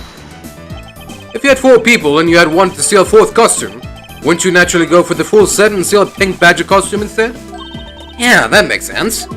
And yet, the kidnappers decided to steal another Bad Badger. I believe the culprits needed 2 Bad Badger costumes, but the question is, why?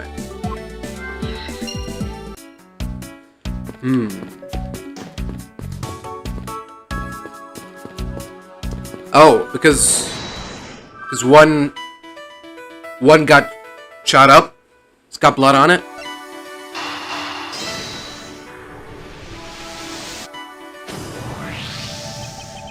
The second Bad Badger costume. I believe it may be closer at hand than we think. What do you mean? That costume in the trash.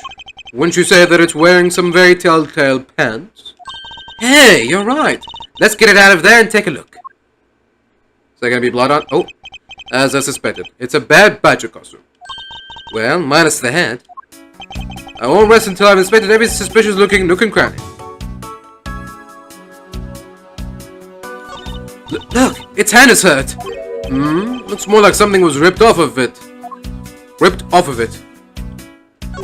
Wonder why this Bad Badger costume's right hand is torn up like that. Maybe it's a flesh wound from a fight with the blue badger. Always knew the blue badger was one ferocious beast. I somehow doubt that even real badgers are as bloodthirsty as that, Kay.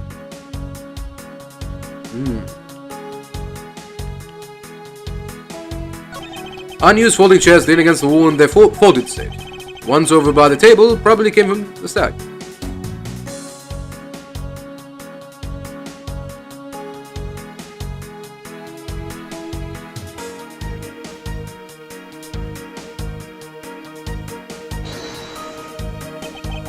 Is this possible connected to any of the evidence I hold? That looks like the shape of the pendant. Is he holding the pendant? This is a clear understanding of the facts. Huh? What are you talking about? Are you going to fill me in or not? Wait, maybe it's not quite so clear. Even so, it's still a contradiction, right? Or it might not be. You're acting really weird, Mr. Edgeworth. Just tell me if it's a contradiction or not. My apologies. There's definitely something off about this costume. If only I could envision the truth in my head, I'd be one step closer to it. Okay. Envision the truth in my... Oh, but I already did that. I don't... Okay.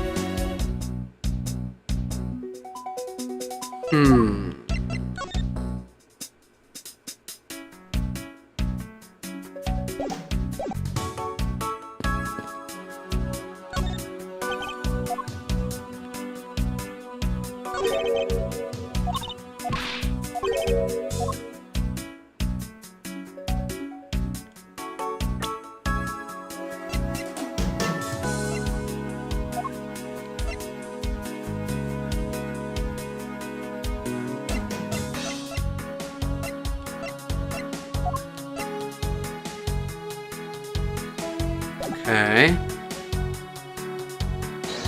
Maybe it's...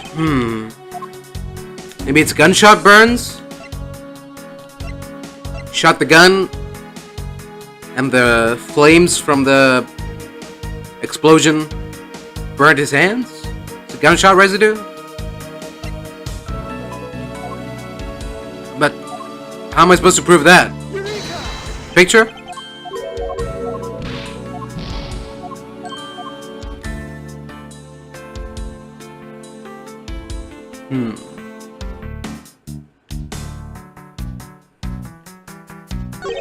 Wonder why this blue someone turn up like that. Flesh wound from a fight with the blue badger. What other?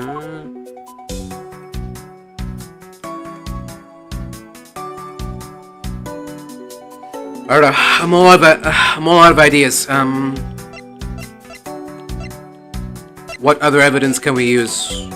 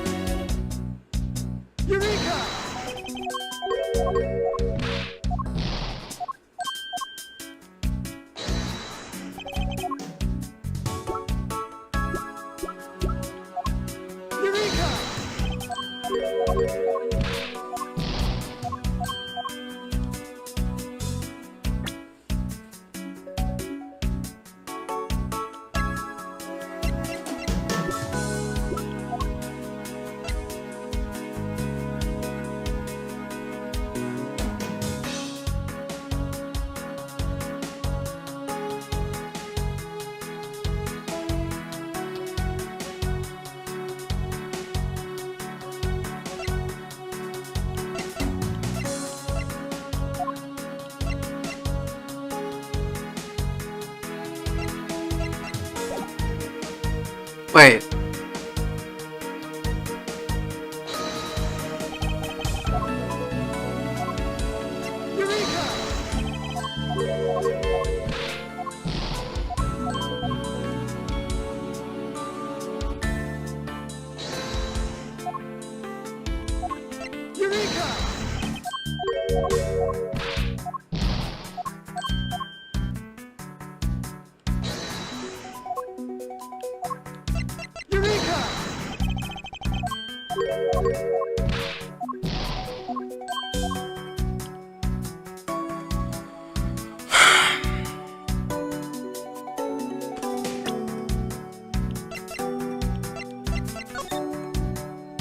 Something missing from the costume? Besides the gun? Not really. I don't know.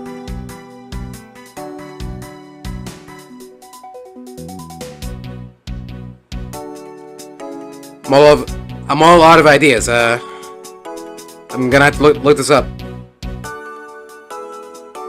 Hold on.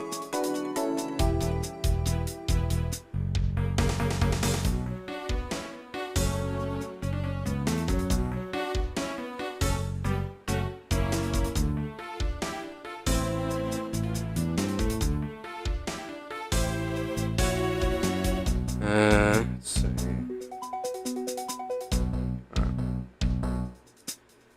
This is usually where I like to go to get my answers. StrategyWiki.org. Alright, here we go. Kidnap, Turnabout. Middle 2. Let's see. Okay.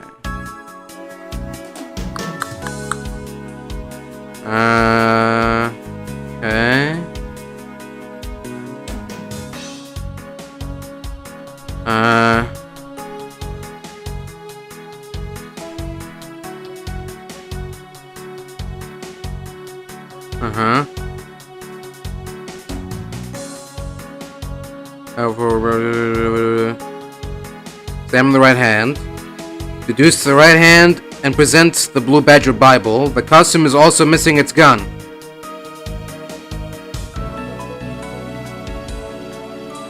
Well, no shit, of course it is missing its gun.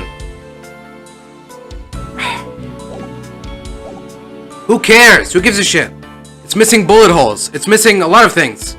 How is this the point to... Fuck off, man. Just go away.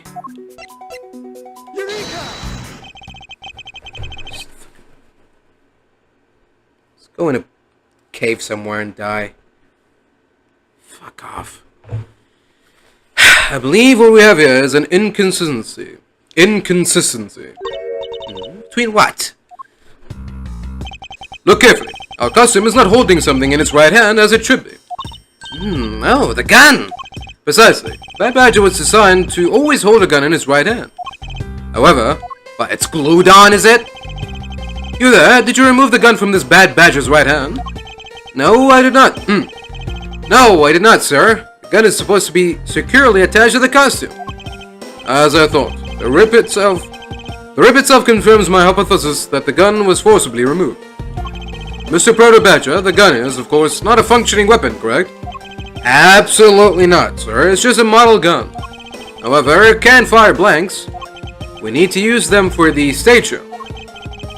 Seems our kidnappers also had a need for the model gun, my dear costume friend. Cool.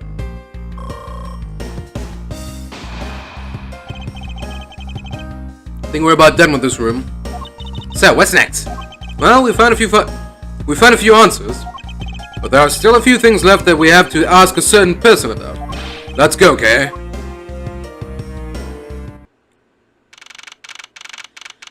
March 13th, 3:34 p.m., Wild Wild West area. Mr. Edgeworth, sir! You gotta hurry, sir, come on! What is it, detective? They find a Blue Badger costume down in front of the main gate, sir. What? Isn't that what one of the kidnappers was wearing? Bingo! That's why you've got to come to the main gate with me right now. we hurry, we still might be able to get there before Wolf Boy does, sir. Alright, let's make haste to the main gate. To be continued.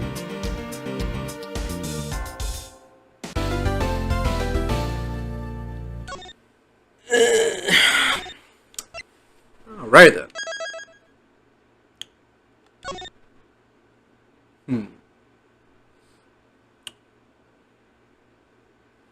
Alright, well, we still got time to do more of this, so sure. If we end up finishing the entire case today, then so be it. Let's keep going. March 13th, 3:45 p.m., Gatewater Land Main Gate. Where's the customs, Detective Gumshoe? Just on the other side of the fountain, sir.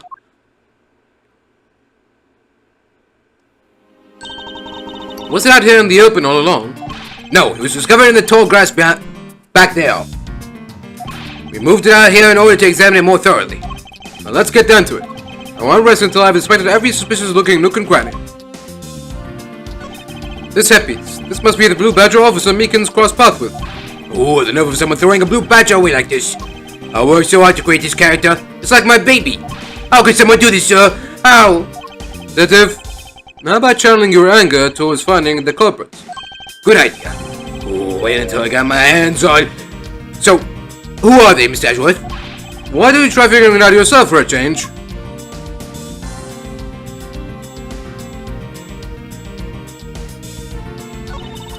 It's the blue badger's body section. What a waste. How so? Go through all the trouble to steal this costume, only to throw it away in the end. A real thief wouldn't do such a thing. Nope, no way. I wouldn't think a real thief would steal something so gaudy to begin with.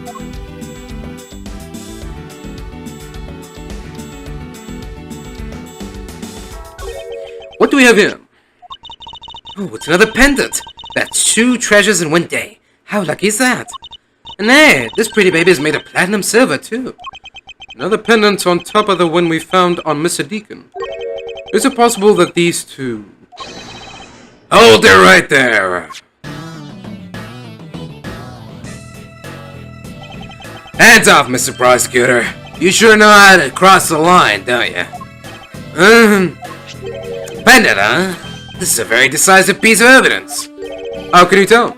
Look here and read off what you see. Lauren... Hey, Lauren. Hey, it's a name that's engraved on this.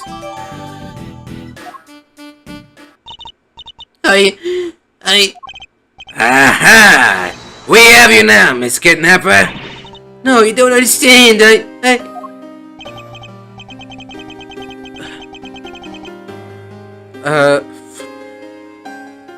Lolly, I can't believe you're one of my kidnappers. Lance. You're kidding. Miss Popes was one of the kidnappers. Yes.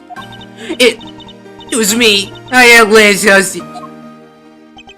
So, Miss Popes is one of the kidnappers.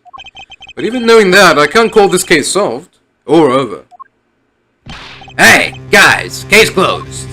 Get the car ready, and I mean the special one for this young lady. Hold it! Again, Mr. Prosecutor? What is it this time? Are you proposing that Miss Popes is also the culprit in the murder case? What happened? I thought Officer Meekins was your suspect. We found it. Found what? That officer's gun? He literally dropped it in the middle of a thick patch of grass. Your country's police are a sham. Just look how careless they are. Who are you calling a sham? The officer's gun didn't show signs of having been fired, so it can't be the murder weapon. So Officer Meekins has been cleared of all charges, I see. And that's when a brand new suspect comes walking onto the scene. The murder only happened because the kidnappers started fighting amongst themselves. As I recall, it was you who said that, right, Mr. Prosecutor? Miss Popes, did you really kill Mr. Deacon? Yes, I killed him. I can't believe it. Thanks for the confession. Agent Lang, it's much too early to declare this case closed. Look at you, so sure of yourself. We've got the culprit's own confession and some very incriminating evidence. What more could you ask for? Miss Lawrence Bobs, Yes? I want to hear it from you. Tell me your side of all that's happened today, from the kidnapping to the murder. But why? I'm a kidnapper and a killer. Isn't that enough? Oh. It's fine if you're the one behind everything, but only if that is the truth. Yeah. Now then, will you tell us the truth? Or is there some reason why you can't?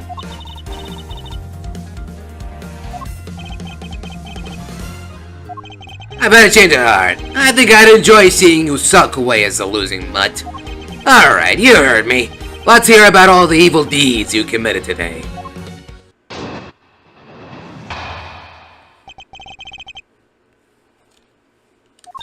One who came up with the kidnapping plan was the butler, Mr. Deacon.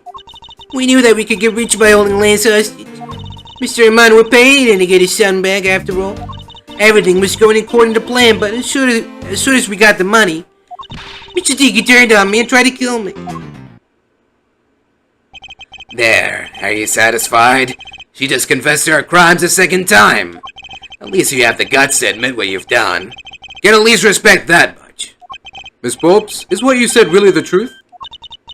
Yes, it is. That is the truth. It certainly isn't the whole truth. Because there is something that seems a bit too improbable in her confession.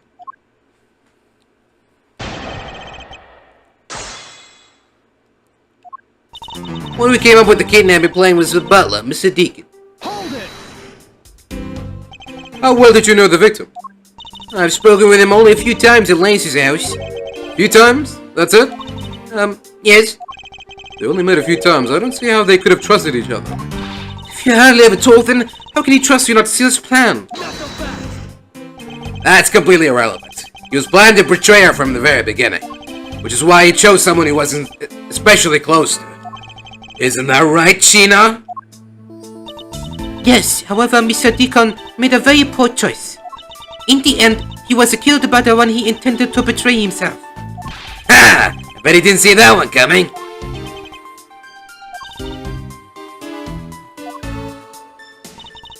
We knew that we could get rich by holding Lance hostage. Mr. Armando would pay anything to get his son back, after all. Oh, oops. We knew that we could get rich by holding Lance hostage. Hold it! You knew? How did you know something like that? Oh no, what should I do? Okay, what's wrong with her now? Come on, isn't it obvious? You're making your scary face again, that's why. Why don't you try asking her in a nicer, more gentle way? No, stop it, Lauren. You're always like this. You always fall for the stern-looking one. That's why you always be unhappy. Or maybe that's it. She's been bewitched by your icy glare. Mind your own business, Kay. Now then, Miss Bobs, let's continue with your testimony. No, yes, of course. Mr. Amano would pay anything to get his son back, after all. Hold it! Why did you believe that? Anyone who knows Mr. Amano would think the same. I bet Lance is that old man's greatest treasure. I suppose he would be to a doubting father like Mr. Amano. I always figured that was it too, and I was envious of Lance for it. Oh, because your dad's... I got disbanded from my father, and I believe that as long as I have this, I'll find my father again someday. He'll welcome me in his arms, riding on the back of Pegasus. That pendant. You must surely believe it to be the wings of Pegasus. Everything was going according to plan, but as soon as we got the money... Hold it! Would you mind telling us a little about the plan itself? Well, first we captured Lance. Ooh, how'd you do that? Well, Mr. Deacon did that on his own, so I don't quite know. And here I thought you knew how to steal people away. I shudder to think what she would do with such knowledge. Sorry, I really don't know, but somehow Mr. Deacon was able to contain him. All we had to do after that was wait for the ransom to be paid, but... Mr. Deacon turned on me and tried to kill me. Hold it!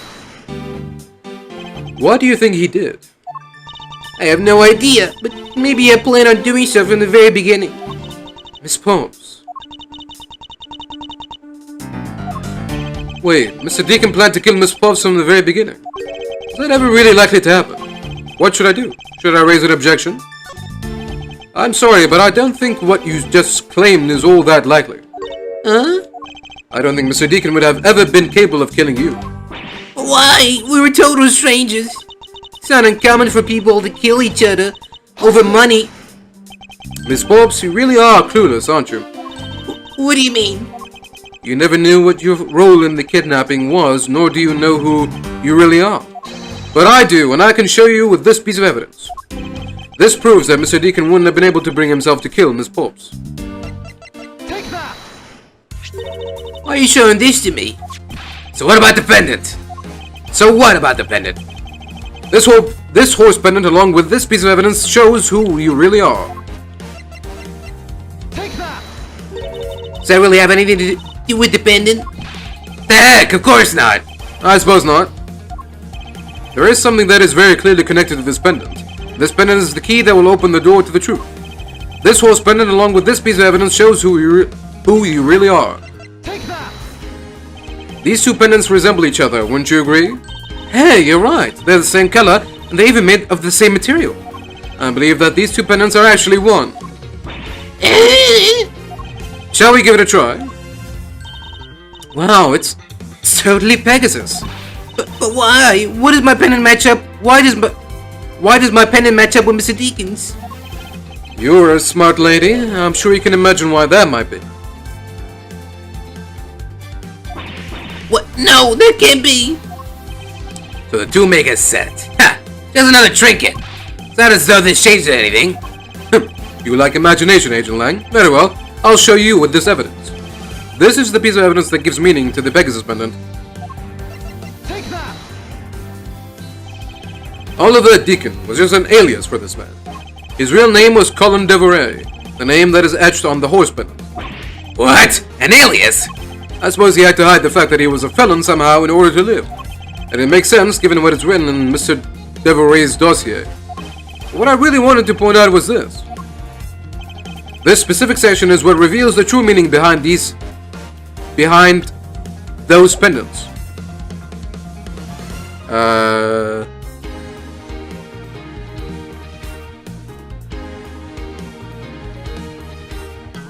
Take that! Mr. Devoray had one daughter, and her name is Lauren Pulse. That's a lie. That person was not my father. He couldn't come out and tell you he was your father because he was in hiding.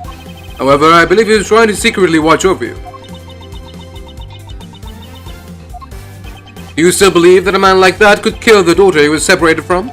Or even that such a man would allow his daughter to get involved in a kidnapping plot? And what is so funny, Agent Lang? You're good at making things up in your head and deciding it's the truth, aren't you? What are you trying to say?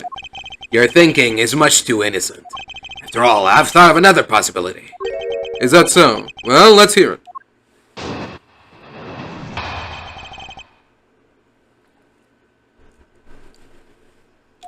I'll grant you that the two of them are father and daughter. But isn't it possible that they both knew the fact? It was no coincidence that their reunited pair became involved in the House of Amano, and the two of them made good use of their meetings to plan this little kidnapping. Wouldn't you say my scenario is perfectly probable? Wouldn't you say my scenario is perfectly probable as well? Fucking hell. So, this is his vision of how things might have been. You don't have any proof that either one didn't know of their true relationship, right? I mean, they knowingly committed the kidnapping as father and daughter. That's right. As one really rotten family. Is that really what happened? I better take a long, hard look at the evidence.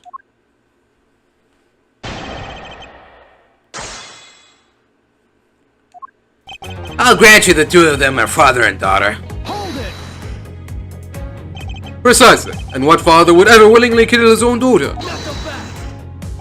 I've seen a lot of things in my travels, and I can tell you that being related by blood is sometimes proof of nothing.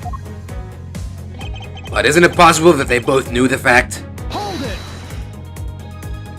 You think they knew? Yeah, I don't think only the victim knew. I think the girl realized it as well. They both knew who the other person was, but they had to pretend that they didn't. Because he was on the lam? You got it. Victim couldn't exactly go around flaunting who he was. Furthermore, it was no coincidence that the reunited pair became involved in the House of Amano. Hold it! One is a butler and one is the friend of the sun, you mean? They probably thought that was their best shot. Is that what you honestly believe? Of course. And the two of them made good use of their meetings to plan this little kidnapping. Hold it! You mean how they plotted to commit this crime as blood relatives? Can you think of a better partner? They're certainly a clever pair. The butler and the girlfriend. No one would ever suspect that they were in fact a family. Yes, from the very beginning, they painstakingly practiced those roles well. Would you say my scenario is perfectly probable as well? Hold it! I believe you're being a bit too overconfident for someone with no evidence. Am I? Because I don't see you presenting any evidence to the contrary. Sigh. Without evidence, we're stuck in a stalemate. Agent Lang isn't wrong. His scenario is certainly a probable one. You'd better hurry up and do something or Lauren's gonna wind up looking really bad. I know, but first things first, is Agent Lang's line of logic factually correct? Did the two of them really knowingly commit the crime as father and daughter?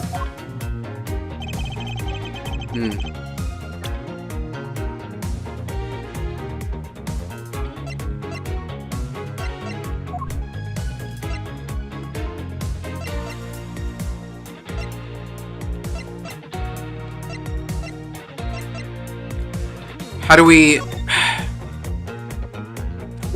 do we discount that theory? It's bent in the shape of a pair of wings. It has a rather nice aesthetic to it. Hey, nice to see that even you can appreciate its beauty. Things made of platinum silver tend to have a nice feeling about them, you know? I was only talking about its shape, Kay. Oh, is that what you're talking about? But, yeah. We're talking about wing shapes. I think the brooch on my scarf is way cooler. That's not made of platinum silver, is it? It's handmade, okay? So I'm sorry that it's not made of the expensive stuff. She made that by herself. It's incredibly well crafted. Lauren D is engraved into this pendant. I see that they wrote out her first name, but why just the D? Maybe it's the result of poor planning? I guess. Well, at least if I had to shorten my name, I could make it K. Faraday. That way, even if you just sounded it out, it'd still say my name, K. Faraday. I suppose if I had to do the same, I would also abbreviate it to M. Edgeworth. Hold on, I think you should abbreviate it as M.E. Get it? Who would have thought that this little pendant could stir up such a strange conversation?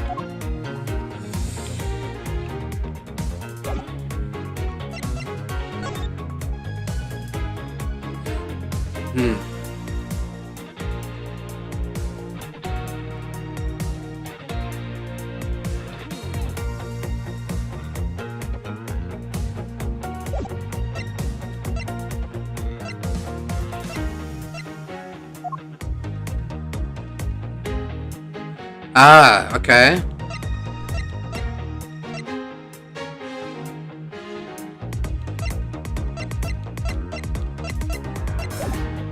Do we try to point out the fact that there are 3 kidnappers?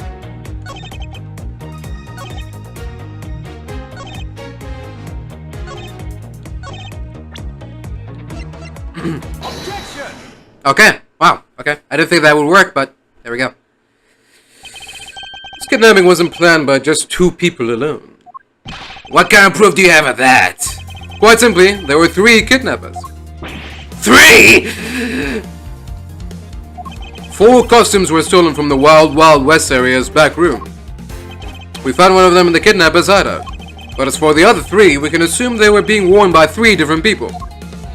We also found a set of 3 cups and 3 folding chairs that were used in the hideout. It all clearly points to a 3-man group. And I believe this 3rd person is the real mastermind behind the kidnapping. Who? Who is this mastermind? I present to you the brains behind the kidnapping. Wendy Oldbag. Take that! Fuck it, here we go. Lance Mano! Yes, this abduction was, in fact, schemed up by Lance himself. Recall what he said when he appeared before us. You see the face of your kidnappers? No, I didn't see their faces. 2, one was a woman. However, there were 3 kidnappers, which is in direct contradiction to what he said. But I only know I saw 2 people. I know I only saw 2 people. This guy was being held hostage. It's possible he couldn't see all 3 of them. Ah, yes, about when you were being held. I have my doubts about what happened then. Lance, would you mind telling us what happened while you were being held captive? I really don't remember much anymore. Honest. If I don't tell you at least something, you won't believe me at all, will you? Pretty much, buddy. So, better start talking. I was kidnapped yesterday morning. They had me shut in that room blindfolded the entire time. But the kidnappers suddenly disappeared around the time I heard rain falling outside. My hands were cuffed, but it was a stroke of luck that they left me alone. I made my escape and ran away from that room as fast as I could. Through the underground passageway, I presume. Are you okay? Sorry, I really didn't want to recall that horrible ordeal, but now you believe me, right? No, not quite yet. How can you not? Why do you look at me with icy daggers in your eyes? Because he's a prosecutor, and because they're all like that.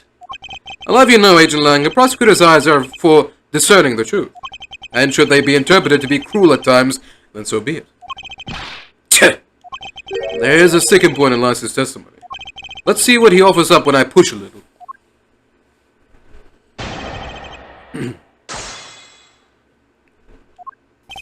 I was kidnapped yesterday morning. Hold it! Can you tell us about when you were abducted in a little more detail? It was a strange morning. Felt like I was right in the middle of a great calm. And where were you when you experienced this calm? My family's garden, of course. Where else could it have been? Where else could it have been? Well, excuse me for asking. This child is more princess than prince. Excuse me, princess. I was out taking a walk to shake up the morning blah. Then, out of the blue, someone from behind clamped their hand over my mouth. You didn't see your attacker. They must have used some drug to knock me out. Because before I knew it, I was off in La La Land again. When I woke up, I was in the kidnapper's hideout already, all tied up. They had me shut in that room blindfolded the entire time. Hold it! By that room, you mean the room in the kidnapper's hideout, correct? Yeah, but I was blindfolded the whole time, so I didn't know that until I made my escape. Then you were in the same room as your kidnappers. They spoke in hushed tones, but I could catch bits of their conversation. There was definitely 2 people, and one of them was definitely a woman. I was so scared, I could tell they were nearby, so I didn't dare to make a move. But the kidnappers suddenly disappeared around the time I heard rain falling outside. Hold it! The kidnappers disappeared. The room fell into a sudden silence. I'd been left behind like an unwanted mutt. What do you mean by unwanted mud? What a pointless question. Not like he's going to tell you anything new, you know. It's a poetic simile. You should learn how to use them too. You may look refined on the outside, but it's no good if you're not refined on the inside as well. My hands were cuffed, but it was a stroke of luck that they left me alone. Hold it! Then, those cuffs on your wrists, I suppose you are still cuffed in that case. I am well aware of how I am chained to reality. I couldn't find a key, so I'm afraid that I'm stuck like this. Even though I escaped from that jail cell, I will forever be a prisoner. I made my escape and ran away from that room as fast as I could. Hold it! How did you manage to escape? I wanted to just get out of there, but the door leading outside was locked, which is why I had to use the underground passageway to make my escape. I remember our escape to be equally as hard. This is an invaluable piece of testimony. I mustn't let it go unexamined. The door leading outside was locked tight, so I had to use the underground passageway. Hold it! By underground passageway, you mean the one the staff uses to travel unnoticed? I suppose that's what it's for, but I didn't run into any staff members on my way out. Once I was up top, I was busy trying to find a member of the police. That is when you found us congregated at the stadium, I suppose. Let me ask you then, how did you get a hold of the key to the underground door? That was easy. It was hanging right there in the room on the wall. I do recall a key hanging on the wall right beside the table. Boy, does that bring back memories of our situation and how we made our escape. Indeed, and although the door in the floor of our room led to an underground room, the door in the floor of the room next door had a secret passageway. A secret passageway under a theme park. Ooh, that sounds like so much fun. I wonder, is there something off about the way Lance made us escape?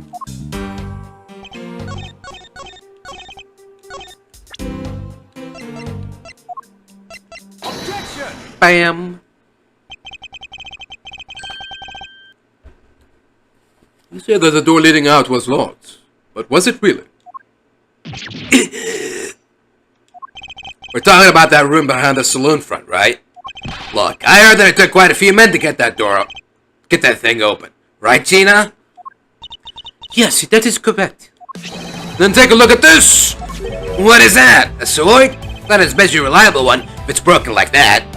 Allow me to start from the end. My conclusion is that the door was never locked.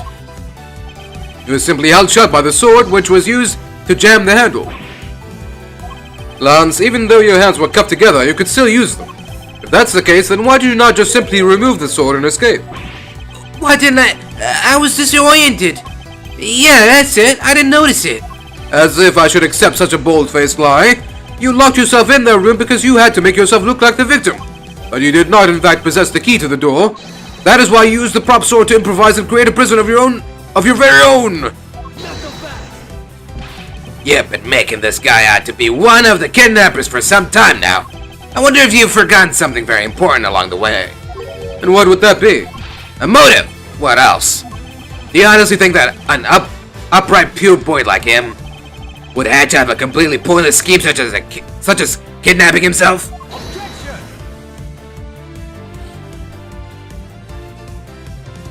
This proves that Lance did indeed have a motive to commit this crime. Ah. Take that! To put it simply, Lance has a very urgent need for money. This is hardly your typical love letter, it is in fact a collections bill. It appears our upstanding boy has committed quite a debt.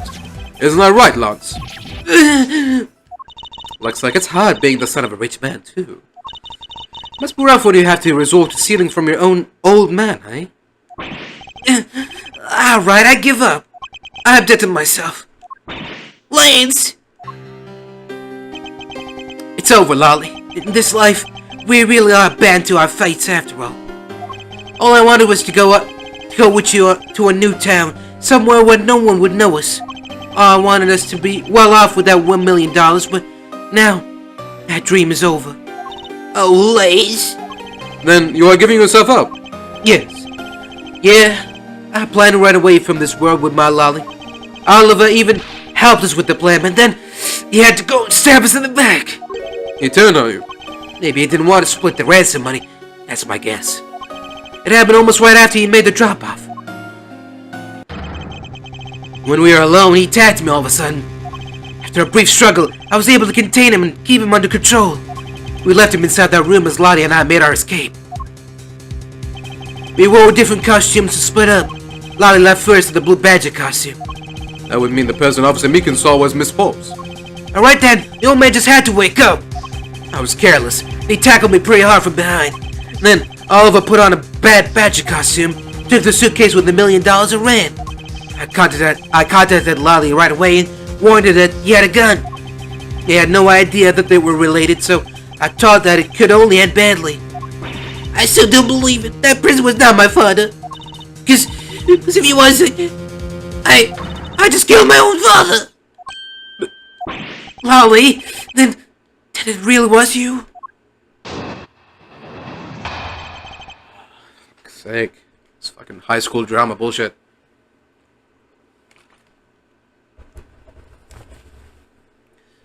That man was not my father. I mean, because at the city, there was a bad badger pulling the suitcase with the $1 million in it. $1 million in it.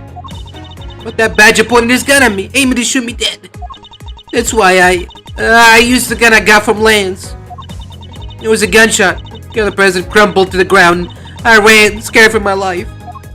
Oh, she used the prop gun. I think the big picture is finally coming into focus, don't you? Lolly, forgive me. I didn't think it would turn into something so frightening. If only I could have protected you. So, Miss Pops, she shot her own dad without even knowing who he really was. If what she says is true, You say she's lying. Why would she lie about something like that? What purpose would it serve? You would be surprised how often people lie without even realizing it themselves, okay? Huh? What's that supposed to mean? What I mean is, listen very carefully to her confession once more and you'll see. Yeah. She used the prop gun.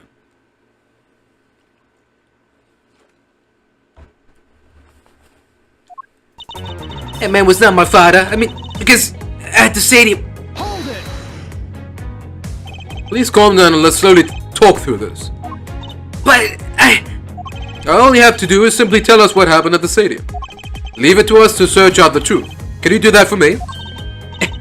Alright, so at the stadium, there was a bad badger pulling the suitcase with the $1 million in it. Hold it! That was the ransom money, wasn't it? Yes, that's how I was able to identify Mr. Deacon almost immediately. It was all thanks to what Lance told me. What did he tell you? Well, he called me on my cell phone and told me that Mr. Deacon had betrayed us and had run off with the ransom money. And about how he had a gun. Okay, this is what happened. In the kidnapper's room, Lance killed Deacon, or Colin. Lance killed Deacon, then dressed up as Deacon, dressed up as the Bad Badger. He went on stage, pretended to shoot her. She shot him with the prop gun. He pretended to be dead. He basically gaslit her into thinking that she killed her own dad, when in fact her dad was already dead. That's my conclusion. Let's see. That badger pointed his gun at me, aiming to shoot me dead. Hold it! Were you able to clearly see the gun? Yes, I got a very good look at it while it was pointed at me. Oh, father, why would you try to shoot me? You really think a father would shoot his own daughter, Mr. Edgeworth? I don't know. I don't want to believe it myself. It's true, my father's left arm was raised with a gun in it. Pointed straight at me. I'm about to die, I thought. Miss Forbes, please calm down and take a deep breath. And then, would you allow me to please hear that last statement one more time? Yes, of course. There we go. That badger pointed the gun in his left hand at me, aiming to shoot me dead. Hold it! And you felt that your life was in danger, correct? Yes, I'm about to die, I thought. So... That's why I used the gun I got from Lane's. Hold it! You shot Mr. Deacon. Miss Forbes. Yes, I shot him. And that, as they say, is that. Agent Lag, Miss Forbes is far from done. She hasn't even finished her testimony yet. You're gonna continue questioning her? What a waste of time. Miss Forbes, if you please. Alright. There was a gunshot. The other prisoner crumbled to the ground and I ran, scared for my life. Hold it! Did you take off immediately following the gunshot? Yes, And you didn't attempt to approach the victim at all after he was shot? I was scared. I don't blame you. I would have done the exact same thing. Call Miss Forbes. What will become of her, Mr. Edgeworth? She seems to be telling the truth regarding what happened at the stadium. However, I don't believe it to be absolutely correct. Listen very carefully to her confession once more and you'll see.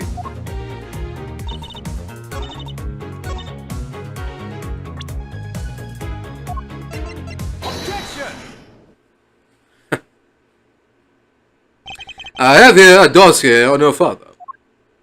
And according to this, your father was right-handed. Then, The person pointing a gun at you from atop the stage was not Mr. Deacon. Knuckle back! Hold on there, Mr. Prosecutor. I think you need to take a refresher course.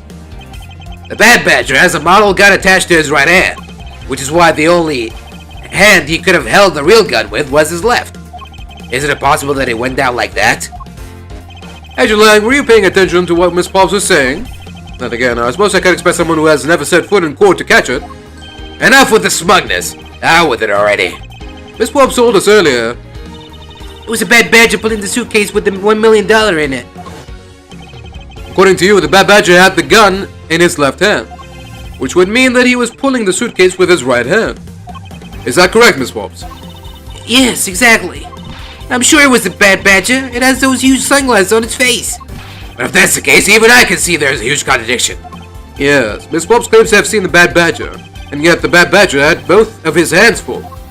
These two pieces of information contradict each other, so one must be wrong.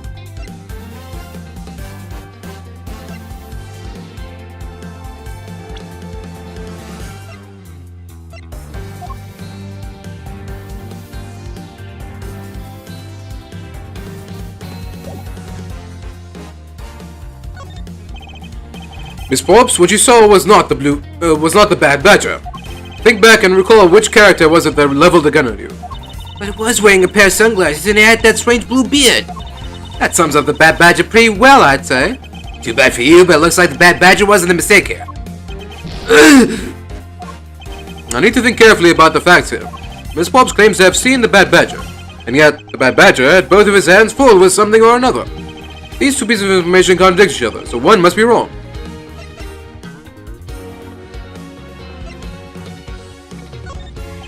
Holding a gun in his right hand as he pulls the suitcase with the same hand. Isn't it possible for a right-handed person to do both things simultaneously? Your deduction is full of one too many conjectures, don't you think, Mr. Prosecutor? I suppose it is pretty difficult, if not impossible. It would appear that both of the Bad Badger's hands were occupied, yet Miss Pops claims to have seen the Bad Badger. These two pieces of information contradict each other, so one must be wrong. They are both correct. Impossible! That just leaves us with an irresolvable contradiction. Miss Pops' entire statement rests on the fact that she saw his sunglasses and beard. But what if the Bad Badger wasn't wearing pants on his lower half? This proves that there was a way for the Bad Badger to freely use both of his hands.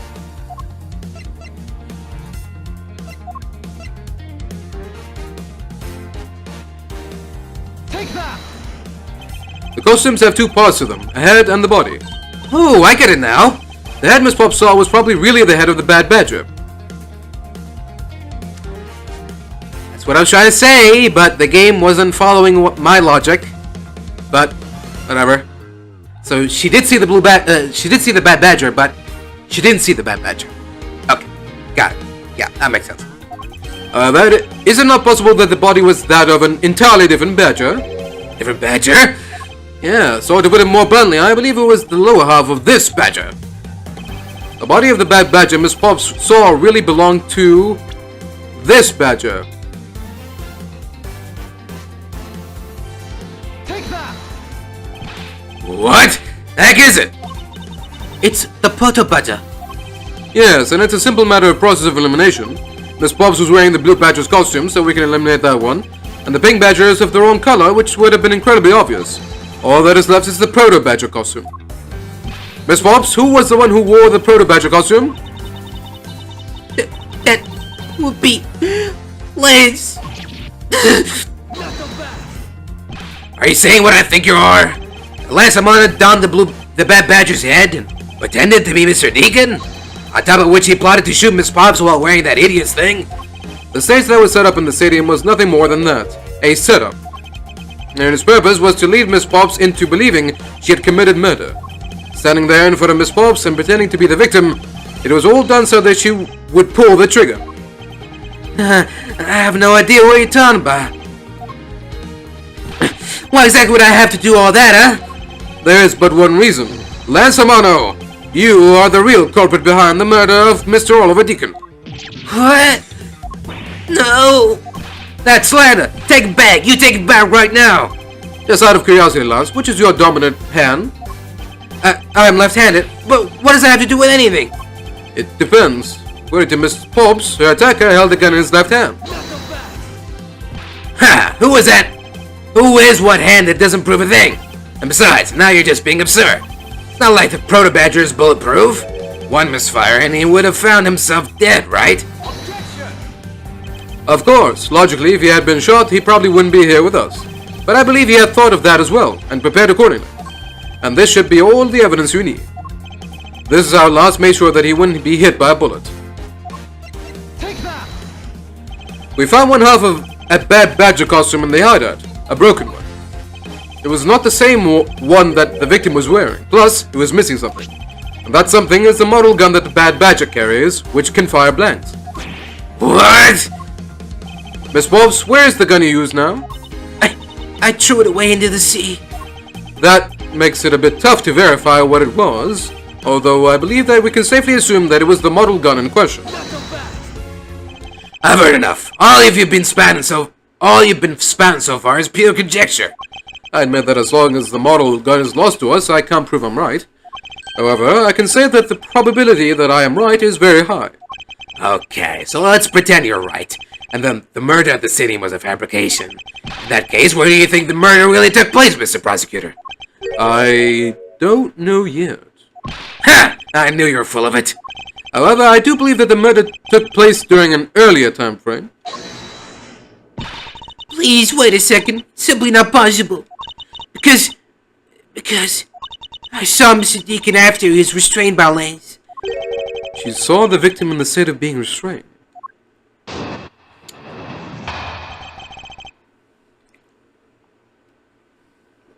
Alright. Go on then. Let's hear it. I came back to the hideout long after the other two. By that time, Lance had already subdued and restrained Mr. Deacon. That time, Mr. Deacon secured the beam in the room next door. After that, the two of us put on our costumes and made our escape. Wait a minute. Oh, Black Romeo, hello. No, I've never played Ace Attorney Investigations. That's why I'm calling this stream blind playthrough. Because, you know, I'm coming at this completely blind. I have no prior knowledge of Ace Attorney Investigations.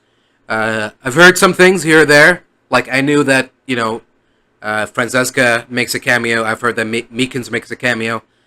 Stuff like that. But, no, I haven't played Ace Attorney Investigations before. This is my first time. So, there we go. So, Mr. Deacon must have escaped after the two of you left, right? Thought that he'd attract too much attention if we'd left together, so I left first. We planned to meet up again at the stage in the stadium. But then, as I was walking through the park, I got a call from Lance on my cell phone. Oliver managed to escape. Looked like he was waiting until I was alone. He also saw the gun from me at that time. And then the murder happened. Mr. Deacon must have overheard their plan to meet up at the stage. Well, Mr. Prosecutor, Miss Bob saw the victim with her own eyes. Which means that the victim was still alive at that time. Wouldn't you agree? Why does that sound wrong to me? There must be something amiss about this account. Oh, yeah, it's all good, Black Armor. Not a big deal. Okay. See what happens when I examine it in more detail. Yeah, come on. This is obvious. The person that was tied up in the next room was me. I can clearly prove this. So, here we go. I came back to the hideout long after the other two. Hold it! When exactly did you arrive back at the hideout? It was after we had picked up the ransom money. Where were you up until the time you returned? I was scouting the park out and making preparations for our escape. I walked around in the various areas looking for the best route. Ah, so each of them had their own rules to play. After I was done, I went back to the hideout. By that time, Lance had already subdued and restrained Mr. Deacon. Oh, shit. How did Lance look at that time? He looked shocked. He also looked a little down. When I saw that sadness in his eyes, Thank you, that's enough for now. And what of Mr. Deacon? What was his situation like? He had tied Mr. Deacon's security to the beam in the room next door. Hold it! You are sure that it was Mr. Deacon that you saw? Yes, I'm certain of what I saw. Did you go into the other room to check? Lance said it was best if I didn't get too close to him. Lance, he's such a kind soul. Then, are you telling me that you did not confirm that it was Mr. Deacon for yourself? I checked through the slit in the door that separates the two rooms. He had a Bad Badger's head on, so I'm absolutely sure. That just had to be Mr. Deacon. You saw Bad Badger head. He can't have had a Bad Badger's head on, so I'm absolutely sure it was Mr. Deacon. Hold it! So the tied-up Mr. Deacon was still in his Bad Badger costume. Yes, and... It would appear that she misread the whole situation. What now? Should I raise an objection? Okay, sure. The person you saw was not the victim. What? Why not? I will tell you why not with this. This, Miss Pops, shows us that the person you saw was not the victim.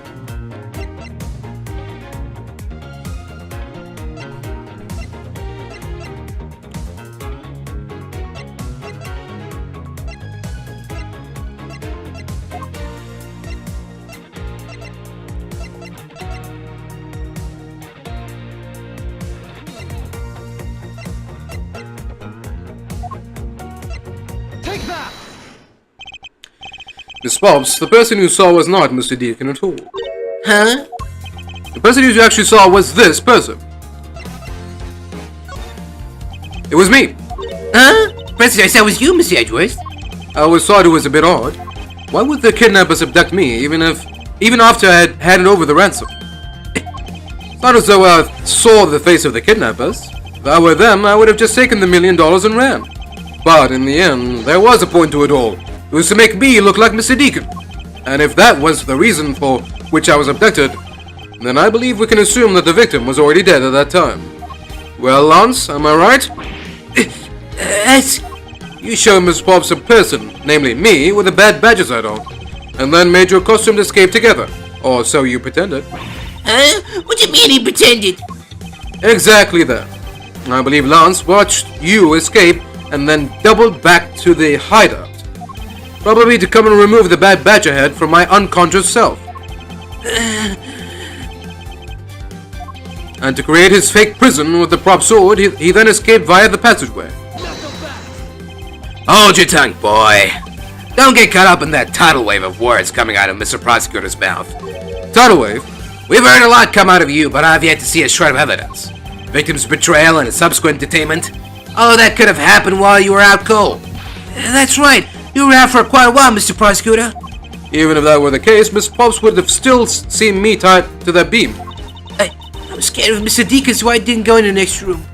So I really have no idea if you were in there or not, Mr. Edgeworth. You see, it would seem that you can't prove a thing. Who said that? Please, wait. Mr. Amano. Ho ho ho! Myers, my boy! Looks like you're really giving it your all. And Lance, it's not good to cause trouble for others. Dad? Let's see, you are the one in charge of the investigation, correct? Yeah, that's right. I'm sorry that my son has been nothing but trouble. This probably won't make up for anything, but I have some evidence for you. Oh, do you now? Is that what I think it is? It's the bad badger costume the victim was wearing. Couldn't wait around for the police, so I went and found these myself. It appears that they were disposed of in the sea. Is there no one in this country who actually obeys the law? There now. Agent Lang, please calm down. Thanks, that scrap of paper. This appears to be a letter from the Chief of Police. Police allow Mr. Amano complete freedom to do as he sees fit, it says. What? Chief of Police? What the? So who does he think he is? Person who wields the highest authority in this area. Hey there now. There's no need to be so upset. Not a cop from this land, so I'm not bound by the laws of your country. No. This wasn't meant to strong-arm me into anything. It's just a request. I'm only asking you to please respect the laws of the land. Can't really say no to that. However, returning to the topic at hand, doesn't matter who found the evidence. Its value remains unchanged. Alright, now let's take a look at this new evidence. I've already got the results back. I had a special forensics research lab that I'm on good terms with conduct the tests. They verified that the blood on this costume belonged to Oliver. As for the gun, the only fingerprints I could find were yours, Lauren. What? You disappoint me, Miles. I can't believe that you would cause my son such stress and heartache. Thank goodness I was able to find the final piece of evidence. With this, you'll have no reason left to push my poor boy around. That's it? These are the case-making pieces of evidence? Huh, I'll be the judge of that. All residents have inspected every suspicious-looking nook and cranny.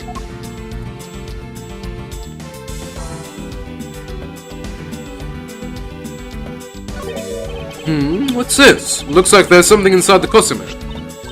Hey, they sparkle. I bet they're really valuable. Sorry, but they're just pieces of a mirror. Why are they in here?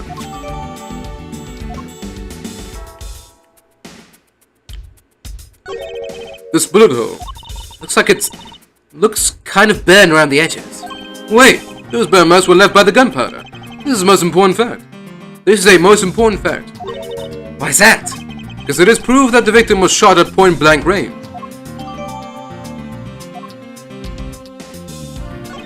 Could this gun be the actual murder weapon? Well, are these not the most definitive piece of evidence you've ever seen? Heck, Dad, this should be enough to convince even Mr. Edgeworth over there. Not so fast, pal. Make no mistake, there are fingerprints on that murderer's gun. They prove that it was Lottie who killed Oliver. But Oliver was also after Lottie's life. So, Mr. Edgeworth, even you must hear that Lottie was only acting in self-defense. The fingerprints on the weapon, huh? Oh no, this isn't helpful at all. Look, Mr. Edgeworth, all I want to do is save Lolly. But in the end, all I can do is watch her on as she takes the punishment for her crimes. That may be all you can do, however, I still have a case to solve and a job to do. The job of unraveling your insidious lie. You ruined me. Why won't you believe me even in the face of all this evidence?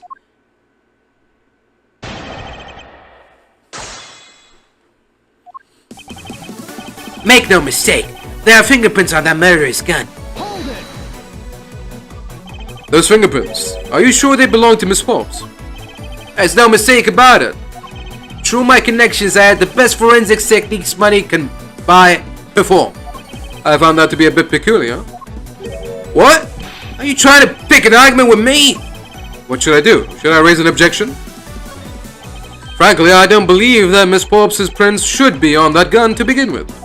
Oh, and the reason why Miss Forbes' prints should not be on the gun is...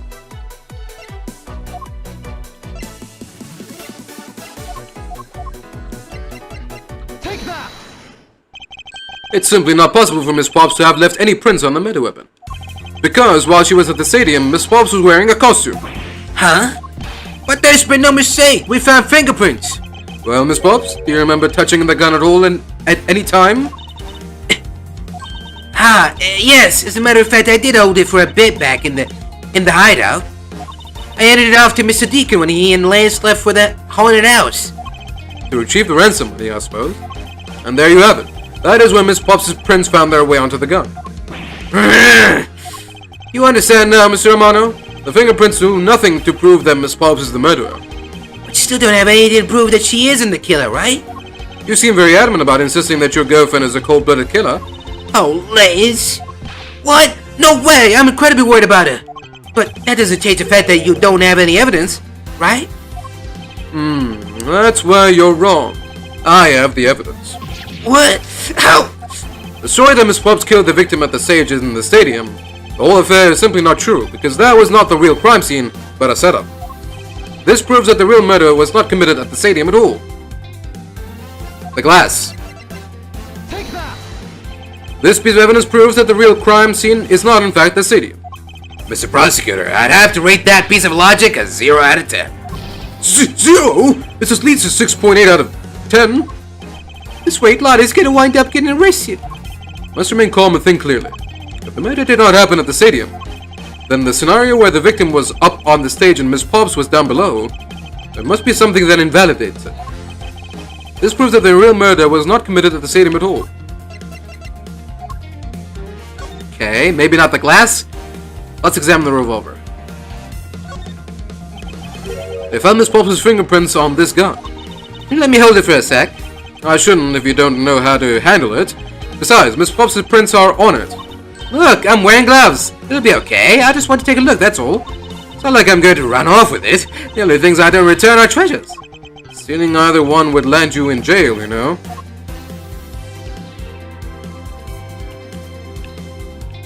Any bullets inside?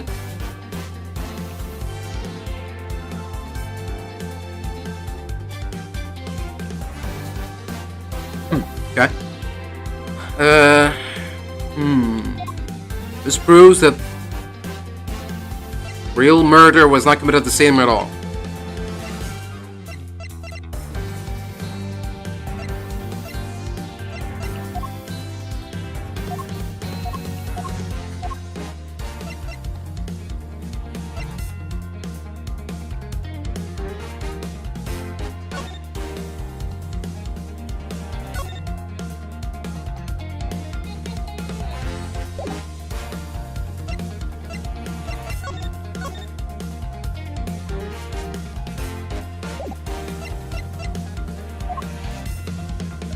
Oh, because there was no blood at the stadium too? I guess, okay. Take that!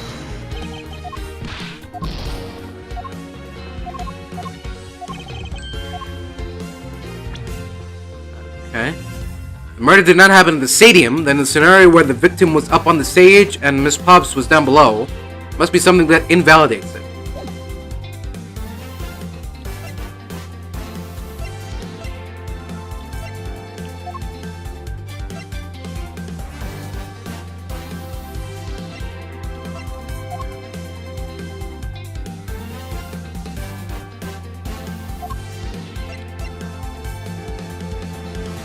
Take that!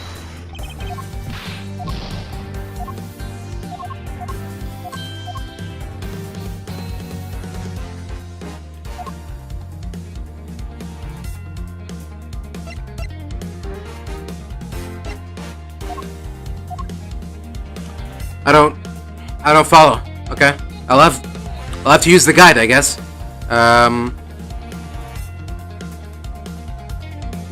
Okay. Hold on. Let's see here. Where are we? Oh, we're near the end. Okay. Raise an objection. Stolen costumes.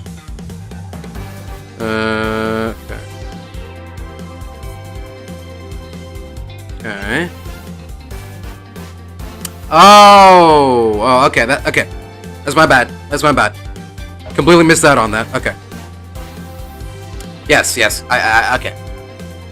I didn't make that connection. Yeah, of course. Of course, there's a distance from the stage to the where. Okay, yeah.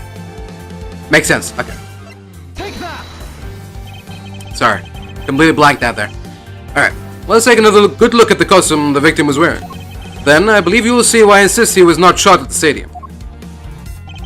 This is the part of the costume that proves it.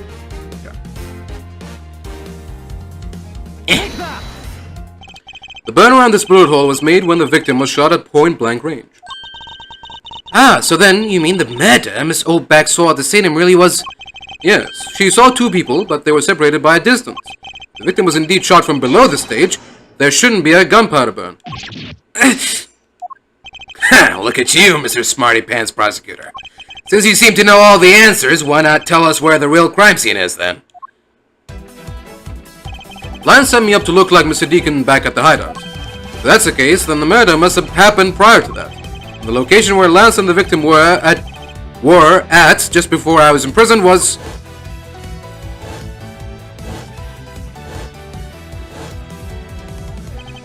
I've got it. I know the real scene of the murder. The real location in which Mr. Deacon was killed is here. Okay. I guess, yeah, the haunted house, that's where they were. And that's where all the broken mirrors are, so... Take that! Makes sense.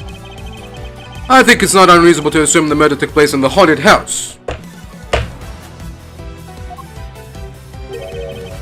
Haunted house? Yes, and I have proved that it is highly likely that the victim was killed there. What proves that the real scene of the crime was the haunted house? There we go. Now we can use the glass. Take that! Alright. These were inside the costume the victim was wearing. They're fragments of a mirror. Mirror? What does that have to do with anything. Indeed, you don't exactly expect to find pieces of a mirror inside a costume. Yeah, that's actually pretty dangerous. However, there's one place I can think of where there is a plethora of mirror fragments. That is the haunted house. Lance Amano, I propose that you kill Mr. Deacon with the revolver in the haunted house. After that, you sold the Blue Badger Mobile to move his body to the Wild Wild West area. The timing of when the Blue Badger Mobile was stolen confirms this as fact. Mars, my boy, say no more. I'm sorry, Mr. Amano, but I cannot do that. Be quiet! Yes, please, do something. Stop that boy from speaking any more nonsense. Ernest Amana, correct? I meant you. Now be quiet, Gramps. How dare you? I don't need words. The only thing I require is evidence. Decisive evidence. To call these mirror bits decisive is a bit too presumptuous, Mr. Prosecutor. What? Sheena, wasn't there a mirror in the kidnapper's hideout? Yes, there was a mirror there. A mirror that's for the haunted house. See? Isn't it possible the fragments got into the costume there? But, Agent Lang, there were no fragments on the floor, so the probability is very low. Probability? Lang Z says on Truth's Pass the word probability does not exist. The only thing that does is definitive proof. The question, Mr. Prosecutor, is, do you have the definitive proof you need? Well, Miss Edgeworth, Do you? do I have solid evidence that proves the murder took place at the haunted house? The answer is no. See. So since you don't have any, shut up! I don't have the evidence yet, but I'm certain the murder occurred around the time I turned the ransom over. At that time, the only people at that haunted house, besides myself, were Lance and Mr. Deacon. If I can prove that murder took place at the haunted house, I can prove Lance's guilt in connection to the murder. What now, Mr. Edgeworth? Agent Lang, I have a special request. Yeah? I'd like to prove to you that the scene of the crime was indeed the haunted house. Why the world are you asking the werewolf for permission? Because I don't really have a choice. I want to find the truth. Alright, permission granted. But you're not to touch a single thing, got it? That won't be a problem. All that's important to me is that the truth be brought to light. It doesn't matter by who or how it's done, as long as it is. Sure. Sheena? I'm here. Put in the paperwork for the authorization immediately. Understood. I'll go get the Katwata group's approval. Who was that? No, there. What? No. Hold on for a second. There's no need to obtain approval. Mr. Amano? Agent Lang, could you please take a look at this? What is this? Sheena! It's the deed to the haunted house. The deed. Read it out loud. Edgeworth Land Inc. hereby bequeaths the property known as the haunted house to Mr. Amano for the lump sum of $1 million paid in full in cash. What? Ho! As you can see, I am now the legal owner of the haunted house. You kidding? What did you? I ran into the owner of the park earlier, and we made the deal almost immediately. How quickly things move when you can prepare $1 million in the blink of an eye. That $1 million you paid? Don't tell me it was... Oh, that's right. This disgusting suitcase belongs to you, doesn't it? I don't have any more use for it, so you may have it back now. You used the ransom money. My Lance is a good boy. He even apologized for the kidnapping a bit earlier. So I do believe that I will forgive him. After all, he did return the ransom money. That's the way things are, so if you would please discuss things with me from now on. Discuss? What is there to discuss?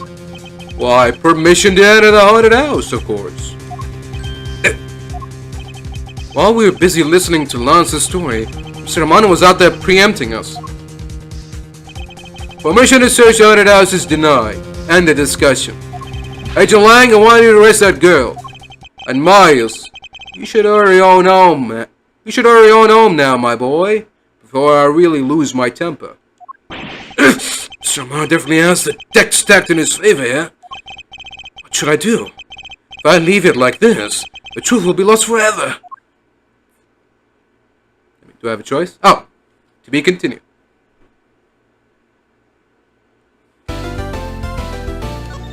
Interesting. So now this got me thinking that Ernest Amano is actually behind all this. And, interesting. Could Ernest be the one that killed? We know that they have, like, there's bad blood between Ernest and Colin. So, could be possible that either Ernest planned all this, or Ernest found out about their plot before all of this and killed Colin? I don't know. Interesting. Okay, well, damn. Okay, that took a long time. I don't know if the next part is gonna take as long. I don't really have much time right now. Let me see. Usually, when you use the guide, you can tell how long the part is gonna take. So, there's only a couple of things to do. Okay, I don't wanna get any spoilers. I just wanna. Okay, I don't. Okay. If it's like more than 30 minutes, then yeah. I don't know. Okay, well, I'm sorry. I thought I could finish this case today, but I don't think there's enough time. So, damn, that sucks. That sucks. You know what? Fuck it. No, we're finishing this today. All right. Just let me take a quick break, and then we'll discover the truth once and for all.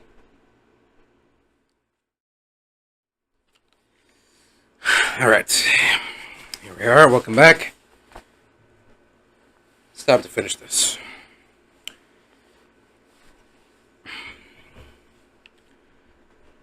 Just make sure that how does it look on the camera? Okay, we're a bit tilted, maybe. Should we do it like that? Okay, and then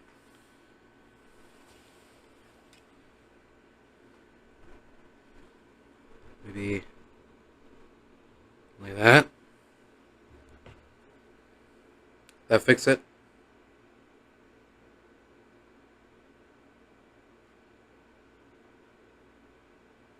No, okay, the other way around. So like that.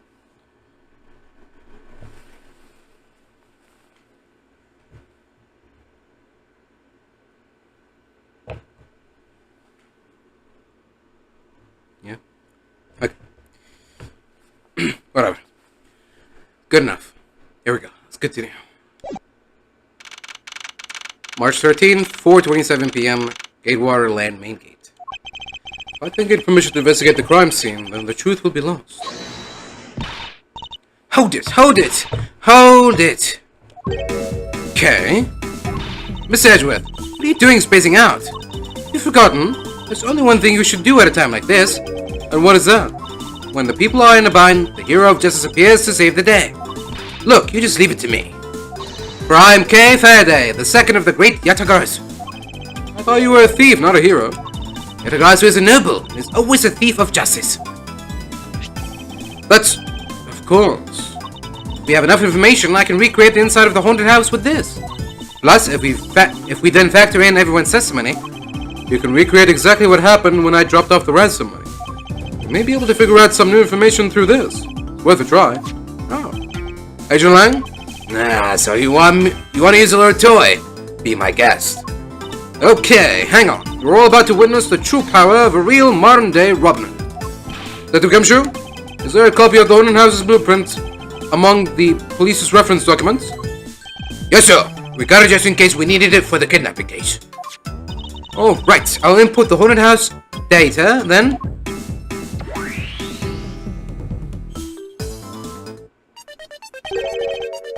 Hey, what is this? Where are we? Where are we? It's like we're inside a haunted house. Even if we can't inspect the real location itself, part of the truth slumbers here. If I can successfully navigate my way using logic, I'll ultimately arrive at the truth. Now then, I believe I'm ready to investigate the crime scene. Okay, what should I recreate first? You haven't figured it out yet. Maybe I haven't, maybe I haven't. But I'm going to make you do all the hard work. Very well, I'd like to inspect the moment in which I was ambushed by my abductor. Two of them were definitely in this place at that time. If I can verify that, it may provide me with a new lead. I'd just come out into the hallway after leaving the money inside the dining room. At that time, I saw Badger slumped over on the floor at the end of the hall. Hey? What was the Badger doing all the way down there? I also thought it strange. However, I thought that maybe it was simply a mannequin that was set there for atmosphere. Do you know which Badger it was? No, it was too dark to tell. All I saw was its silhouette. In that case, I guess I'll just program a Badger silhouette in for now. Okay, programming complete.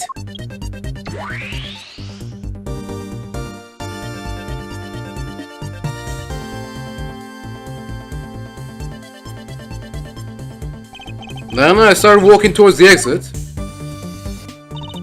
That's when you were struck from behind, right? Yes. But that's odd. What is a dead end? Where did your ascent come from? There's only one location I can think of. I believe my assailant was lying in wait here. Take that! That doll I saw wasn't really a doll. He was in fact a costume kidnapper. Oh, so he used the costume as a perfect camouflage to blend in with the rest of the house. Precisely. He waited until I had made the drop-off and was about to leave. Then, just as he saw me take a step towards the exit, he stood and launched his attack. I can think of no better hiding place than this. Hey, not bad. I'm beginning to think I should steal this tactic for myself. Just don't use it to do anything criminal, okay?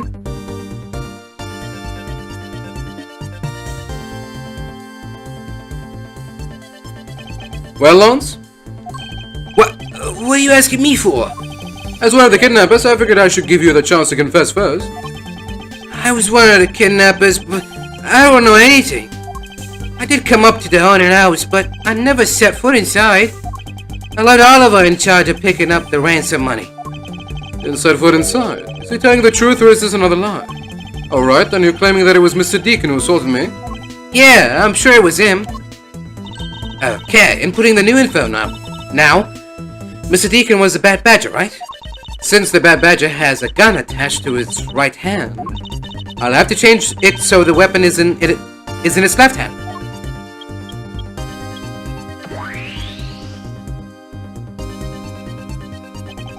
Now to verify the facts of this recreation. Here we go.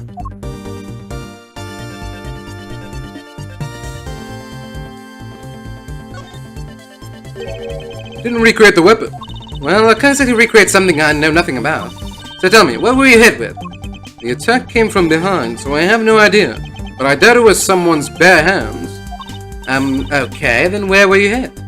I was hit on the right side of my head, just above my temple. There was a bit of blood, but it wasn't anything serious. Ouch, sounds painful. Why are you smirking like that when you say it? Just your imagination. Now, let's see. I wonder if there's anything in the hallway that could have been used as a weapon. Looking for something the culprit could have used to hit you with. Take that! I have it. There was indeed one such object lying here in this hallway. A prop sword. Are you talking about this thing here? Yes, although we did find it at the kidnapper's hideout. Wait, yes. It's possible that the culprit took it with him after using it on me. To leave no evidence behind, right? Correct. It may be worth a more thorough examination yet. Okay, so what test do you want to run on the sword? The culprit was wearing a costume at the time, so a fingerprint analysis is useless. Let's run an Illuminor test. It's possible that some of my blood found its way onto this. Agent Lang, may I ask for your cooperation in this matter? Like I have a choice. Sheena, call the lab boys. Understood. Except for a dab on the left side, it would appear that the blade is spotless. So it must have been the left side of the prop sword that hit you then, right? Okay, I'll update the recreation with this new piece of info.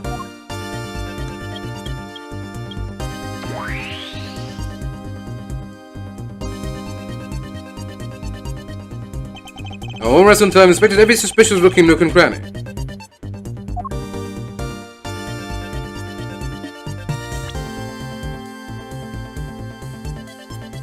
Left side of the prop. And the next instant, this badger will swing his left arm complete with weapon in hand. Yeah, so club me with the left side of the prop sword. Shall I recreate the moment of impact? I want to see the pain expression on your face. It's just fine the way it is. Wait, maybe not. It's just my imagination or something not quite right. You know, the Bad Badger is pretty bad looking when you see him up close. Well, what'd you expect from a character named the Bad Badger? The sunglasses, wearing them in the dark makes him seem extra bad. Now I'm lost. Which meaning of bad does she really mean? It's me. I have to say, it's rather embarrassing to see myself like this. Oh, so what were you thinking about at the time? I don't recall, but I would guess that I was thinking about the kidnapping. Really? Because I don't think so at all. Your face practically screams, I'm about to be conked over the head. Hehe. If I had known that at the time, do you think I would have let myself be hit?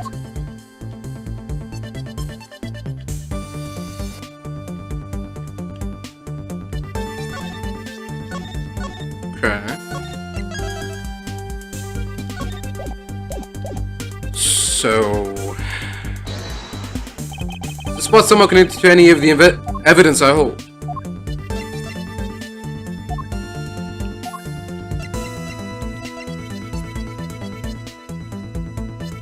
Right temple area. The right temple. So... yeah. If he's using his right hand... yeah. If he's using his right hand, then the left side would be the attacking side. But if he was using his left hand, then the right side would be the side with the blood on it. Right? So... do we present this? Finally, I've found a clear contradiction of facts about the sword. Except for a bit on the left side, this prop sword is absolutely spotless. However, if the culprit had used his left hand, the blood would be on the opposite side. The opposite side? Huh? The culprit held the sword in his left hand, and the sword's right side would hit. I see, but the blood was on the left side of the sword, right? Which means that he used his right hand to hit you. Exactly. This prop sword has a large hand guard attached to the hilt. It would be impossible to hold it with two hands while wearing a costume with such big hands. Therefore, if it couldn't be the left hand or both hands, it must have been the right. I'll change the diet head to reflect a right-handed swing. Not yet, Kay. There's no sense in changing anything yet. If you change the parameters to the right hand, it would only create a new contradiction. Changing the prop sword to be in the culprit's right hand would conflict with what?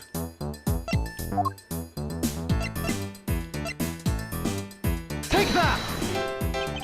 The Bad Badger already holds a gun in his right hand, so he can't hold a sword in addition. Yeah, that's right. Then what now? If it wasn't in his left or right hand, it means that the one who struck me could not have been the Bad Badger. Are you paying attention, Lance? Mr. Deacon could not have been the one who struck me, which leaves only you as our primary suspect. Fine, it was me. I hit you. It appears that you lied to me yet again, but see how quickly they catch up to you, Lance? Wait, isn't Lance left-handed? Ah, yes, but that's what makes this deception all the more interesting. He used his right hand to make it look like Mr. Deacon had been the one to strike me. For you see, firing a gun with one's non-dominant hand is difficult, but that level of dexterity isn't required to swing a prop sword. Okay, please input this new data. The one who hit me from behind was Lance. Or should I say, the Proto-Badger. You got it. Here I go.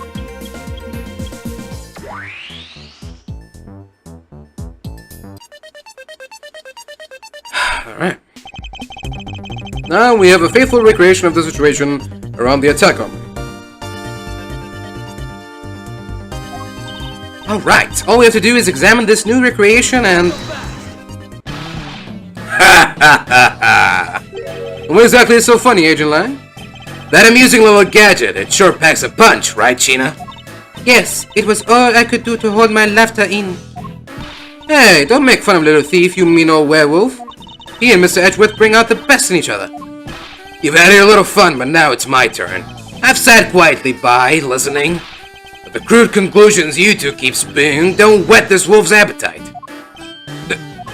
There's no guarantee that your toy will always show the real situation at any given time. All it displays is whatever information you put in there, right? Well, when you put it that way... Your suppositions are wrong. It's not your fault, so I'm gonna let you in on this. There is a trick to this haunted house. What might that be exactly? A trick beyond what your tiny imaginations can produce. Sheena? Here you are. Now then, what you miss, girlie, is written right here in this pamphlet. The 7 Wonders of the Haunted House, the Disappearing Badger. What is this? I'd say that someone around here is fond of theatrics. As you can see, they set a doll down at the end of this hallway for that purpose. Basically, the blue badger you saw was just a stupid doll. No, I know what I saw. How can this be? Guess that throws your whole theory about it being your attacker right out the window. But that can't be right. Maybe the culprit hit the doll somewhere. And then he laid down and pretended to be it instead. The criminal couldn't even hide himself in the hallway. How could he hide a giant doll? You get it now? Thanks to your presumptions. Your logic started off weak and led you to the completely wrong conclusion. Now, get off your high horse. Edgeworth. Okay, I wonder if you could please input the new information for me. You don't know when to quit, do you? I can't quit, not until I can declare that I've found the truth. Agent Lang, for the additional information, you have my thanks. There you go again. I'll see if I care. Okay, I'm updating the recreation now.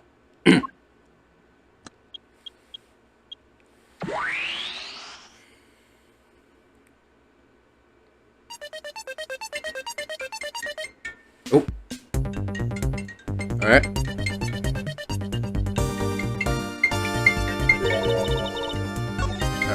That's my cue. Sorry, I'll be right back.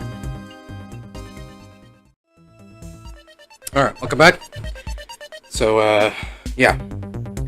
Got like 20 more minutes in me, so if we can't wrap this up by then, sorry, we're just gonna have to stop. Okay, here we go. That looks really weird. But I would change this from the blue badger into the proto badger all of a sudden. The slumped over badger was just a doll. Where was my attacker hiding? That's what we're going to find out, right? Come on, Miss Edgeworth, let's go. Yes, let's. This recreation can't be right, which means there must be a contradiction somewhere.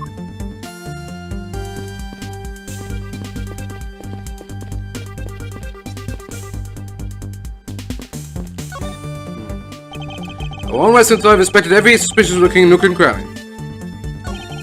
This blue badger is just a doll for use in this haunted house. I bet the one who killed this blue badger was the bad badger, right? According to the Blue Badger Bible, it says that they are each other's worst enemy. Well, because one's an ally of justice and the other's a vile criminal with a gun. Perhaps they were just destined to battle each other. Much like the Steel Samurai and the evil magistrate.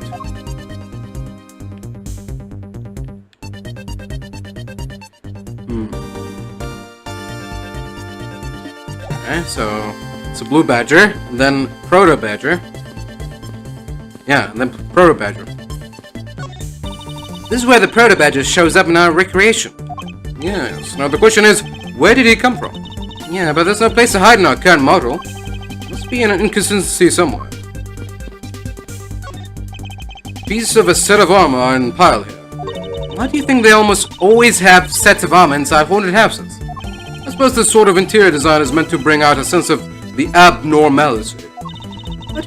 Why do all your explanations have to be so hard to understand, Miss Edgeworth? I'll try explaining it again, but this time so that even a thief like me can get it. That may prove to be a most difficult task. Let me take a look around. It almost feels more like a house of mirrors. Indeed. Who has ever heard of this many mirrors inside of a haunted house before? Well, at least we know this is the real crime scene, thanks to these mirror shards. Hey, wait, these shards, something different about them. Oh, as we found earlier, are thicker than the shards from these mirrors on this wall. And look, there's some sort of design on the back too. The pieces from that costume are certainly different from the other mirrors. What does this mean? Could it be that our pieces are not pieces of these mirrors? Ah. Okay. Can we examine them further? No? Okay.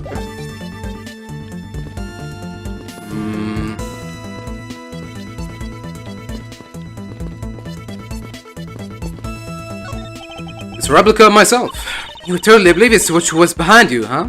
Yeah, I suppose I am also to blame for what happened to me. It was incredibly dark, which was all the more reason I should have been more alert. I vowed to never be caught by surprise again. It's the proto-badger who struck me. I suppose I should really say that it is Lance. Ooh, are you going to get him back? I did not resort to violence when the lawsuit I plan to bring to court will suffice. Really? Because I would totally have decked him right back. If someone steals from me, I steal something from them. If I get hit, I hit the back. If I get paid, I return the money. That's the secret to how a great thief works. Third statement doesn't seem to be of much benefit to our survival. Okay.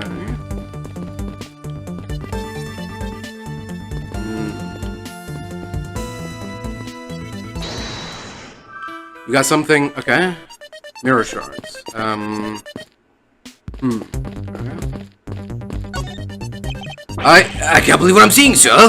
This space that I'm standing in, it's like out of some crazy dream. Except that this isn't a dream. This is something Kay's gadget. No, wait, this is exactly like a dream, sir. I've never been so impressed. It's a miracle. Someone sure is easily impressed. Hee hee, I'm so glad you like it. Oh, so this is a product of your gadget? Now I wish I had one too. And once this is over, I'll let you play with it for a bit if you want. You do that for me, pal? Thanks. Alright, let's wrap this case up already. Some like these that I wonder if they understand the seriousness of the situation. Thanks for letting us use, Little Thief.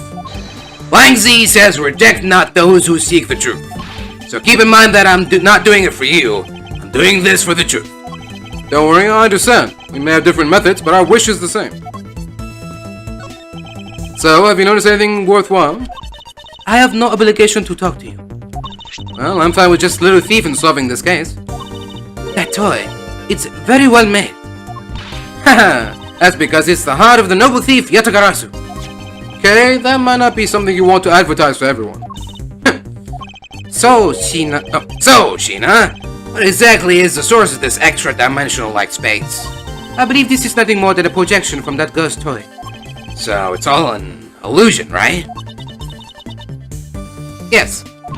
Hey, don't treat this like some sort of silly light show. Well,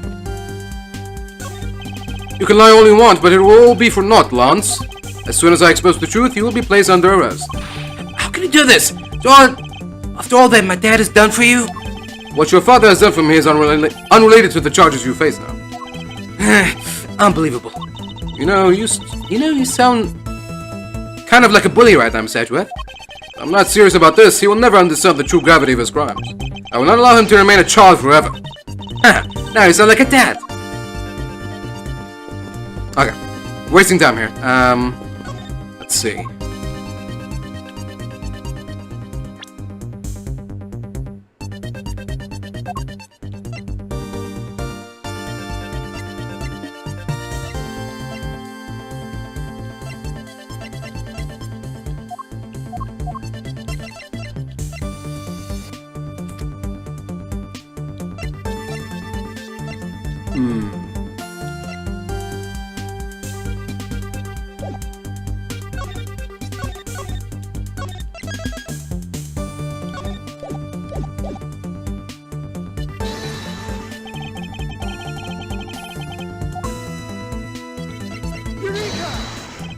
This is an complete contradiction to this piece of evidence.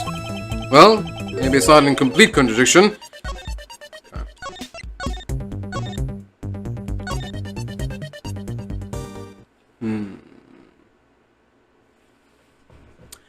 Definitely missing something here. I don't know if I need to gather more clues, or...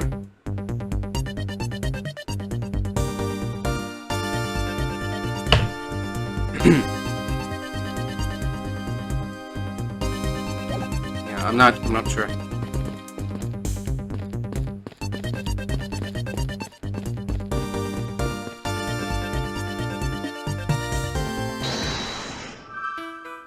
So only have this, mirror shards, but nothing else.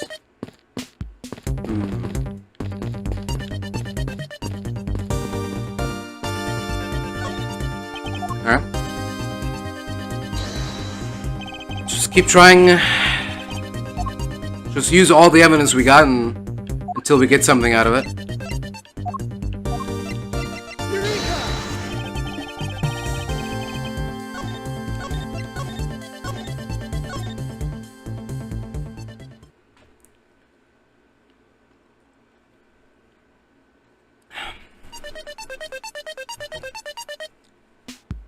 Or I guess I can just look it up. Let's go back to the guide again and see what we're missing here. Okay, this will luminol.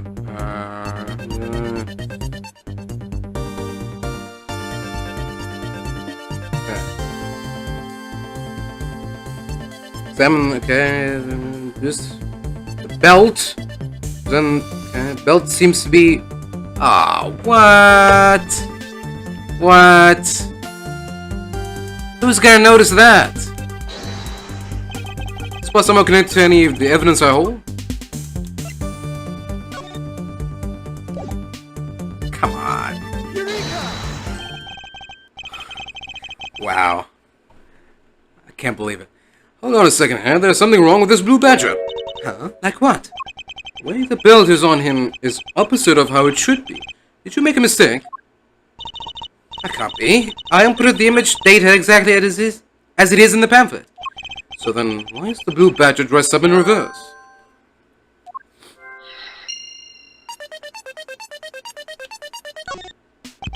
Blue badger in the pamphlet photo is in reverse to the regular blue badger. But why? There must be some sort of explanation.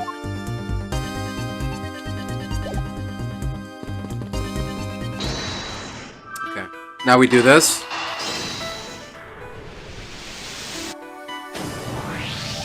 Okay, do you remember what you said earlier?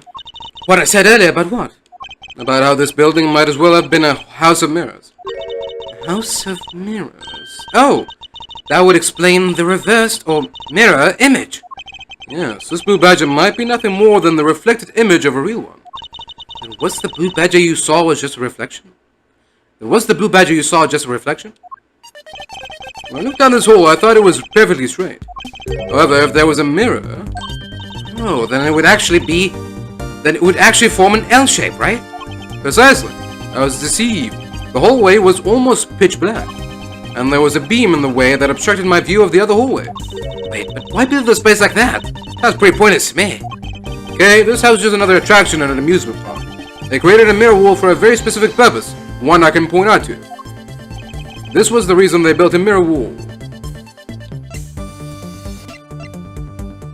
Because it's spooky.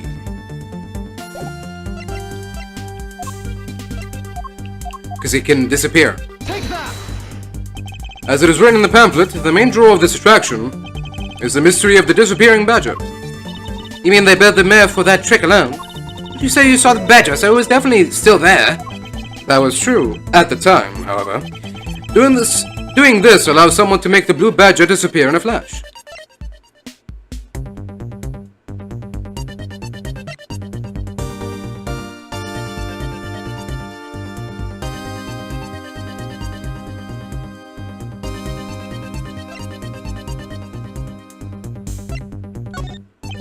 To remove a reflected image, simply move the mirror. First, the mirror was constructed so that it could be moved. And then, beyond where the mirror was, an empty hallway had to be created. Oh, so when they wanted people to see the blue badger, they would open the mirror? And when they wanted to hide it, they simply had to close it again. This explains why the other side of these fragments have a design on them. Ah, and if the pattern is the same as the other walls in this hallway, then when the mirror is closed, it would blend in with the rest of the walls. This is the mirror trick that this haunted house employs. And this also proves the existence of a hiding place for the culprit. Huh? How so? Think about it, okay? There was a place that was outside my field of vision. The culprit kept out of sight by hiding here. Take that! There was a very large blind spot, one I could not see beyond, and it was here. If my assailant hid on the other side of the movable mirror, Then you wouldn't be able to see him. He didn't even need to do anything to get the... He didn't even need to do anything to the blue badge at all. exactly. All I had to do was wait for me on the other side of the mirror. Wait, hold on. I just thought of something. Yes? Well, shouldn't the mirror wall be broken right now, in reality? Since we have a few shards of it, we can probably assume it is. Yes, it most definitely is broken. The question is, when was it broken? Since we found these inside the victim's costume, that would mean that the victim was there when the mirror was broken. Wait, That sound. clear the money and go now.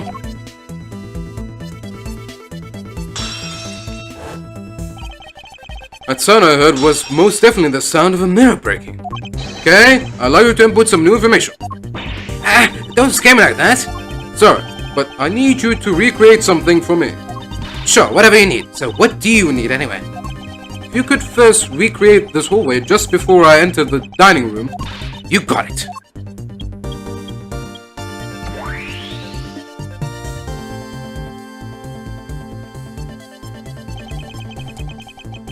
Now this, I believe this is how it was right before I entered the dining room. Although, at the time, I thought it was but a single straight hallway. And then I went inside. It was around then that I heard the sound of a mirror shattering. You heard what? Then... Yes, I believe it was then that the mirror was broken. Okay, so then when you stepped outside into the hallway again... The mirror wall should no longer exist. Okay, please recreate that. Got it.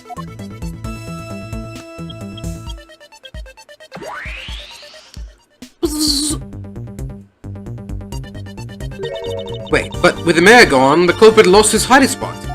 So where did he go in his proto badger suit, Miss Edgeworth? Huh, that's easy enough. With the mirror gone, he simply hid himself in the branch hallway. I think this about wraps it up. Looks like we finally solved everything. No, not yet. An even larger contradiction has now reared its head. Huh? Perhaps you did not notice, but this recreation contains a very troubling inconsistency. The inconsistency between what I saw in the recreation lies...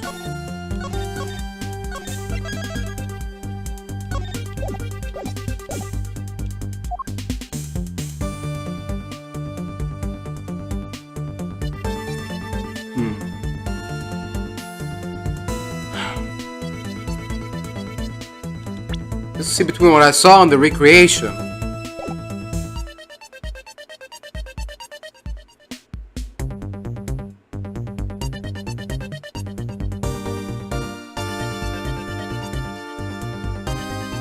You didn't see the broken mirror? Take that! Okay, take a good look at the end of the hall. Oh, there's no blue badger there. Exactly, the blue badger that I saw in reality is not here. Yeah. This is the final point on this long chain of logic. The last remaining contradiction. Right. Because when I walked out, there was still a blue badger lying on the ground. But it wasn't the same one. So let me get this straight. When you came out of the dining room, you saw a badger, right? That is precisely where the final contradiction lies. Something that shouldn't exist was there before me. Who or what do you suppose it was? I believe this is the real identity of our mystery badger.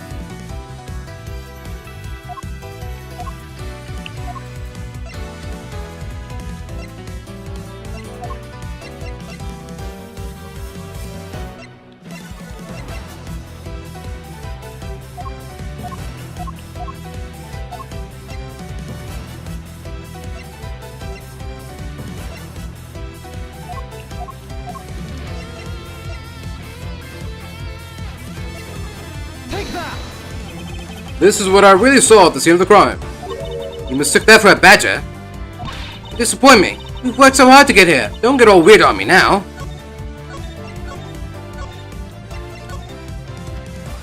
I don't understand the question. I can't present profiles, so how am I supposed to? Okay. Oh, oops. Did I? Okay. Take that! Doesn't matter. I didn't go that far.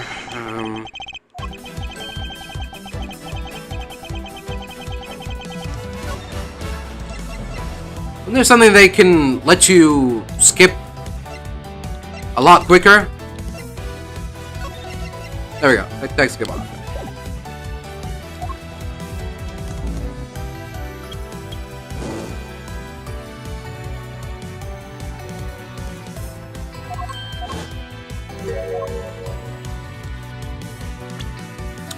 Something that shouldn't exist was there before me.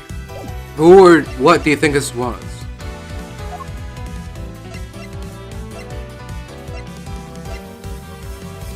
The victim dead? Take that! I don't... What? That dress I saw was in actuality the dead victim's body. But then it got up. What? Agent Lang, the entirety of my complete logic is my final decisive piece of evidence. The murder happened in the hallway of the haunted house at the time of the drop-off. And you can consider the moment I heard the mirror breaking to be the real time of death from Mr. Deacon. No! Maybe it was due to their fighting, or perhaps it was the life-shattering bullet. But no matter what the cause was, the hallway mirror wall was broken. Ha! You were in the house at the time, right? Are you telling me that you missed the sound of a gunshot? There were a variety of sound effects playing at the time. All for theatrics, I assume. The gunshot must have blended right in. Now then, I'd like you to recall something for me. Who was it that was with the victim at the haunted house? Who was the one who had the opportunity to rob the victim of his gun and use it on him?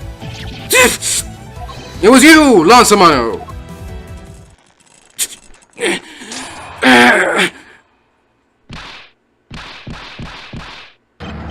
I'm sorry.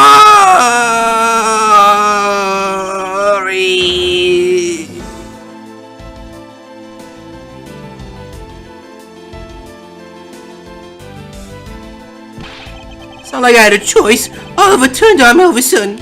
He snapped to turn it on, and right after I hung up with you, he shoved me to the ground and straddled me. I fought back as hard as I could, grabbed his gun, and I shot him. Bullet must have went through his body and shattered the mirror. If I hadn't taken his gun and shot him first, I would have been the one you found. He's a hardened criminal. He escaped from jail. See? That's justified self-defense. Our boy was only trying to protect himself. That remains to be seen and will have to be resolved in court. Agent Lang, I leave the rest to you. Ha! It's a few who are the one in charge around here. Guys, arrest these two and get them out of my sight. Wait, I had nothing to do with the murder. The only person you should be arresting is Lance. Dad? Sorry, but you're not slipping away that easily, Mr. Ernest Amano.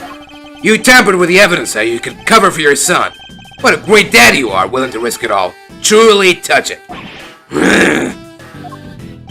By the way, you know why I'm really here? No could I possibly know the answer to such an asinine question? You wound me. I came all this way from across the sea just to see you, you know? You came to see me? What's that supposed to mean? I have a few things to ask you, Mr. Amano, about a case from 10 years ago. A case from 10 years ago? Oh, what's the name that you use here for that case? Sheena? It's known as the KG-8 incident. The KG-8 incident? Oh, so you remember it. Good. Then you recall that the trigger in that case was the Amano Group scandal. Specifically, a charge of an internal smuggling ring. Smuggling? Where's that word again? At the time, the person that was arrested as the ringleader was Mr. Amano's very own secretary, Mr. Colin Deveray. Father.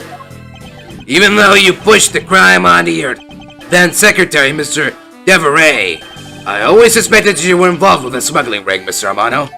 Mr. Deveray was arrested in place of you, which is why when he broke out, you hid him from the police, right? You hid him in exchange for his silence on your little dirty secret. No, no, no, no, no. Please calm down. Honestly, I have no idea what you're talking about. Pretend to be ignorant all you want. We're taking you down to the precinct anyway for a nice long chat.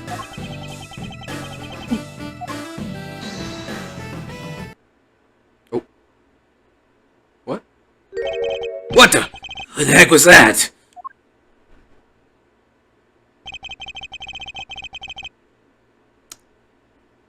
Okay. What was his voice again? I'll take him down to the precinct if you don't mind. Who the heck are you? I'm Jock Postman, and I'm the prosecutor in charge of this case. Oh, Jock, thank goodness you're here. Don't jerk me around. This is an Interpol case, so keep your paws off my suspect. Sorry, but I can't comply. I've got the backing of the prosecutor's office. See, in this country, we prosecutors work with the police to bring cases to court. So if you could please cooperate with me here, that'd be great. Now, how about a handshake to seal the deal? Sorry, but I ain't prosecutors, the whole lot of ya. Guys, arrest the two suspects. Sir! Oh, I almost forgot. Prosecutor Miles Edgeworth, is it? I'd like to thank you. Thank me. Yeah, for working so hard to fulfill my goal. Hey, is that any way to thank someone? What the heck is that supposed to mean? You were so relentless with Lance that you forced Ernest to tamper with the evidence. Thanks to that, I finally had a legitimate reason to arrest him. So how does it feel to bite the hand that feeds you? The hand that feeds me? I'm not sure I follow. It's no use pretending with me. You are the one, right? You're the corrupt prosecutor that's working for Mr. Amano in the smuggling ring, right? No, I would never do such a thing. Shit! What the heck? Our intel's never wrong. In your prosecutor's office, there's definitely someone working with the ring. So Agent Lang suspected my relation to Mr. Amano. That must be the real reason behind his antagonistic attitude. Top of that, your mentor was Manfred von Karma, right? There were non-stop rumors flying around about forged evidence with that guy. You're not twisting the truth behind those closed courtroom doors too, are you? The courtroom is a place where the truth is revealed. Well, don't worry. It's not only you. A whole lot of you can't be trusted. The prosecutor who never lost in 40 years. Every defendant must be found guilty. Fueled by that kind of thinking. Is it any wonder that courts produce nothing but falsities and lies? It would seem that his disdain extends beyond just me. Prosecutors, the courts, why is this man so angry with us all? Rest assured, the next time we meet, I won't be so forgiving. So don't you forget it. Please wait. Agent Chino, why does Agent Lang hate all prosecutors so? Lang is the head of the long-honored House of Lang in Zangfa. The heads of all police-related divisions in that country were of Lang blood. Were? What do you mean by that? Aren't they still? They were revered, but that was long ago. They don't hold that sort of sway anymore. And it was all because of the court. How can that be? Prosecutor once withheld and tampered with the evidence of the Lang detectives found. With the evidence one of the Lang detectives found. That evidence's purity was tarnished and cost the Lang family its honor and trust. But not all prosecutors are like that. Even so, Lang would never respect the court again, or any prosecutor. So Agent Lang is a man who hates all courts and is unwilling to forgive prosecutors. And what a piece of work that guy is. Come on, Jim, we better catch up. Yeah. We still gotta deliver that thing to the old man, after all.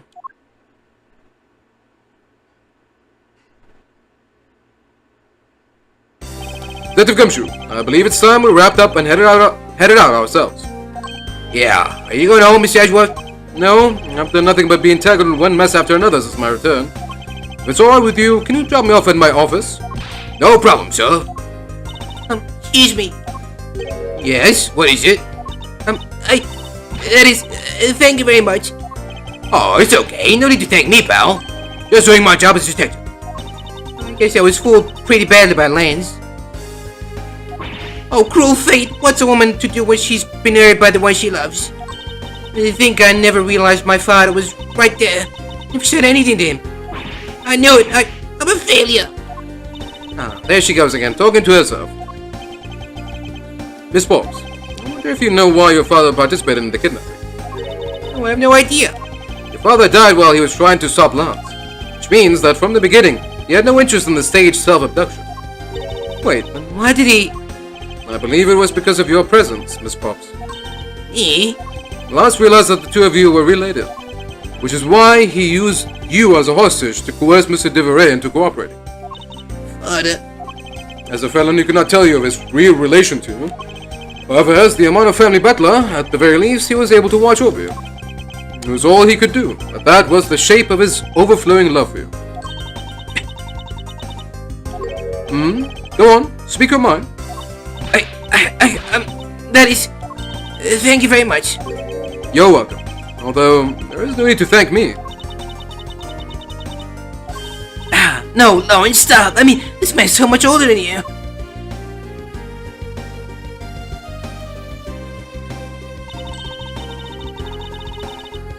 Hey, looks like you've gone completely stolen away, Mr. Edgeworth. Way to go, sir. Your technique is way beyond the level of a great thief. What are you going on about now? Wow, your deducing skills may be sound, but you have no street smarts. That's Mr. Edgeworth for you. Yeah, I mean, he still hasn't figured out who I am at all.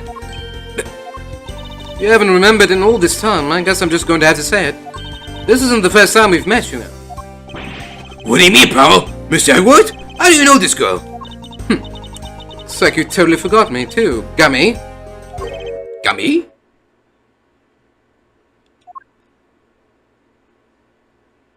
Who's what? Here, maybe this will jog your memories. I promise I'll return this to you one day, remember? That single piece of cloth took me back, far into my past. To that fateful day 7 years ago, when I first met the then-child Kay and Detective Gumshoe. The end.